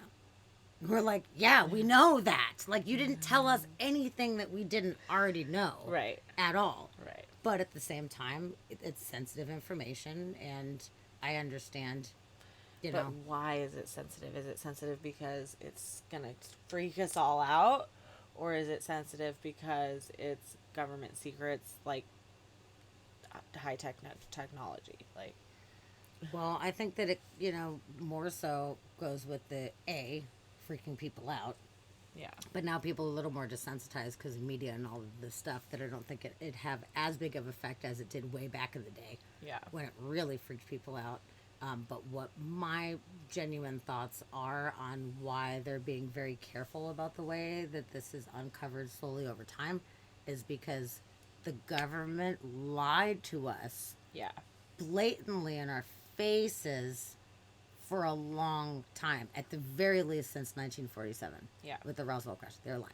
Yeah. So, and even if they had reasons to lie back in the day, even if they felt justified to Yeah. protect the public, whatever, They still lied. they still lied. So if you come out and you're like, We lied. okay, it's fucking real, and we lied, but we lied for your protection, Yeah. so it was for your own good, Yeah. then either way about it, it still builds distrust in the Yeah. government. And it makes people be like, well, if you lied about that, what else are you Right. lying about now? And they don't want that. There's already But enough what they distrust. don't understand is that we already think that without them saying that they Yes. lie. I agree with you, but it's like the confirmation, Yeah. It's already bad Plausible enough. The deniability. distrust is so bad right now, and they know that for them to just come out and be like, yep, we totally lied.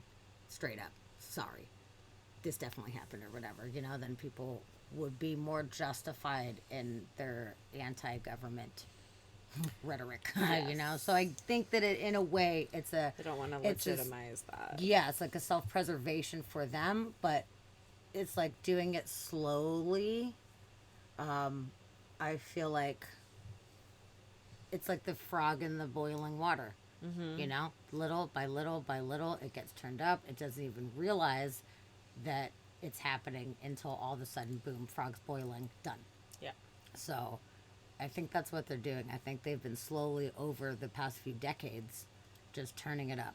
Yeah. And turning it up I and agree. turning it up a little bit, and to the point where, oh yeah, we've been telling you that there's been these unidentified things and we don't know what it is. We've already been Yeah. honest about that. Yeah. A lot of the old people from back in the day that remember all the blatant fucking lies, let them phase out. Because they're the old people that'll be like, what? Arr, arr, arr, but the younger generation would be like, no, we've already for the past decade been showing you these videos of unexplained things, but like, oh, now we realize what it is. Cool. Yeah. Going from there, like I really think that it's smart, honestly, if that's I what they're agree. doing, it's smart. I wish that there was more truth, to be honest, coming out. But at the same time, I understand that the human psyche, especially with something of this nature, because it is so unpredictable and it is so uncontrollable. And that's what is scary too. Is not only is the government potentially lying and has to admit that, but they also have to admit that they have no control over the situation Yeah. and they have no way to protect us.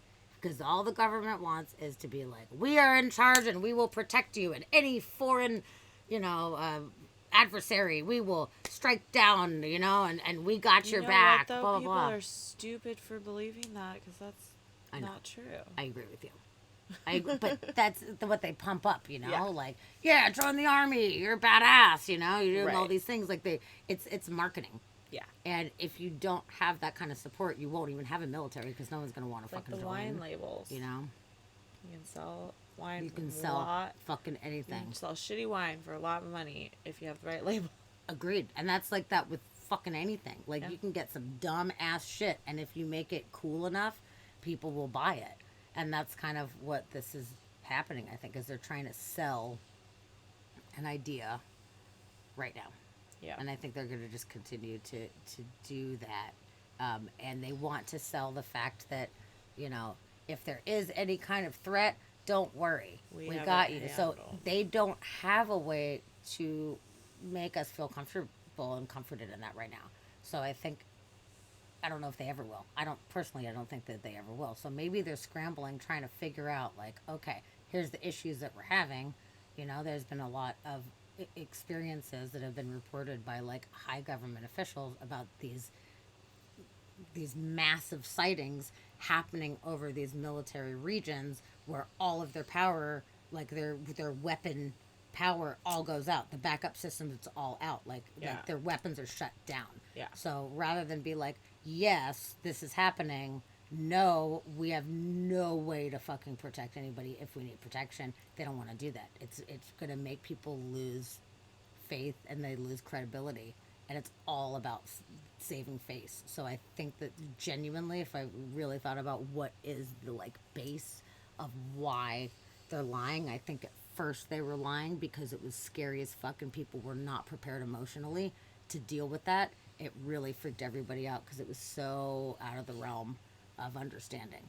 But now, with all the movies and all the media, and just in general, with people more acclimated to the idea of this, Yeah. and with us seeing into the universe with the Hubble and the James Webb, and seeing the Right. scale of the universe and understanding what the possibilities are out there, like, it's kind of silly to not believe that there's potentially other life. Yeah. So it's like, okay, let's let people like adjust to the fact of how big the fucking universe is, and let them kind of make up their own minds. And the more people that automatically believe in it, maybe it won't be as fucking scary.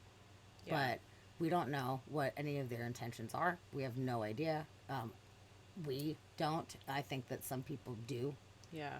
have more of an idea of what that is, and maybe that's part of it too. Maybe there is some kinds of threat, and there is some kind of legitimate fear, and they're trying to But maybe not past the that. threat is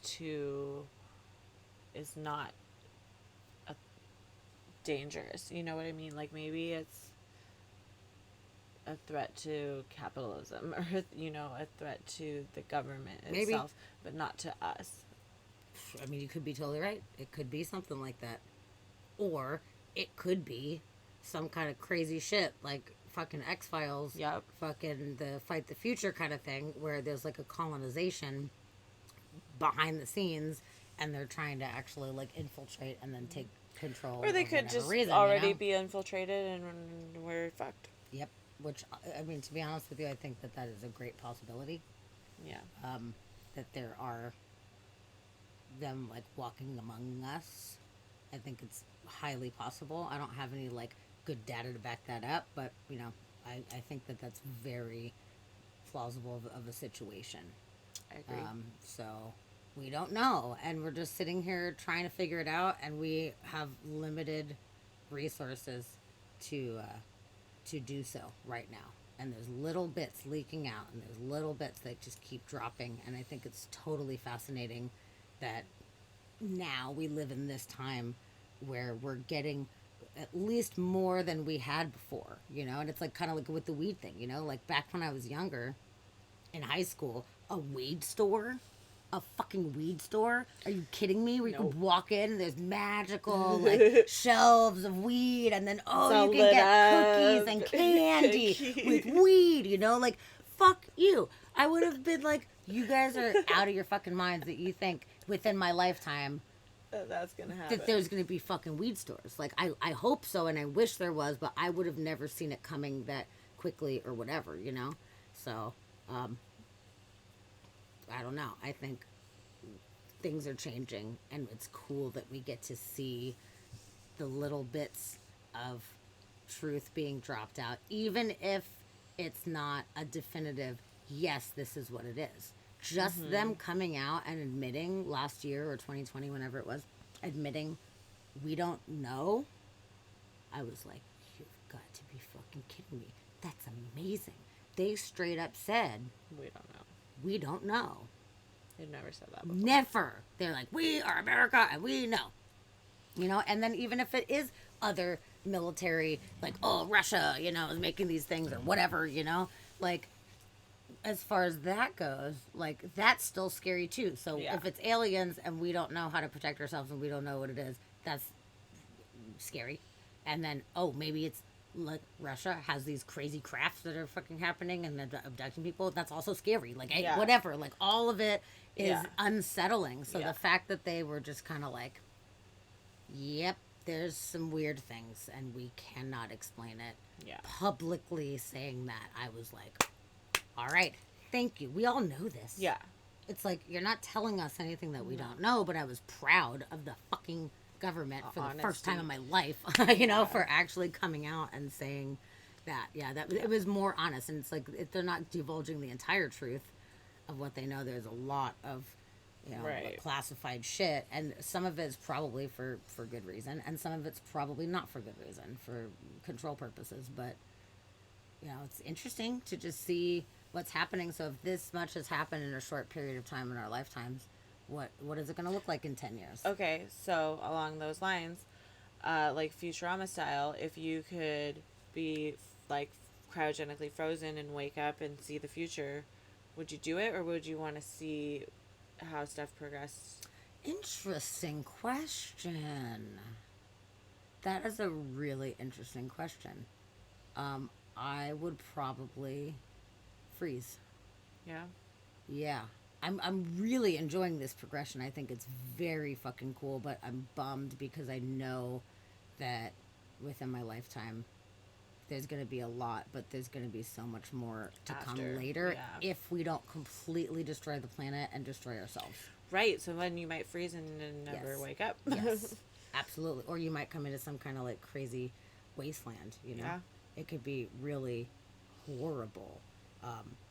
So yeah, you're really rolling the dice with that one.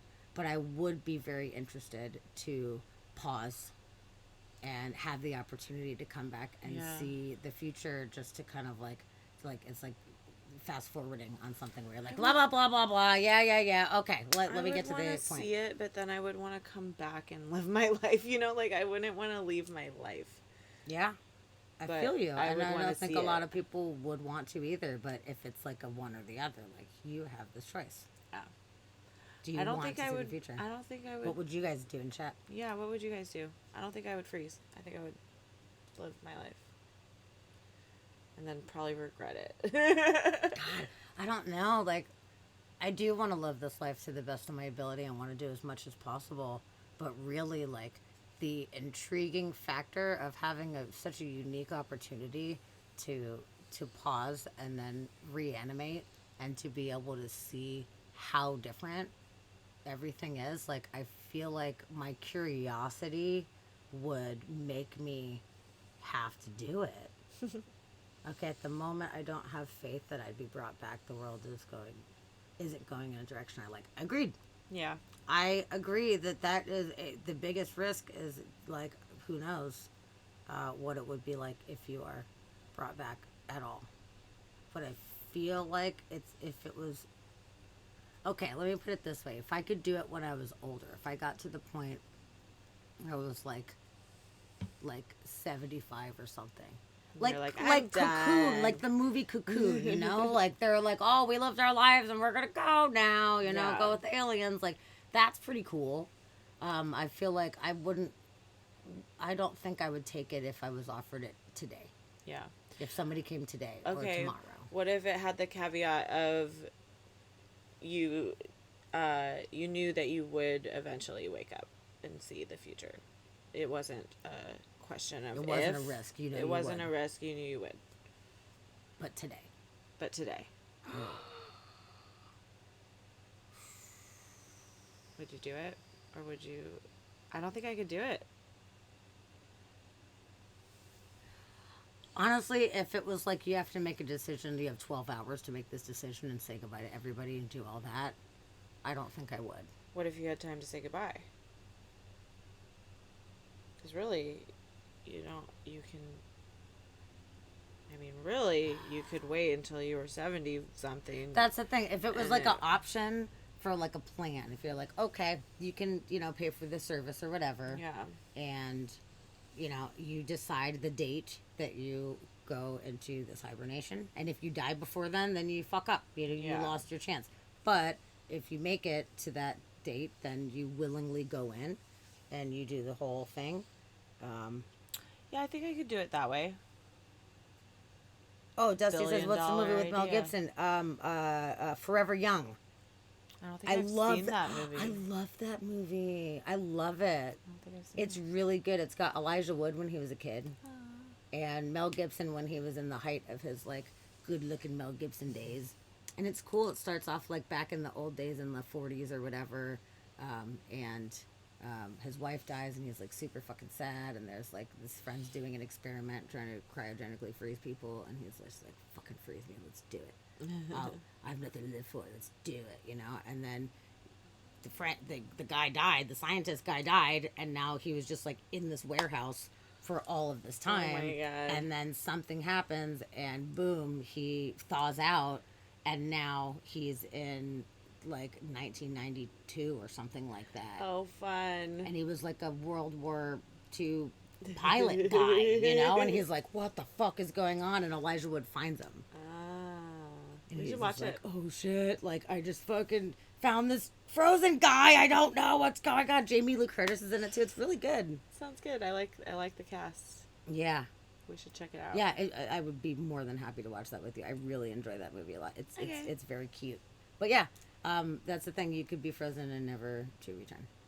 But if I could plan it, If you could plan it, and if you were guaranteed to wake up and actually see the future, guaranteed. then you would do it. Yes, I would do it. I think I would do it under those circumstances too. I think. But I if it would. was like today and unsure, Yeah. I don't think I could do No. it. I wouldn't be able to do that and just check out all of a sudden in the Yeah. moment. But yeah, later on I'd be like, okay, that's cool. I wouldn't want to be elderly. I don't want to be 92, And then Right. you're like, "Argh." Like I would rather be a little bit able-bodied where I would have time to experience what was going on. Like Yeah. it would be really cool, especially if I was part of an experiment. If it was like, okay, you're signing up to be a part of this whole thing and you're helping science, and then We're when you gonna come wake you back up we're and gonna ask you a ask, bunch of we'll ask you questions. questions, and we'll kind of show you what the world is like at that time, Yeah. and then kind of get your input. That would be cool. Like that would be really neat. You'd be like a living piece of history, Yeah. which I would love to do. Like back in my day, ice cream was a nickel, Frozen. or whatever, like weird shit like that, Do you ever watch Aw, Doctor Dusty, Who? that was like the cutest thing ever. Can Sammy and I go together? Because I don't want to wake up and not have her there. Shut up. Sweet. And you know what? I did think about that too. I thought about that. I was like, do you get to go with your loved ones? Would that be, like a team effort? Or is it just kind of like flying solo? That's really sweet. I would totally traverse time with you. It would. It could be a two for one special. Yeah. You get a discount for the second one. Buy one, Yeah. get one half off kind of thing. I mean, if it's a for-profit endeavor, then you could take as many people as you wanted, as Yeah. you could afford. Yeah, that is true. If it's something that wasn't offered for free, it's something that you have to pay for. So, like, being 41 right now, like, okay, by if you plan on going at 75, then this is how much it's going to cost per month to kind of get you to that fucking Like life insurance, but life after extending insurance. life insurance. You seen Vanilla Sky? Yes. Fucking love that one where he's Yes. frozen, and dead and having like this whole dream state or whatever, the life extension type of thing, which is so neat. The first time I saw that movie, that shit blew my fucking mind. I was like, oh my god. Yeah. This is so fucking cool. And even afterwards, I still appreciate it. But the fact the first time I saw it, I was just like, what are we doing? Oh my god, what am I? Yeah. But yeah, and then talking about the other movie, I haven't seen Sleeper actually, but sounds interesting. I'd like to watch it. Where he wakes up in the future and it all goes wrong, and he doesn't know anybody. Like, that would be a risk. That for would be sure. scary. It would be so neat to just see, like, what the fuck is going on. Like, I'm really glad that I live now. I'm glad that I live during the, one foot in the analog generation. And then now I'm living in a time of technological advancements. It's really cool, but how far we're going to be able to go. We've already gone so far in like 2 decades. Yeah. Imagining in 2 centuries, Yeah. in 200 years, like how much we can do. I'm not even gonna know what a freaking pencil is. Like. No shit, right? Agreed. Like, it's not even gonna be a thing. There's so many things that are maybe not for art. Maybe. Oh my god. Maybe. I was on Facebook at one point and someone was talking about the, like, oh, what do your Gen Z kids give you shit about? And that was a thread and I was reading that. And one person said, my daughter gives me shit about writing things down. Yes. And apparently that's for old fogies. She's like, I have a notebook and I, if she tells me something, be like, oh, let me write it down. And she's like, Mom, just put it in your phone. And she's like, leave me alone. Like, I just want to write it down. Like, I'd rather just write a note. And apparently the teenage kid is just totally rags on her all the time. Like, oh, why don't you just grab your pen and write it down? Like, it's crazy that things are changing that much. So yeah, what things like that are going to be completely phased out that are normal things that we have, like, what the fuck? So yeah, I don't know. That would be really cool, is what kind of things no longer exist that we took for granted, and what kind of things exist that we have that no we have idea. no concept of that they could even fucking exist. That would be worth the risk, I think, to just for the curiosity factor. Yeah. It would be really cool. What if you woke up though in the future and like it was cool, but like they hadn't come up with anything that was like that cool? Like, wouldn't that be so disappointing? Like, if things were like kind of still the same, but like that just would be like weird. newer. Yeah. The cars are just rounder. Yeah. But it's still burning fucking gas. And you're like, what? What are you doing? Like, well, Jesse says COVID would still be going. That would be fucked up. You wake up, everybody's in masks. You can't even see people's faces. And you're like, damn. This is bullshit. It's like strain like 7,463B or something. And you're like, ugh. I mean, if it gets to be that extreme to where like people can't touch each other, we're gonna all die. Like, babies will die if they don't have like skin to skin contact. They'll die. Or they're fucking evolve in a way where they don't need it. Yep. You're right. People might have virtual relationships online and with fucking AI robots and shit like that, where they get home and they go into their fucking VR land and hang out. Or they with just their never robot leave wife home or whatever. ever Yeah. in the first place. Yeah, it's true. That shit could get real fucking weird. Yeah. And there's already, people's minds are evolving. Like, the young kids are, we were talking about this a couple weeks ago when we were talking about generations and stuff, is that like the way that kids are processing information now versus how we were taught when we had to remember certain things and whatever, and like physically writing things, like, it's different. So there already is some kind of like weird evolution of the way that the mind is processing things. Yeah. And I think it's happening really fast. And the more that things go, the more that we will evolve with it. Like, I don't know, it's kind of weird, but like thinking about like, okay, we're on our phones a lot. We're on our phones and we're like scrolling through our phones. Like, it's possible our thumbs could get longer to support that, because if we're like constantly kind of having to do this and stretch our thumbs out, and it's like giving us fucking arthritis in our thumbs, we will adjust. Yeah. And then we'll have maybe longer thumbs, or maybe our fingers very will true. be like skinnier because we're typing on keyboards and stuff like that, or whatever, like, who knows what kind of things are going to change as this technology is integrated so Yeah, you deeply. wake up and you're like, the world is inhabited by aliens, and they're like, no, we're just evolved people. Yeah, wouldn't that be weird? It'd be so weird, dude. It'd be so fucking weird. So who the fuck knows? There's so man? many possibilities. There is, and I love thinking about it, because we'll never know. But I love thinking about like, what could this world turn into? So if it did turn into like virtual reality type of situation, how would you know that you actually woke up? What if you never did? It'd be like the fucking Matrix kind of shit. It could very well, there could be like the Matrix, where you are not actually living a real life, which goes with the Vanilla Sky thing too. He thought he was completely awake and alive and living this life, and come to find out in the end, none of that ever happened, and he was just kind of having a bad dream, essentially, Yeah. Tech support, like, it's just fucking crazy, dude. Our eyes will get bigger, and that's predicted by many futurists. That makes sense too. If we're looking at screens all the time, our eyes are definitely going to change to adjust to screen time in the way that it does, and especially if VR becomes much more of a common occurrence.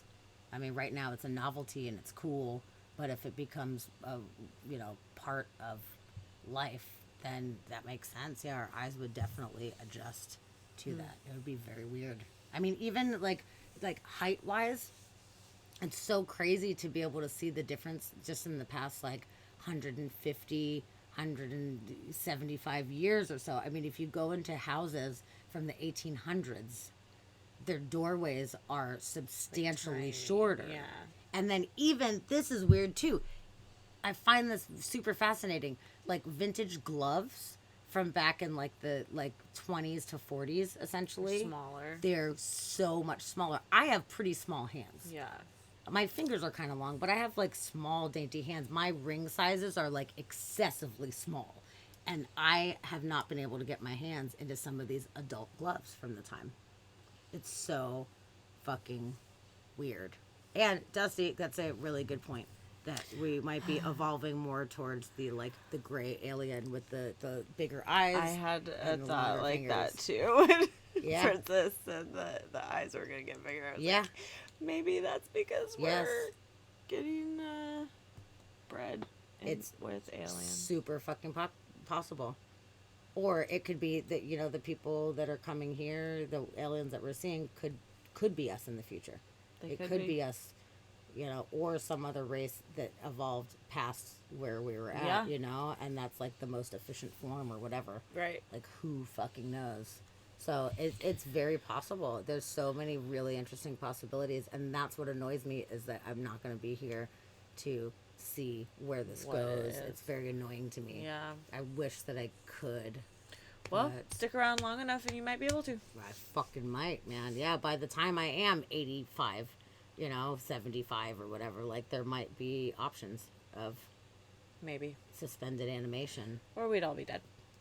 Honestly, I think that's more likely at this point. Or maybe not all dead, but like not in a good position. Place, You yeah. know, like, honestly, depending on what the Earth is like given this theoretical scenario, by 75, me deciding to freeze and come back later, like, the way that the world might look in that amount of time, I don't have a lot of really great faith that it's going to be. Yeah. You might wake up on another planet.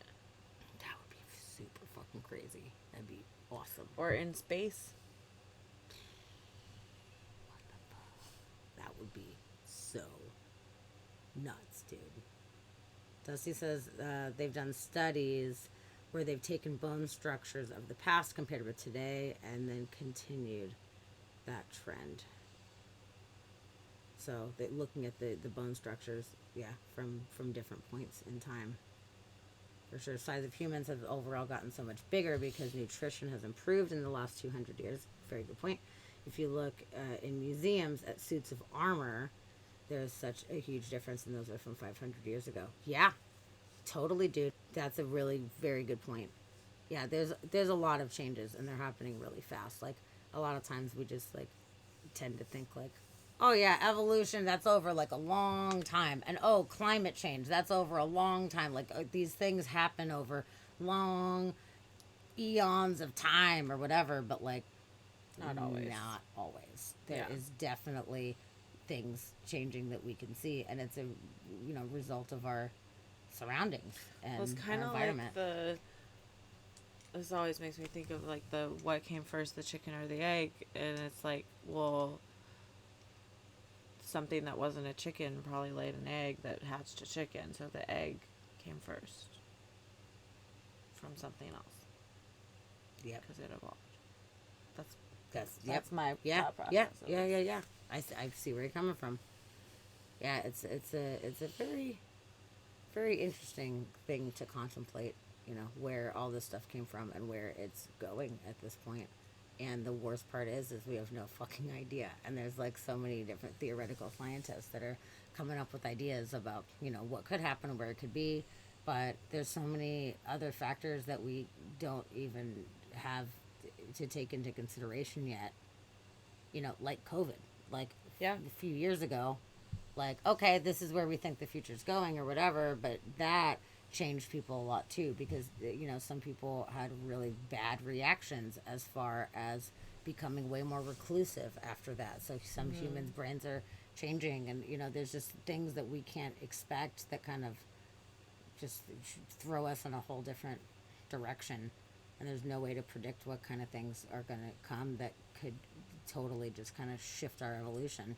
And then Yeah. you got to think about too, with the potential of the, extreme solar activity and potentially having a debilitating solar storm that knocks out all of our technology, which absolutely will happen at some point. It's Yeah. not a can happen, it will happen. It could Yeah. happen tomorrow, it could happen in 500 years or 5,000 years. We have no idea, but the odds of it going 5,000 years is extremely slim.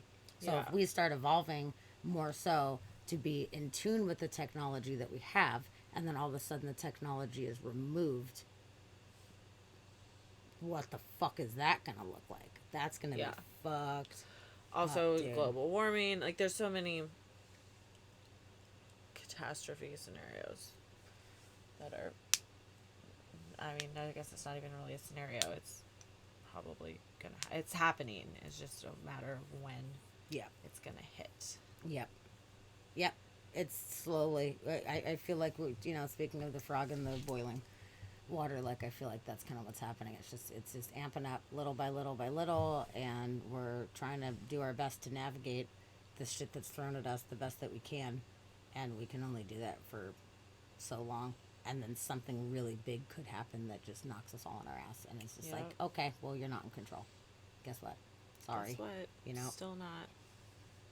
And any asteroid, like Q asteroid, any moment, like shit, we can't predict that either. So like, Yeah. we're just sitting on borrowed time, and it makes me enjoy and appreciate my life that much more because I realize how impermanent that everything is, and Yeah. I feel like the average population tends to miss that point sometimes, and they just feel like everything is what it is and everything's stable and nothing's moving. But with COVID, I think it changed that for at least some more self-aware people that maybe didn't really think about that before, but then are like, oh, everything could change on a dime. Got it. I hope that Yeah. it has given people better perspective from I hope so, everything, too.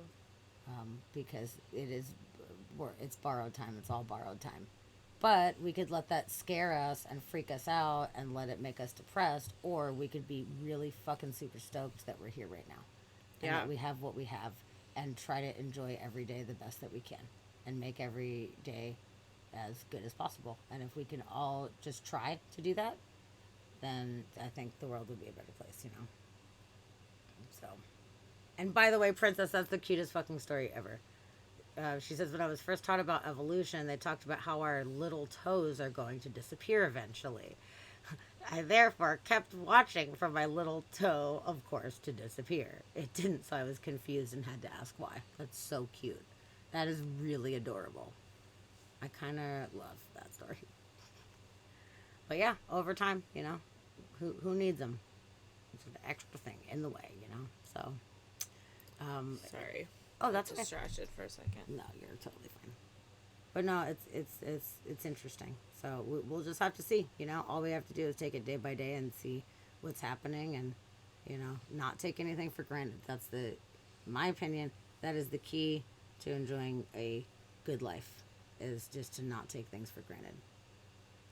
Who knows when we'll never have a pencil again, or whatever, Yeah. or if we won't be able to go outside and breathe the air without like a fucking respirator, or if Or we will a have can of air. some kind of crazy, asteroid thing that throws so much dust into the atmosphere that we can't see the stars from the ground. Like, actually, I thought about that like many years ago. I'm not a writer, but I was like, man, I wish I was a good writer, because I would love to write a story that kind of is based around the concept of that only the old timey people remember what it was like to be able to see the stars, and then the new generation it's only clouded. They've never had a sunny day. They've never seen a shooting star. They have no idea. So it's like almost like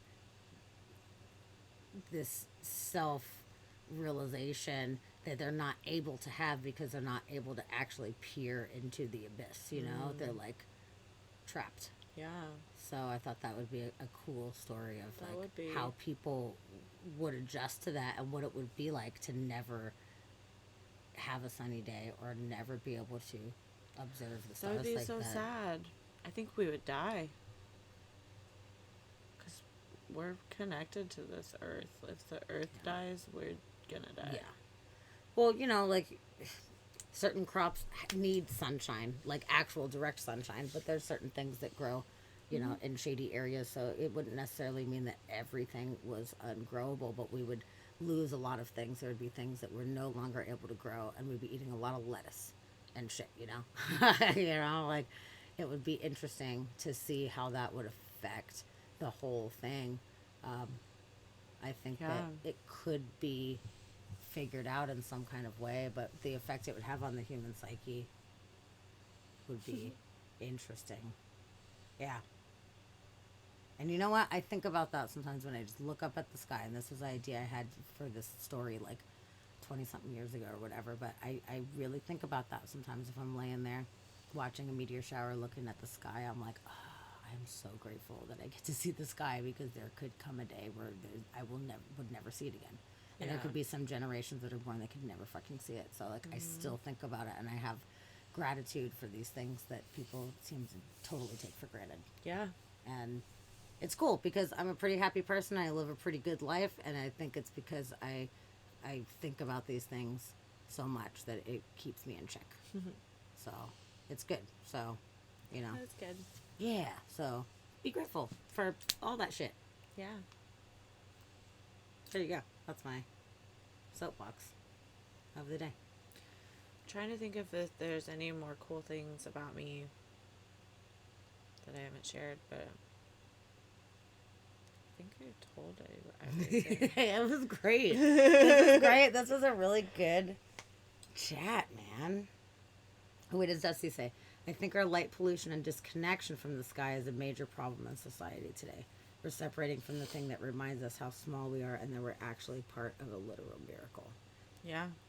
Absolutely. Well said. That was a beautiful way to say that, yes. And you're right. The more light pollution that we have, the less that we will be able to see that. And yeah, it does definitely take that perspective away. Yeah, like when we went to go look at the auroras, and there's so many more fucking stars out there. So many. I love that we live in a place where we could drive 2 hours and have a view like that. Yeah. I'd never even seen the Milky Way until I was 23 or 24. Never even seen it one time in my life. Yeah, It was magical. That's something that I grew up with. Going camping as a kid, seeing it You're very lucky for that. It's very cool. But maybe in a way, I'm lucky in a whole different way too, because it got to have the most profound effect on me, because it's not something that was always just there. Yeah. It was something I always heard about being there and saw photos Takes of my it. breath away every time, though. It's so beautiful. It's so beautiful. We're so lucky. It's so cool. This planet is awesome. Let's not totally fuck it up, okay? I wish everybody thought that way. Me too. Well, I think this was a really great episode, and I'm ready for a snack. Me too. I want that carrot cake. That sounds right. Oh, you saw the Milky Way in Florida? That is fucking amazing that you were able to. Where I lived, it was like 7 stars, man. It's a bummer. But I'm really glad that you did get to see that. That's super cool. Yay. Because it's super light pollution land over there. It's really bad. But yes, thank you. Thank you for hanging in. Princess, it is so nice that you were here and were such a valuable part of this conversation tonight. Yeah. Thank you so much. And if there's any other lurkers hanging out in the background, thank you for lurking and thank you for being here. I actually, when I was getting distracted on my phone, was my friend Marcy, who I had no idea was in here. She said she loved my interview. So. Oh, that's awesome. Aw, I love it. That's so she cool. Was lurking. Perfect. Well, we love the lurkers and we love our supporters. And oh, that's okay. You know what? You're the late crew, and that was great. But you came in at a good time and you stayed for the long haul, and I'm really glad that you did. Yeah. And we may or may not be streaming on Monday, just so you know, Princess, because we're going camping. And if we get back in time, then we'll stream. But I'm not sure if we're going to be back in time. So just a heads up. Yeah. But yeah, thank you so much for being here, and we will, at the very least, see you next Wednesday for sure, and maybe on Monday. Thanks everybody for being so supportive and listening to my story. Thank you for sharing, Jama. Thanks welcome. for sharing everything. Okay, all right, guys. Well, we will see you later. Adios. Good night. Oh yes, the bug spray. I ordered it from Amazon. 2 cans of the Deep Woods. Yes. We got it. I have so many bug bites on me right now. It's ridiculous. Well, we're going to add some more. I can't get any more.